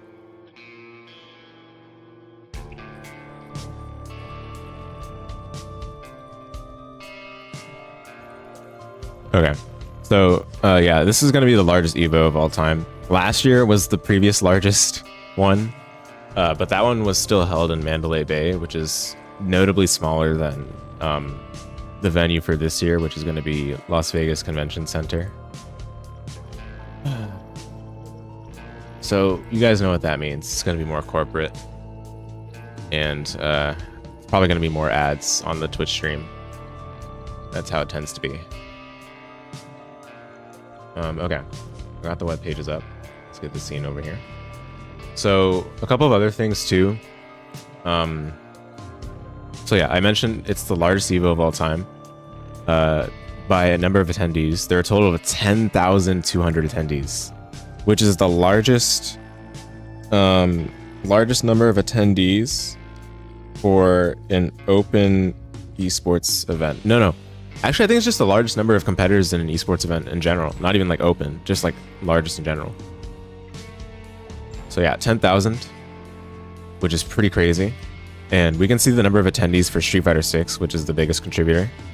5,000 of those are entered in Street Fighter 6. So yeah, it's going to be a pretty insane event this year. We'll be talking mostly about Uni 2, because that's the game that I have the most expertise in. But let's talk some more general things first. So last year was kind of an experimental year where they're adding a bit more as far as extra festivities in addition to the tournament itself. So they have they already have arcade for a while, but they brought in a bunch more company booths. Of course, Riot Games being one of them with Project L. There was Crunchyroll there. There's all the standard fighting game ones too, including, let me turn this down a little more, including Hitbox, Chanba. I don't know if Hori was there last year. I know it was definitely there. And then they had Artist Alley, which they always have as well. But there was a lot more focus on kind of the convention feel of it than the tournament feel of it. But the tournament itself was still very large last year, because that was the first year that Street Fighter 6 was part of the, competitive tournament circuit as well. So that's some context, I guess. Okay, yeah, and then this year. So we can go to EVO's website for this, but this year they're trying to experiment more with basically, the way it worked in previous years was that for Sunday, they would dedicate Sunday to finals exclusively, right? Finals being like the top 8s for all the main stage games. And the main venue where you do all the other activities would be closed. So that would be like the arcade, casuals, side tournaments, everything would be gone on Sunday.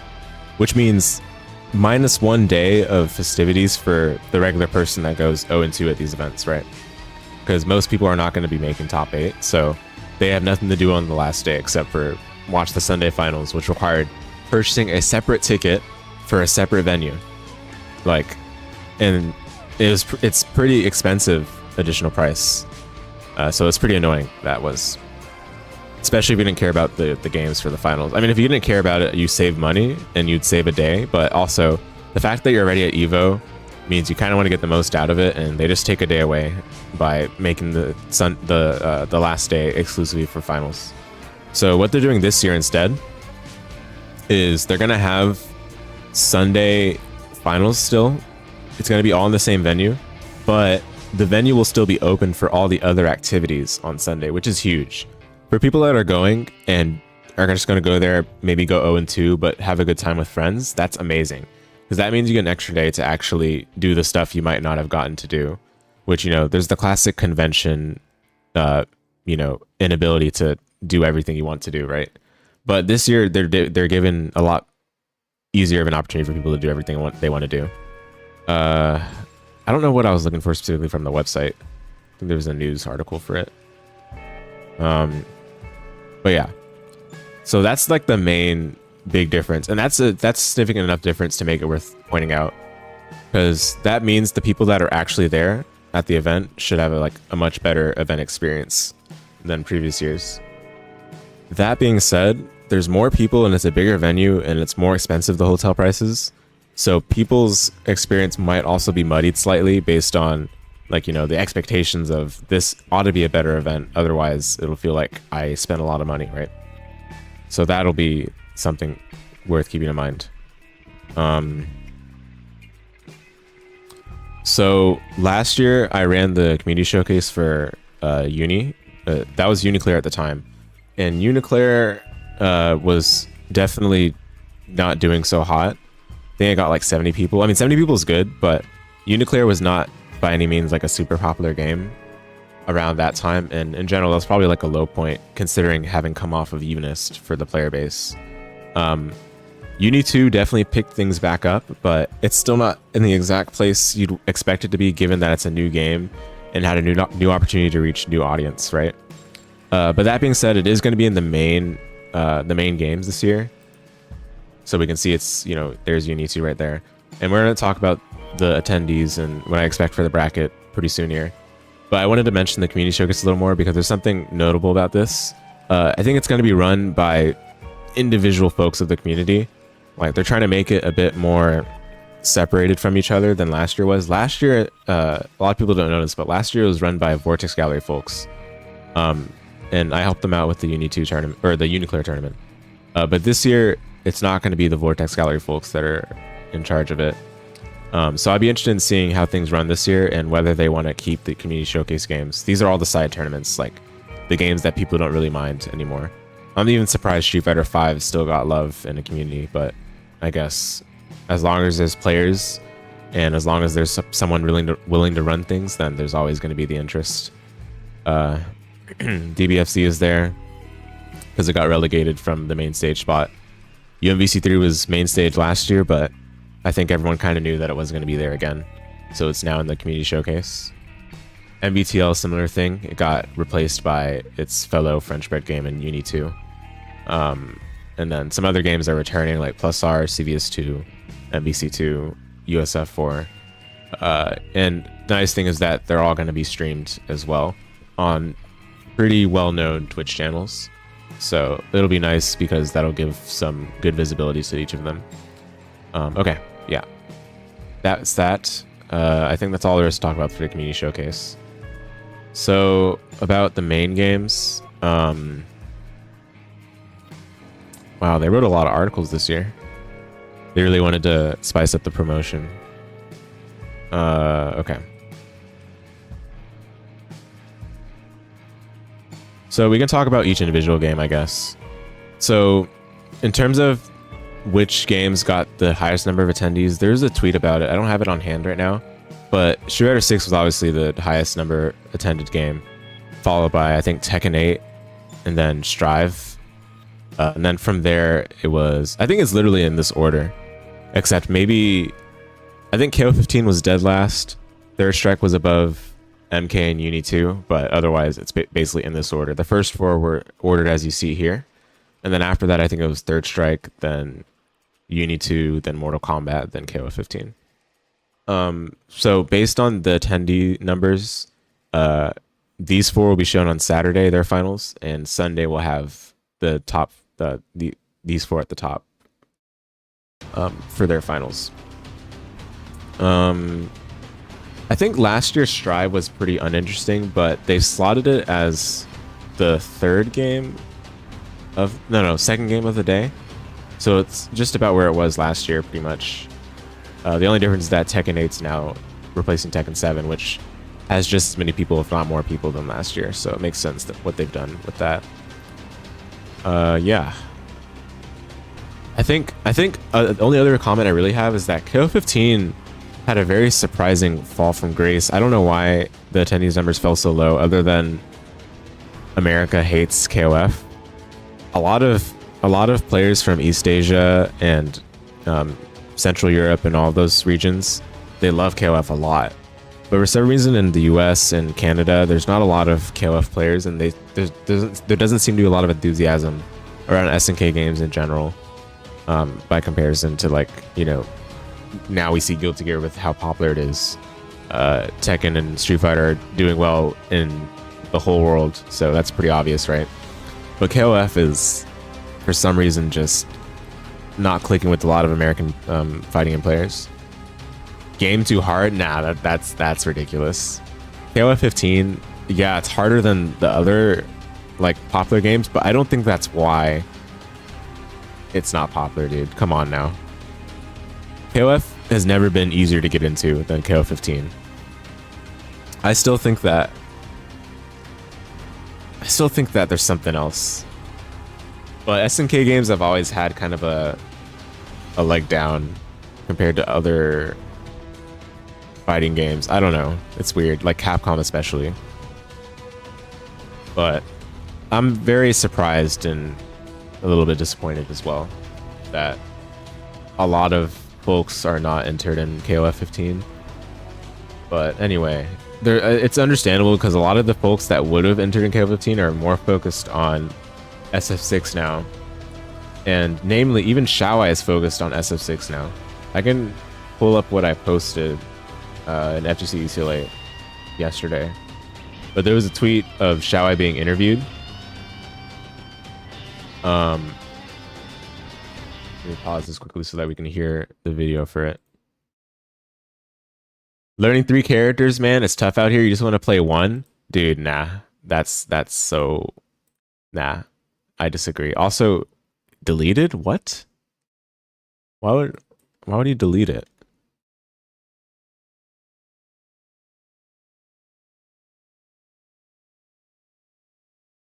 Wait, he actually deleted the interview.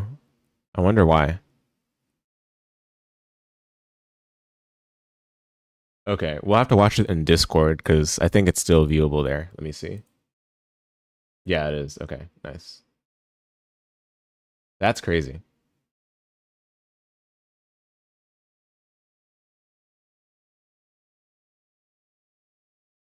All right. 小孩，明天7月17号你就要前往美国拉斯维加斯参加美国 EVO 大赛。这次比赛你的重心是在哪一个游戏？ Oh, 1 second. Let me use the full screen view for this. Sorry. It's a little tiny right now. There we go. 应该这一次。小孩，明天7月17号你就要前往美国拉斯维加斯参加美国 EVO 大赛。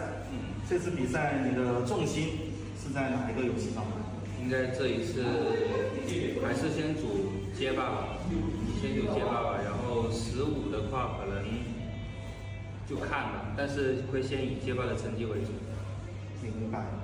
然后这次街霸6的分组我们也看到了，你在第1轮的小组赛之后，然后之后的遇到的都是比较厉害的对手，比如说中国台湾的 Gamma B 小象，然后有那个山口 Yamaguchi，他现在用的是爱国，然后更有可能后面会遇到那个 Nako Du，阿杜也是老对手，还有日本的翔 Takeru，你对这些对战有没有赛前的一些构想或者准备？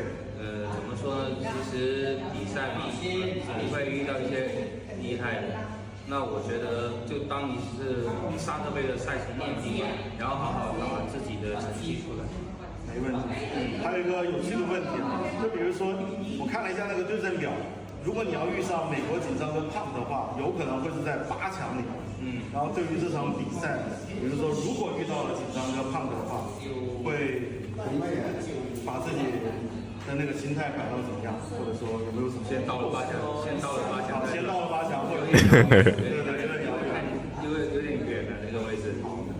然后还有就是拳皇15的话，其实我们也知道，赛前的话其实你准备的也并不太多，可能是5月16、17号有准备过玩过拳皇15。那像这支拳皇15，你对自己的一个预期是？我觉得就是发挥自己本身的实力就好，就可能没准备太多，但我觉得差不多吧，随缘吧。就是，但是呢，应该也不会太差，因为没有说很多厉害的高手去。对吧？所以我觉得保持自己的实力，我觉得就够了，看看能不能拿个好成绩吧。好的，没问题。希望一切顺利。好的，明天出发 ，Let's fight。Okay, so yeah, that's an interesting interview because Xiaoai, as you guys know, or maybe some of you don't know, but if you're not aware, he's by most like very easily considered to be the best KOF player ever, right? Regardless of the KOF game. And he won EVO last year, but not EVO Japan this year. So basically, over time, oh yeah, he's easily the GOAT. I fully submit to that as well. There's no question about it. I mean, some people don't think so, but there's no question in my mind that he's the GOAT, right? But basically, even he is saying that, yeah, my focus is on SF6 this year. KOF 15, we'll see how it goes. If he's saying that, then you know that his like focus level on KOF 15 has been down. And that's pretty dire if it represents anything else about the rest of the Chinese scene. Because the players that Xiaoai practices against are all really good as well. And they're not like slowing down in terms of how much they practice themselves. We can see who's entered in KOF this year because there's not that many players anyway.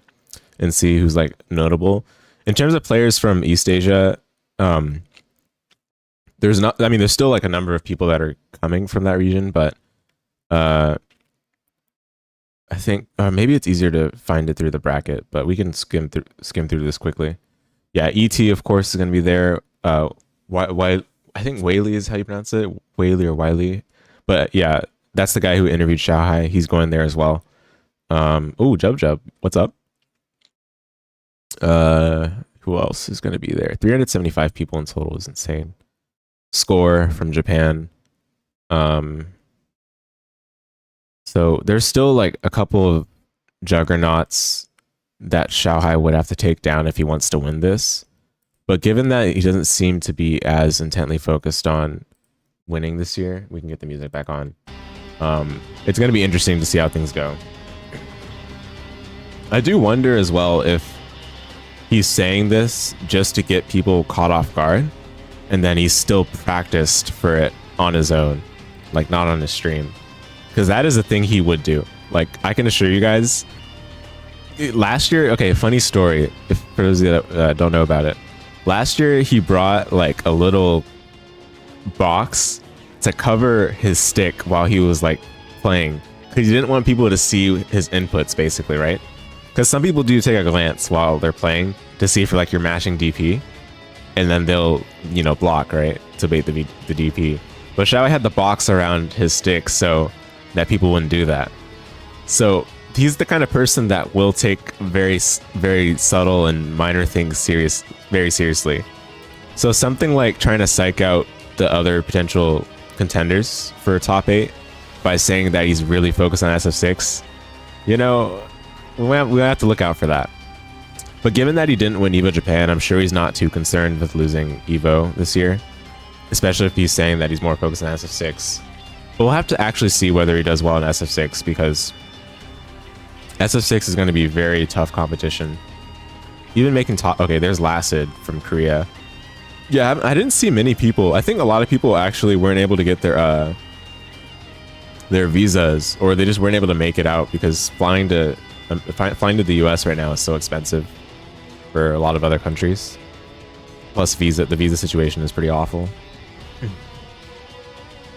So I'm not surprised that I couldn't spot too many notables from just a quick skim of this. There's Aru, but Aru's gonna be commentating, so yeah. Anyway, yeah, the KOF tournament this year might not be as intense as it was in previous years, especially the launch year 2022, but still something to look out for. And what Xiaowai said in the interview really resonated, because seeing all of the work he's been putting in KOF 15, if he transfers any of that to SF6, it's so over for the rest of those SF6 players. That guy works really hard, and when he's in his element, he's hard to stop. Very strong player with the right momentum and good reactions and all of that. So it'll be cool to see how that plays out. So yeah. Okay. Anyway, done with KO 15 for now. I'm not going to talk about NK1. Let's talk about Uni 2. I don't think I'm going to talk about any other game for that matter. So we can just talk about Uni 2 right now. So who wrote this? Okay, I don't know the name I don't know who this is by the name. So anyway, nah, SF6 is a different game. Have you seen Xiaowai play SF6 though? He's still a top player. The only reason you might not know that he's like a top player is because he hasn't been to like the major SF6 tournaments. But he's still a top player. I don't know if he'll get top 8 though. There are less skill checks than okay, fine, true. Yeah.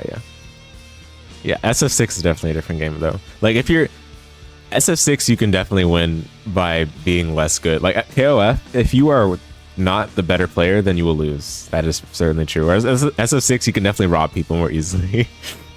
I do want to see what's projected though for SF6, because now that you mentioned that, I am curious to see what the seeding is like. Nah, you bet he's good, but topping SF6 is a different game. You're definitely right. Yeah, for sure. Okay, Mena, Problem X, Punk, Gachikun, Big Bird, and Chris Wong. Your top 6. I mean, Mena, Problem X, Punk makes sense to me. Big Bird and Losers is interesting. I haven't watched Gachikun recently, so I don't know how he plays, but Gachikun is apparently seeded number 1. Kakeru, Angry Bird, Jen. No, Xiaowai is seeded into top 24 Losers. Losing to Jen. Phenom, Nephew, Tokido. Oh my goodness, yeah. Ugh. Dude, even making it out of top 24 Losers is gotta be the trenches for these players. Oh my goodness. Wow. Well, it's gonna be a good tournament. Even Lashar can actually make it really far. Like, I fully believe Lashar can make like top 16. Man. Yeah, you're right. I mean, now that I'm looking at this, yeah, Xiaowai making top 6 is gonna be tough. I don't know how much work you can put in for it to matter in a game like this with a stat competition like this as well. So that's tough.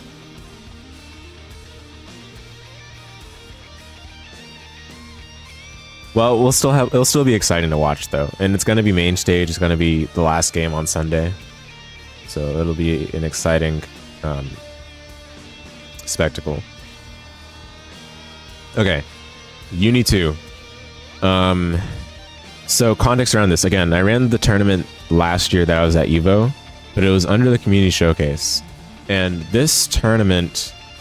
I already talked about how it was run on a stream some time ago, but this tournament was a lot more informal. I mean, of course, it was a side tournament, right? So it was a lot more informal than this year should be.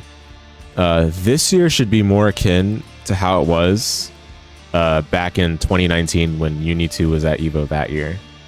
2019 Unist at EVO was so good. It was actually just the best. Like, such high level of play. Seeing all the players from Japan that you could really only watch from arcade streams, and now seeing them like on the world stage at EVO, that was great to watch. We wouldn't have gotten anything like that again after COVID, but now is like the best chance to get that again, you know? And while there's a lot of players from the US that have been grinding really hard ever since EVO last year, you see two of these players actually on the screen right now, Silent and CG. But I think there's going to be a lot of new names that people will not expect to be able to do well. Or maybe people expect it, but they might have gone under the radar a little bit. The person that's writing this article is highlighting Big Black, who's definitely shown themselves to be like the #1 US player right now on the Byakuya. But I think there will be some surprises at EVO this year, because I do think Big Black is a good player. He's really, obviously he's won almost every tournament he plays in, so of course he's good, right? But when I went to EVO Japan, when I went to EVO Japan and when I went to KGP, the level of play in Japan is a step above the level of play in the States. It's not really something you can compare directly into each other. Like, people need to have played against the Japanese players in order to understand where their own skill level is at. And when I was talking with Spoinkman, when we both went to KGP and EVO Japan, like, he was noticing it too. Like, he feels like I'm not gonna put words in his mouth, but the gist of it is you can feel the difference when you play against them. Like, you feel like, man, I'm not good enough at this game, you know, when you play against a lot of the top players from both the Tokyo region and Osaka region, right? So I think it'll be like a pretty telling show to see which of these players comes out on top under the circumstances of EVO this year for Uni 2. This will like truly show who's the best at what they do with their characters, I think. And people that are sleeping on Clearlamp should reconsider. I think Clearlamp will come back at this tournament with a lot stronger of a stance and posture than what he showed at Slashback or Combo Breaker. And those were tournaments where he was still trying to regain his old rhythm, since he hadn't been playing as much, right? He's been playing a lot of other games lately, so he's not as like polished in his Uni 2 play right now. But I think he'll be a lot stronger this tournament, and it'll be something to look out for sure. That being said, I don't think he's seated that high, Clearlamp, but he is the current EVO champion of Uni at the main stage from 2019. So obviously, people aren't going to forget that he's has a chance at winning it. Can't wait for 3K to come up. Is 3K going? I don't think he's going. It would be nice for him to go, but I don't think he's interested in Uni anymore, to be honest. But that would be nice. Other notables from this article, Knots. I can fully agree with Knots. I can get on board with Knots. Knots, I think, is top 3 US player right now. And every tournament he goes to, he's so clean. I've had the honor of watching him play in person, not just at some of the events in the States, like Slashback and such, but also... wait, did I see him at... No. I'm never mind. I'm just completely goofing around. But yeah, at Slashback I saw him play. At some other events earlier last year and this year, I saw him play as well as DreamHack and EVO Community Showcase last year. I mean, Knots was in this tournament here playing Seth. He still plays Seth right now, and he's been gradually getting better from even this point last year. I think we will see Knots in top 6. If there's any US player I can bet my money on to make top 6, I think it would be Knots. Knots is also a player that's played against the Japanese players quite a bit now, and he has a good feel for how they play and knows how to compose himself in running Seth's game plan against them. So there won't be any unfamiliarity in that regard. If anything, it would probably be nerves that would get him, right? But I do think Knots has a strong shot at making top 6 if I had to place my bets on any US player. Who else? So I agree with Knots there. 2GB was mentioned here, but not as like a super high candidate. So okay, let's finish talking about the US players first. So Defiant's another top Uni 2 player in the US. They've been playing a number of characters though. Carmine, Laundrikia, Hyde, all strong characters. I think if they find a character to stick with, they can make it far. Although, it doesn't feel as stable compared to some of the other picks that representing the, or not, I shouldn't say representing, but you know, that are American. I don't know. If Defiant brings something fresh and brings their best to this tournament, I think they'll make it far. For sure. Like, top 16 is absolutely doable. Top 24, top 16. 100% for sure. But top 6 would be tough. Especially with the other players from other regions. Okay, so a player that wasn't mentioned from the US that I think is worth mentioning as well. Mario, the local Wagner hero, the hero of NorCal locals. He's still been grinding the game. He did focus on SF6 for a time, but he's still been practicing the game, and I think as long as he brings his best, he is a very strong candidate for making it far as well. There are some situations where he does like the pressure does kind of get to him, but when he's at his best, he rolls through people. Like it's unbelievable sometimes. So, and even last year during the Uniclear time period, I think he was the best US player, especially towards the end of last year. But the competitive landscape has changed since then, so we'll have to see him put forth his best in order to, you know, truly show what he's capable of. Where's the match with Mario? Yeah, there we go. Yeah. Mario is Silent in Grand Finals. Oh yeah, speaking of which, I think, is Silent even going to EVO this year? I'm not sure. If he's going, then he's definitely got a shot at it too, in terms of US players. We'll have to check right now. Because Silent would be seeded into top 24 if he's going. It doesn't seem like he's going though. Snappy is going. Let's go. Snappy is also NorCal, and he's really good. Like, he's leveled up to an insane degree now. Deservedly so, with looking at the seeding. He had a strong play showing at Slashback, eliminated the one and only Clear Lamp from the tournament at Slashback this year, and he's still been grinding lately, so it should be exciting to see him here. Okay, so that's as far as I'll talk about for American players. So in terms of the Japanese players to look out for, this article's already highlighted some of them. We'll talk about the ones from this article, and then we'll talk about my own ideas and thoughts on this. So Kyo, I think Kyo is just hands down the best player in the world right now. Every tournament he goes to, he finishes in top 3. He's not always able to make it to every tournament is the main issue. But when you see him in tournaments in Japan, where you typically see the highest level of play and how stat the competition is in the tournaments he's entered in, especially KGP, especially EVO Japan, he wins them. And he's so consistent. He knows exactly how to beat the opponents he faces. It's really hard to describe what makes Kyo so good, but even in the past, we were looking at the COVID era, we were looking at the Eunice time period, he was still one of the best back then, and he's basically kept his flair since then. I think he'll be the #1 pick for this year, if he's going. That being said, I don't think he's going. So, I said all of that, but I don't think he's going, actually. So let's take a quick look at that, because he would be seated pretty high if he's going. Yeah, he's not going, so it's a shame. But if we get to see him again, I'm sure he would make it, like, he would be my pick to win if he were going, but, you know, that's what happens. You have the tournament being held in Las Vegas in the summer. It's so expensive. Ugh. Especially given Japan's currency rate right now. Okay. And then Clear Lamp, right? I already talked about Clear Lamp, so let's move on. Oshuhito. So Oshuhito won KGP this year.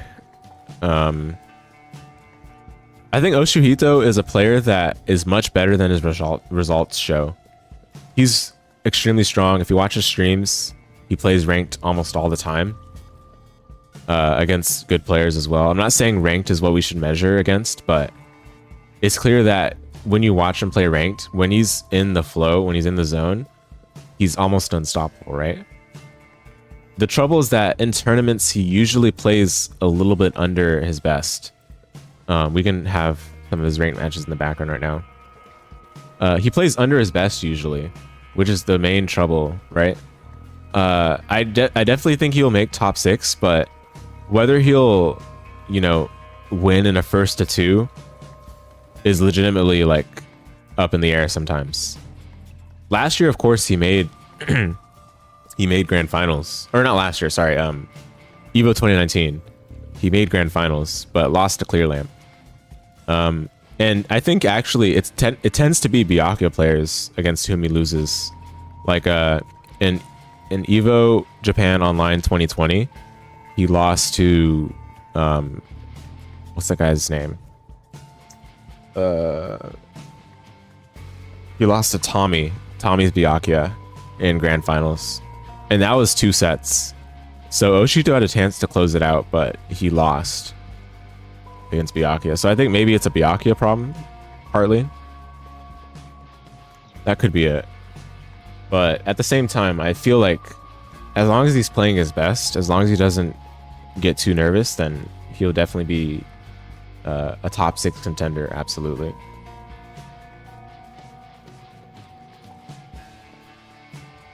One second.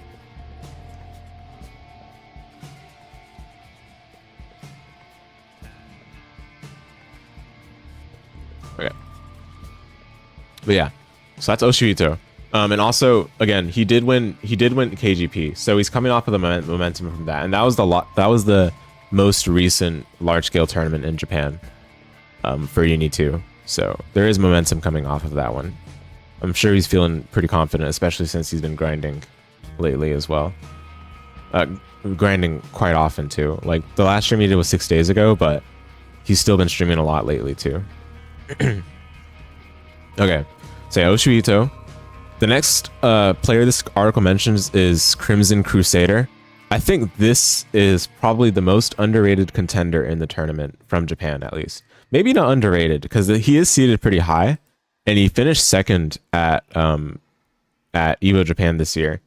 But in terms of like people's knowledge of the player before EVO Japan, I think a lot of people didn't realize how good he was. He's basically like a more aggressive Kyo.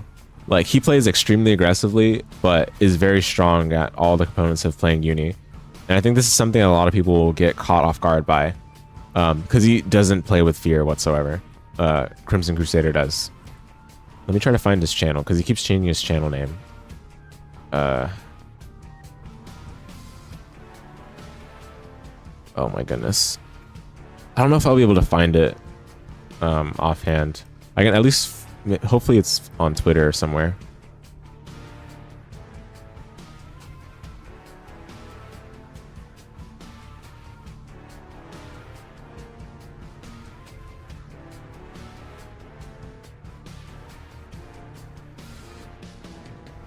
Okay, I don't know how to type his Twitter.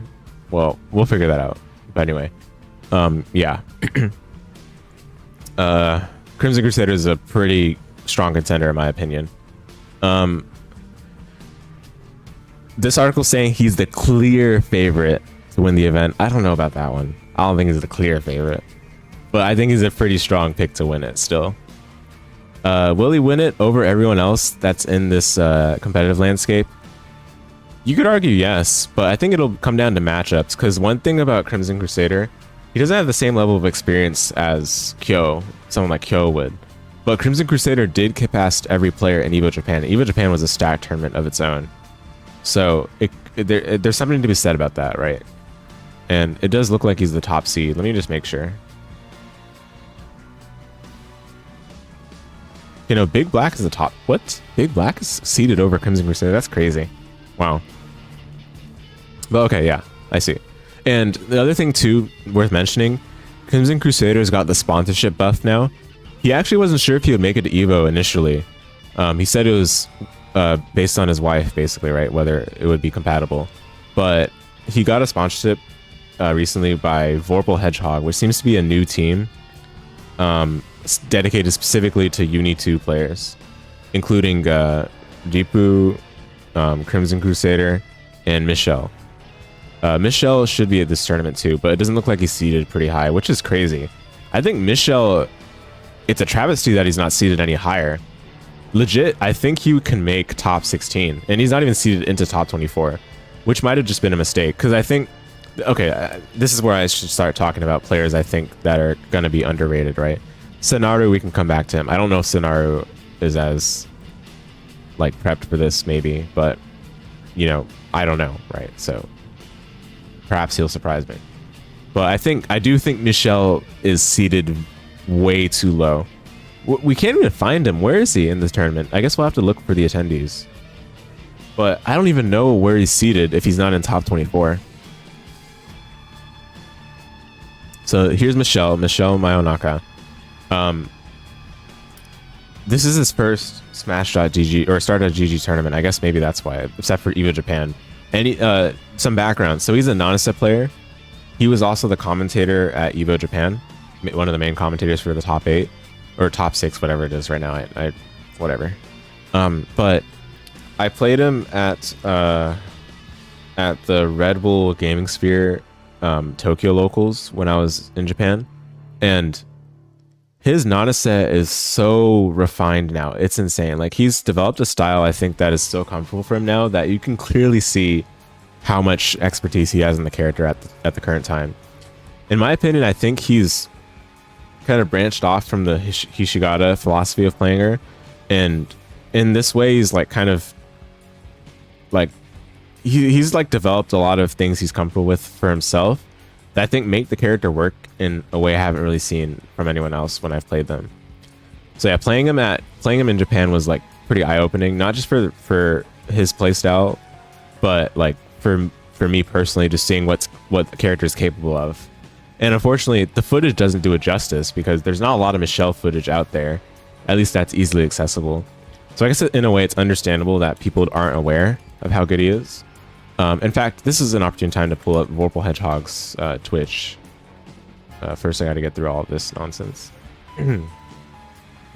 So, because Michelle is also sponsored by Vorpal Hedgehog along with Crimson Crusader, and they were doing some practice games at Hurapan Games Night, which is at Red Bull Gaming Sphere, the same local that I just mentioned. So yeah, they were doing some practice. Oh my goodness, this is sick. This is sick. Oh, I'm so excited. The squad, Vorpal Hedgehog squad. But yeah, they were practicing. This looks like Notes and Ribu. But yeah, so Ribu was practicing. If there's any on-stream footage of Michelle, we can go ahead and focus on that. But I'm not sure if there was. Darn, it doesn't look like there was. This was 5 days ago.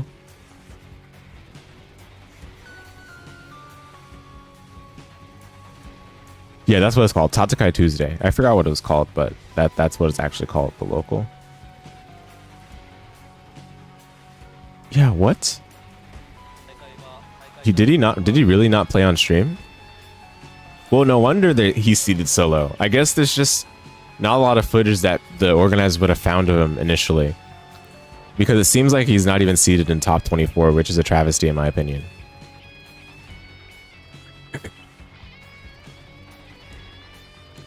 Is he seated to get out of pools? Okay, he's seated to get out of pools and winners.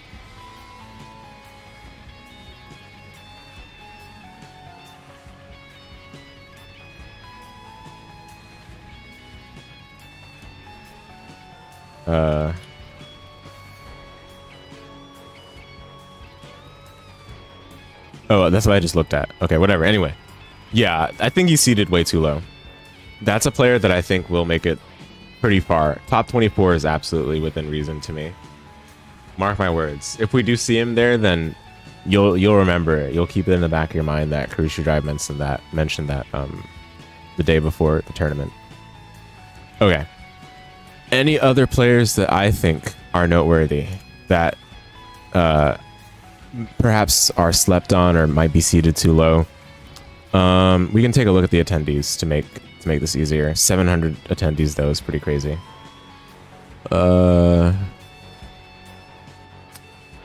terms of players from Japan, Okay, I guess Ripu is going there. I think Ripu is seated pretty low as well. It seems like I didn't see him in top 24, but maybe I just didn't take a good look at it. Yeah, Ripu's not seated to make top 24. I think he can. If you're gonna put Notes to make top 24, if you're gonna put Steneko to make top 24, even Miyagi Muteki, then I think Ripu can definitely make it too. Ripu plays phone on. He's been playing the game for a long time now. There's a time where he definitely lacked experience, but nope, no longer is that the case. He has all the experience under his belt. He's the best phone on in Japan at the moment. And he's, despite his like stature as a tournament organizer in the Japanese scene currently, I think he's still got all the skill that he possessed when he was most active in grinding. And given the other players that are seeded to make top 24, I think he definitely deserves to be among them.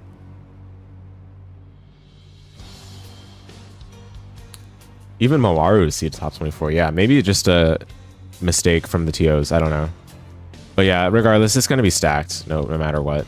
And perhaps they seeded it to make it so that different regions don't fight each other at the first stage of top 24, although Notes and Steneko are paired for this seeding. So I don't know. Maybe that's not the case. Yeah, but anyway, I think Ripu is definitely someone that can make top 24.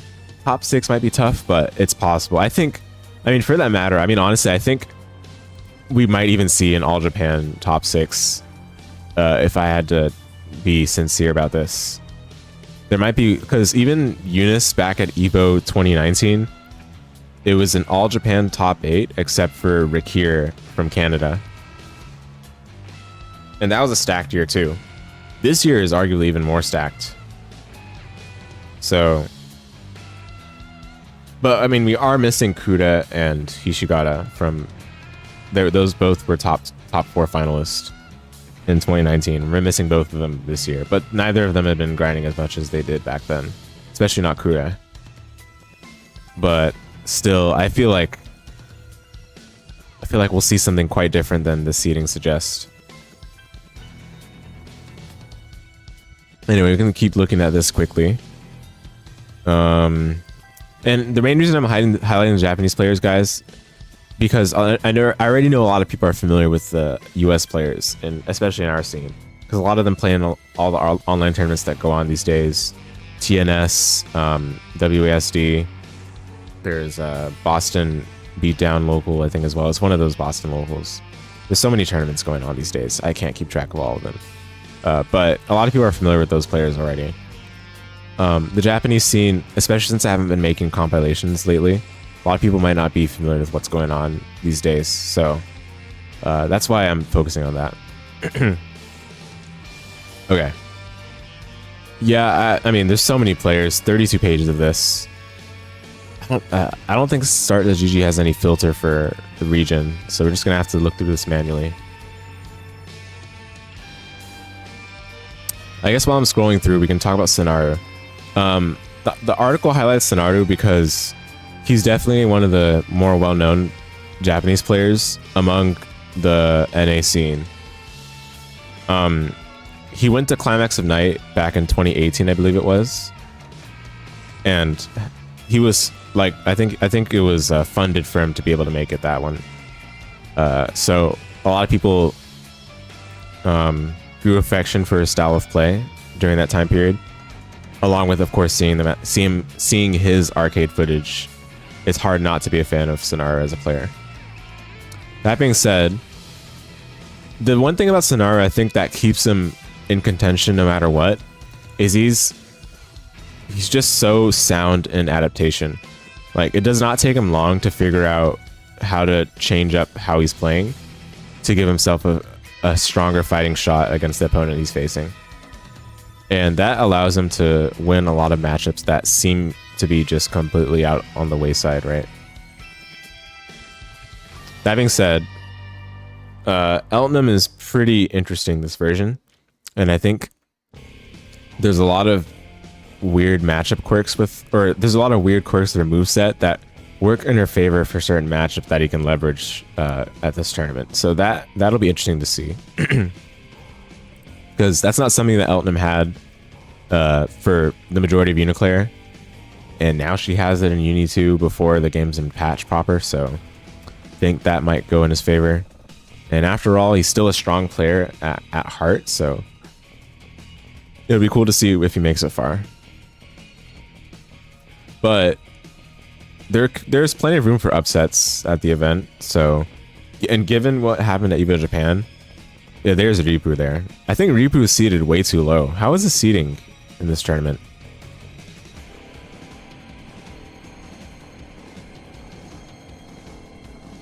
How is he seated? He's seated to make it out of pools. That doesn't really say anything, though.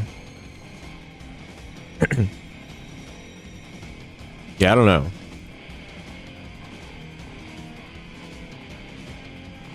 I'm really surprised that he's not seeded into top 24.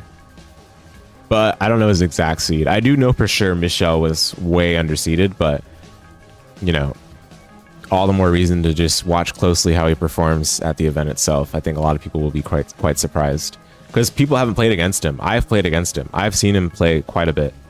I know where his level is right now.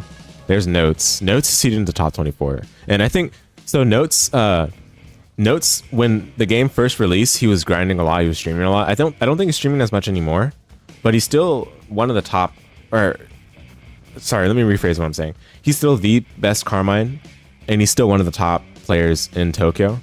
So I think he'll still perform very well. He just has to overcome some of the matchups that he's historically had trouble in, especially like Lin.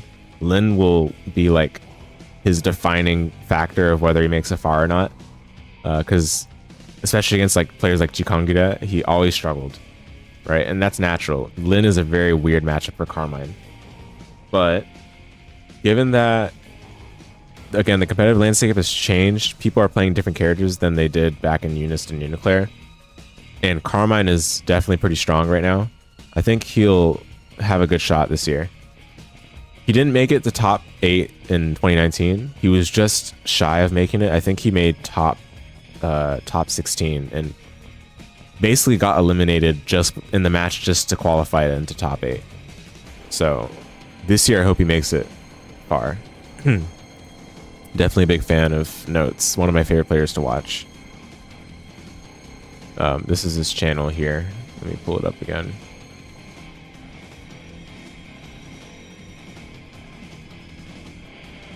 Ugh, I have too many subscriptions. There we go. Last live 1 month ago, but he's still been playing, trust me. Like, this doesn't really show it, but he's still been playing, and he's absolutely at the maybe he's not at the level he was when he was in his prime, so to speak, but I still think he's as much of a menace as he was, or has as much potential to be a menace as in the past. So yeah. Oshuhito. Nanashio is entering. So this is an Oria player. They've been playing for quite a while, but mostly like, how do I say it? Mostly a like very reserved style. Like they play similarly in a way to Clearlamp, how Clearlamp plays Byakuya. Like very reserved, like very passive, but then when they get going, they can steamroll, right? And that's especially possible to do with Byakuya. Oria, not so much, but Oria is strong in this version, so I think Nanashio can put up a storm. I don't know how far they'll make it, but I'm interested in seeing how far Nanashio can push the bracket. Seneko is pretty high seeded. I think he and Libekichi are the best Mika players right now. Staneko and Libekichi play so differently though, and I'm not sure if Staneko's playstyle is well suited for first to 2 bracket. And he did get upset in EVO Japan. I was in his pool, and he got pretty badly upset. He lost to I forgot the player's name, but it was a Merkava player, and it was the same player that I lost to. So hopefully they can put up a better fight in EVO this year. Is Libekichi at this tournament? I'm not sure. I didn't see any Libekichi so far. Alpaca Man, another Merkava player, speaking of which. Yeah, they've been grinding. Super active still. Maybe not top 24 candidate, but I'm certain that they'll make it far.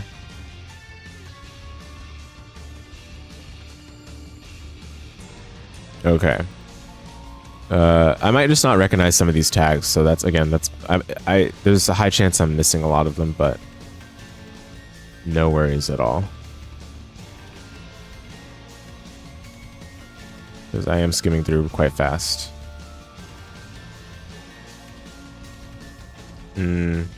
Oh, B-Men. Is B-Men seated in the top 24 for some reason? Oh yeah, wow. Okay. Well, that would be cool to see if B-Men makes it to top 24 indeed. He is good. I don't know if I would seat him in the top 24, but like maybe I'm not. I will admit, like I haven't watched B-Men play like in the past 3 months. The last time I saw him play was KGP. So, and he was good there. Don't you know? Mind you, he was good there. But top 24 material, we'll have to see that. I'd be interested in seeing how far he makes it. And Hyde is good, obviously. So there's something to be said about playing a good character right now. There's Michel Mobimurabito. He is seated pretty high. He's not in top 24, but he's seated pretty high, I think. I remember seeing it vaguely. He's a Merkaba player as well, and he's been super active ever since Claire on online ranked, especially in Uni 2. He's still playing. Frequently plays against Oshuito online. He'll just have to transfer it over to offline play at EVO, and he'll be fine. I can't remember if he was at EVO Japan this year, though. Let me see. He was at KSB in 2020 under this account. So maybe he wasn't at EVO Japan. Okay. But yeah, either way, interested in seeing how far he makes it. Daniru, okay. Wait, oh, am I mixing up players? I said Steneko in my pool. I think it was actually Daniru that underperformed at EVO Japan this year. He was in my pool. Yeah. Daniru is like probably the best Batista right now, but Batista did get pretty heavy nerfs. I still think Batista is really good though. And Daniru's extremely skilled and specialized in Batista, so if he can channel any of that at this tournament, you knowledge check all the people that he runs into, then I think he's got a good shot at making it far. I would actually put him in top 24 over some of the other players, but again, it's just so competitive, right? And part of it too is the scene in NA is very different than it is in Japan, so I think it'll allow for the Batista to kind of slow through a little bit more easily than it might have been in the Japanese scene context.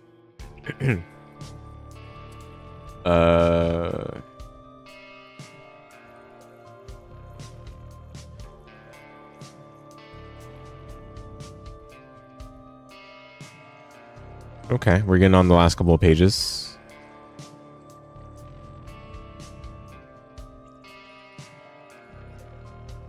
I feel like I missed a lot of players though. But that's okay. We mentioned a couple. I think we got the point across regardless. Clear Lamp is there.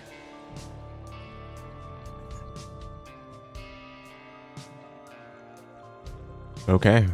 Yeah, looks like that's it. Well, I think we've touched on a great deal that needed to be covered. Overall, again, it should be super exciting. I guess we could talk a little bit about the players we see here. Is this... Wait, which player is this? Act? Act. Who's that?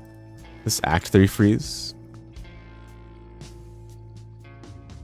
What?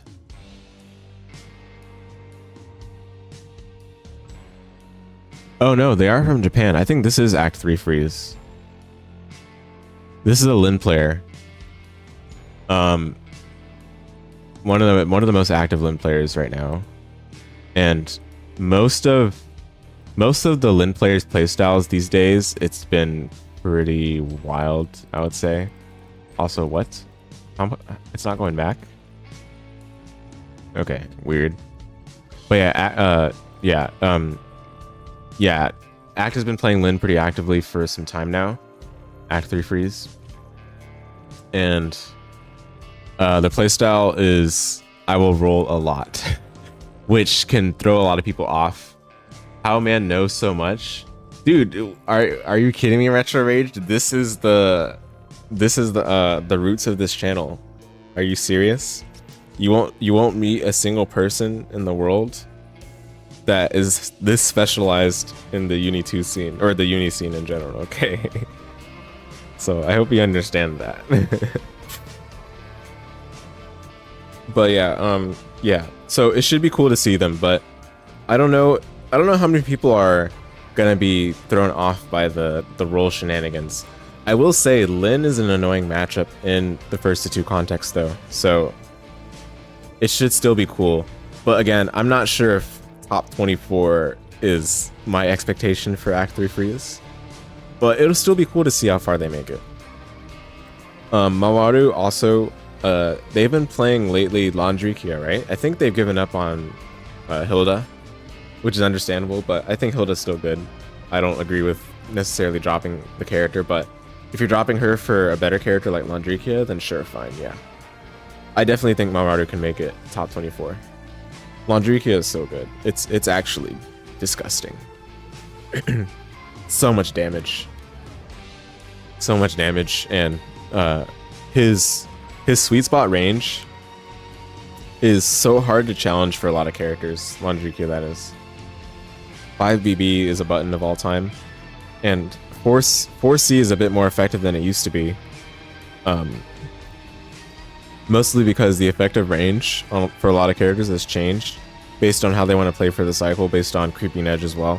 The effective range for 4C is improved simply because of Creeping Edge being so easy to bait now when you use it. So, and it allows you to play for the cycle more easily, therefore you can get Celestial, therefore you get more damage, therefore you win rounds a lot more easily. So it just all snowballs so well with each other. It's really nice. I definitely think Mawaru can make it pretty far.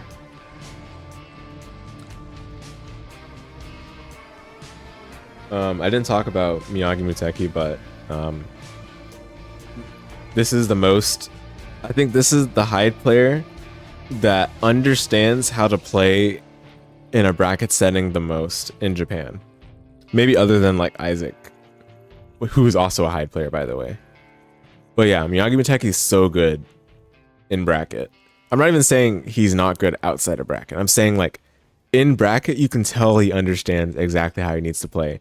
He will not block any longer than necessary. He will press, and he will press successfully. A lot of his Abra and a lot of his jumps that a block stun are just so spot on. It's something I wanted to look into further for videos, but I'm too lazy now. Okay, and then yeah. I think that's it. Talked about everyone I wanted to.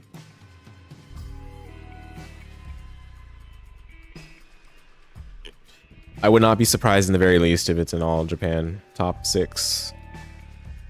It depends on how the bracket looks, of course, and how the seeding plays out, but yeah, I would not be surprised in the very least. If I had to pick one to win it all, ooh, pick one to win it all.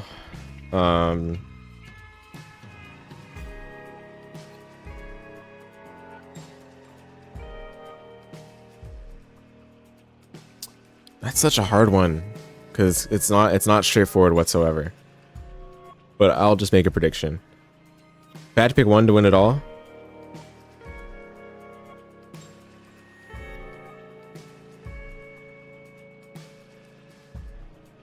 I'll go with either Oshuhito or Crimson Crusader. So yeah, I'll probably go with Oshuhito. Yeah, I know Oshuhito does tend to choke in brackets, first to 2 especially, but I gotta confidently predict someone, so that's who I'll go with. But it'll be an exciting tournament. I highly recommend watching it if any of you are able to catch it. The Uni 2 tournament at EVO this year. All the games will be good, but Uni 2 is a special game that isn't like a lot of other modern fighting games. And yeah, it might be hard to understand what's going on, but the level of competition, the level of play is very strong for it, and I think it'll make it entertaining all the same. Street Fighter 6 will be entertaining in its own way, but Uni 2, has special charm that I think is unmatched by the other games in this lineup. Obviously, very biased. Okay. That should suffice to conclude the EVO 2024 talk. At least pre-EVO 2024. I don't think I'll do a stream where I'm watching it. I think I need to get permission for that anyway, and I don't want to do that, kinda. I want to watch it on my own. So that being said, the next stream will probably be next Monday or Sunday, one of those. Probably next Monday. And we'll continue with Isaac then. Look forward to it, guys. And if any of you are going to EVO yourself, hope you have fun. Looks like it'll be good this year, but you know, you never know. So try to have as most fun as you can.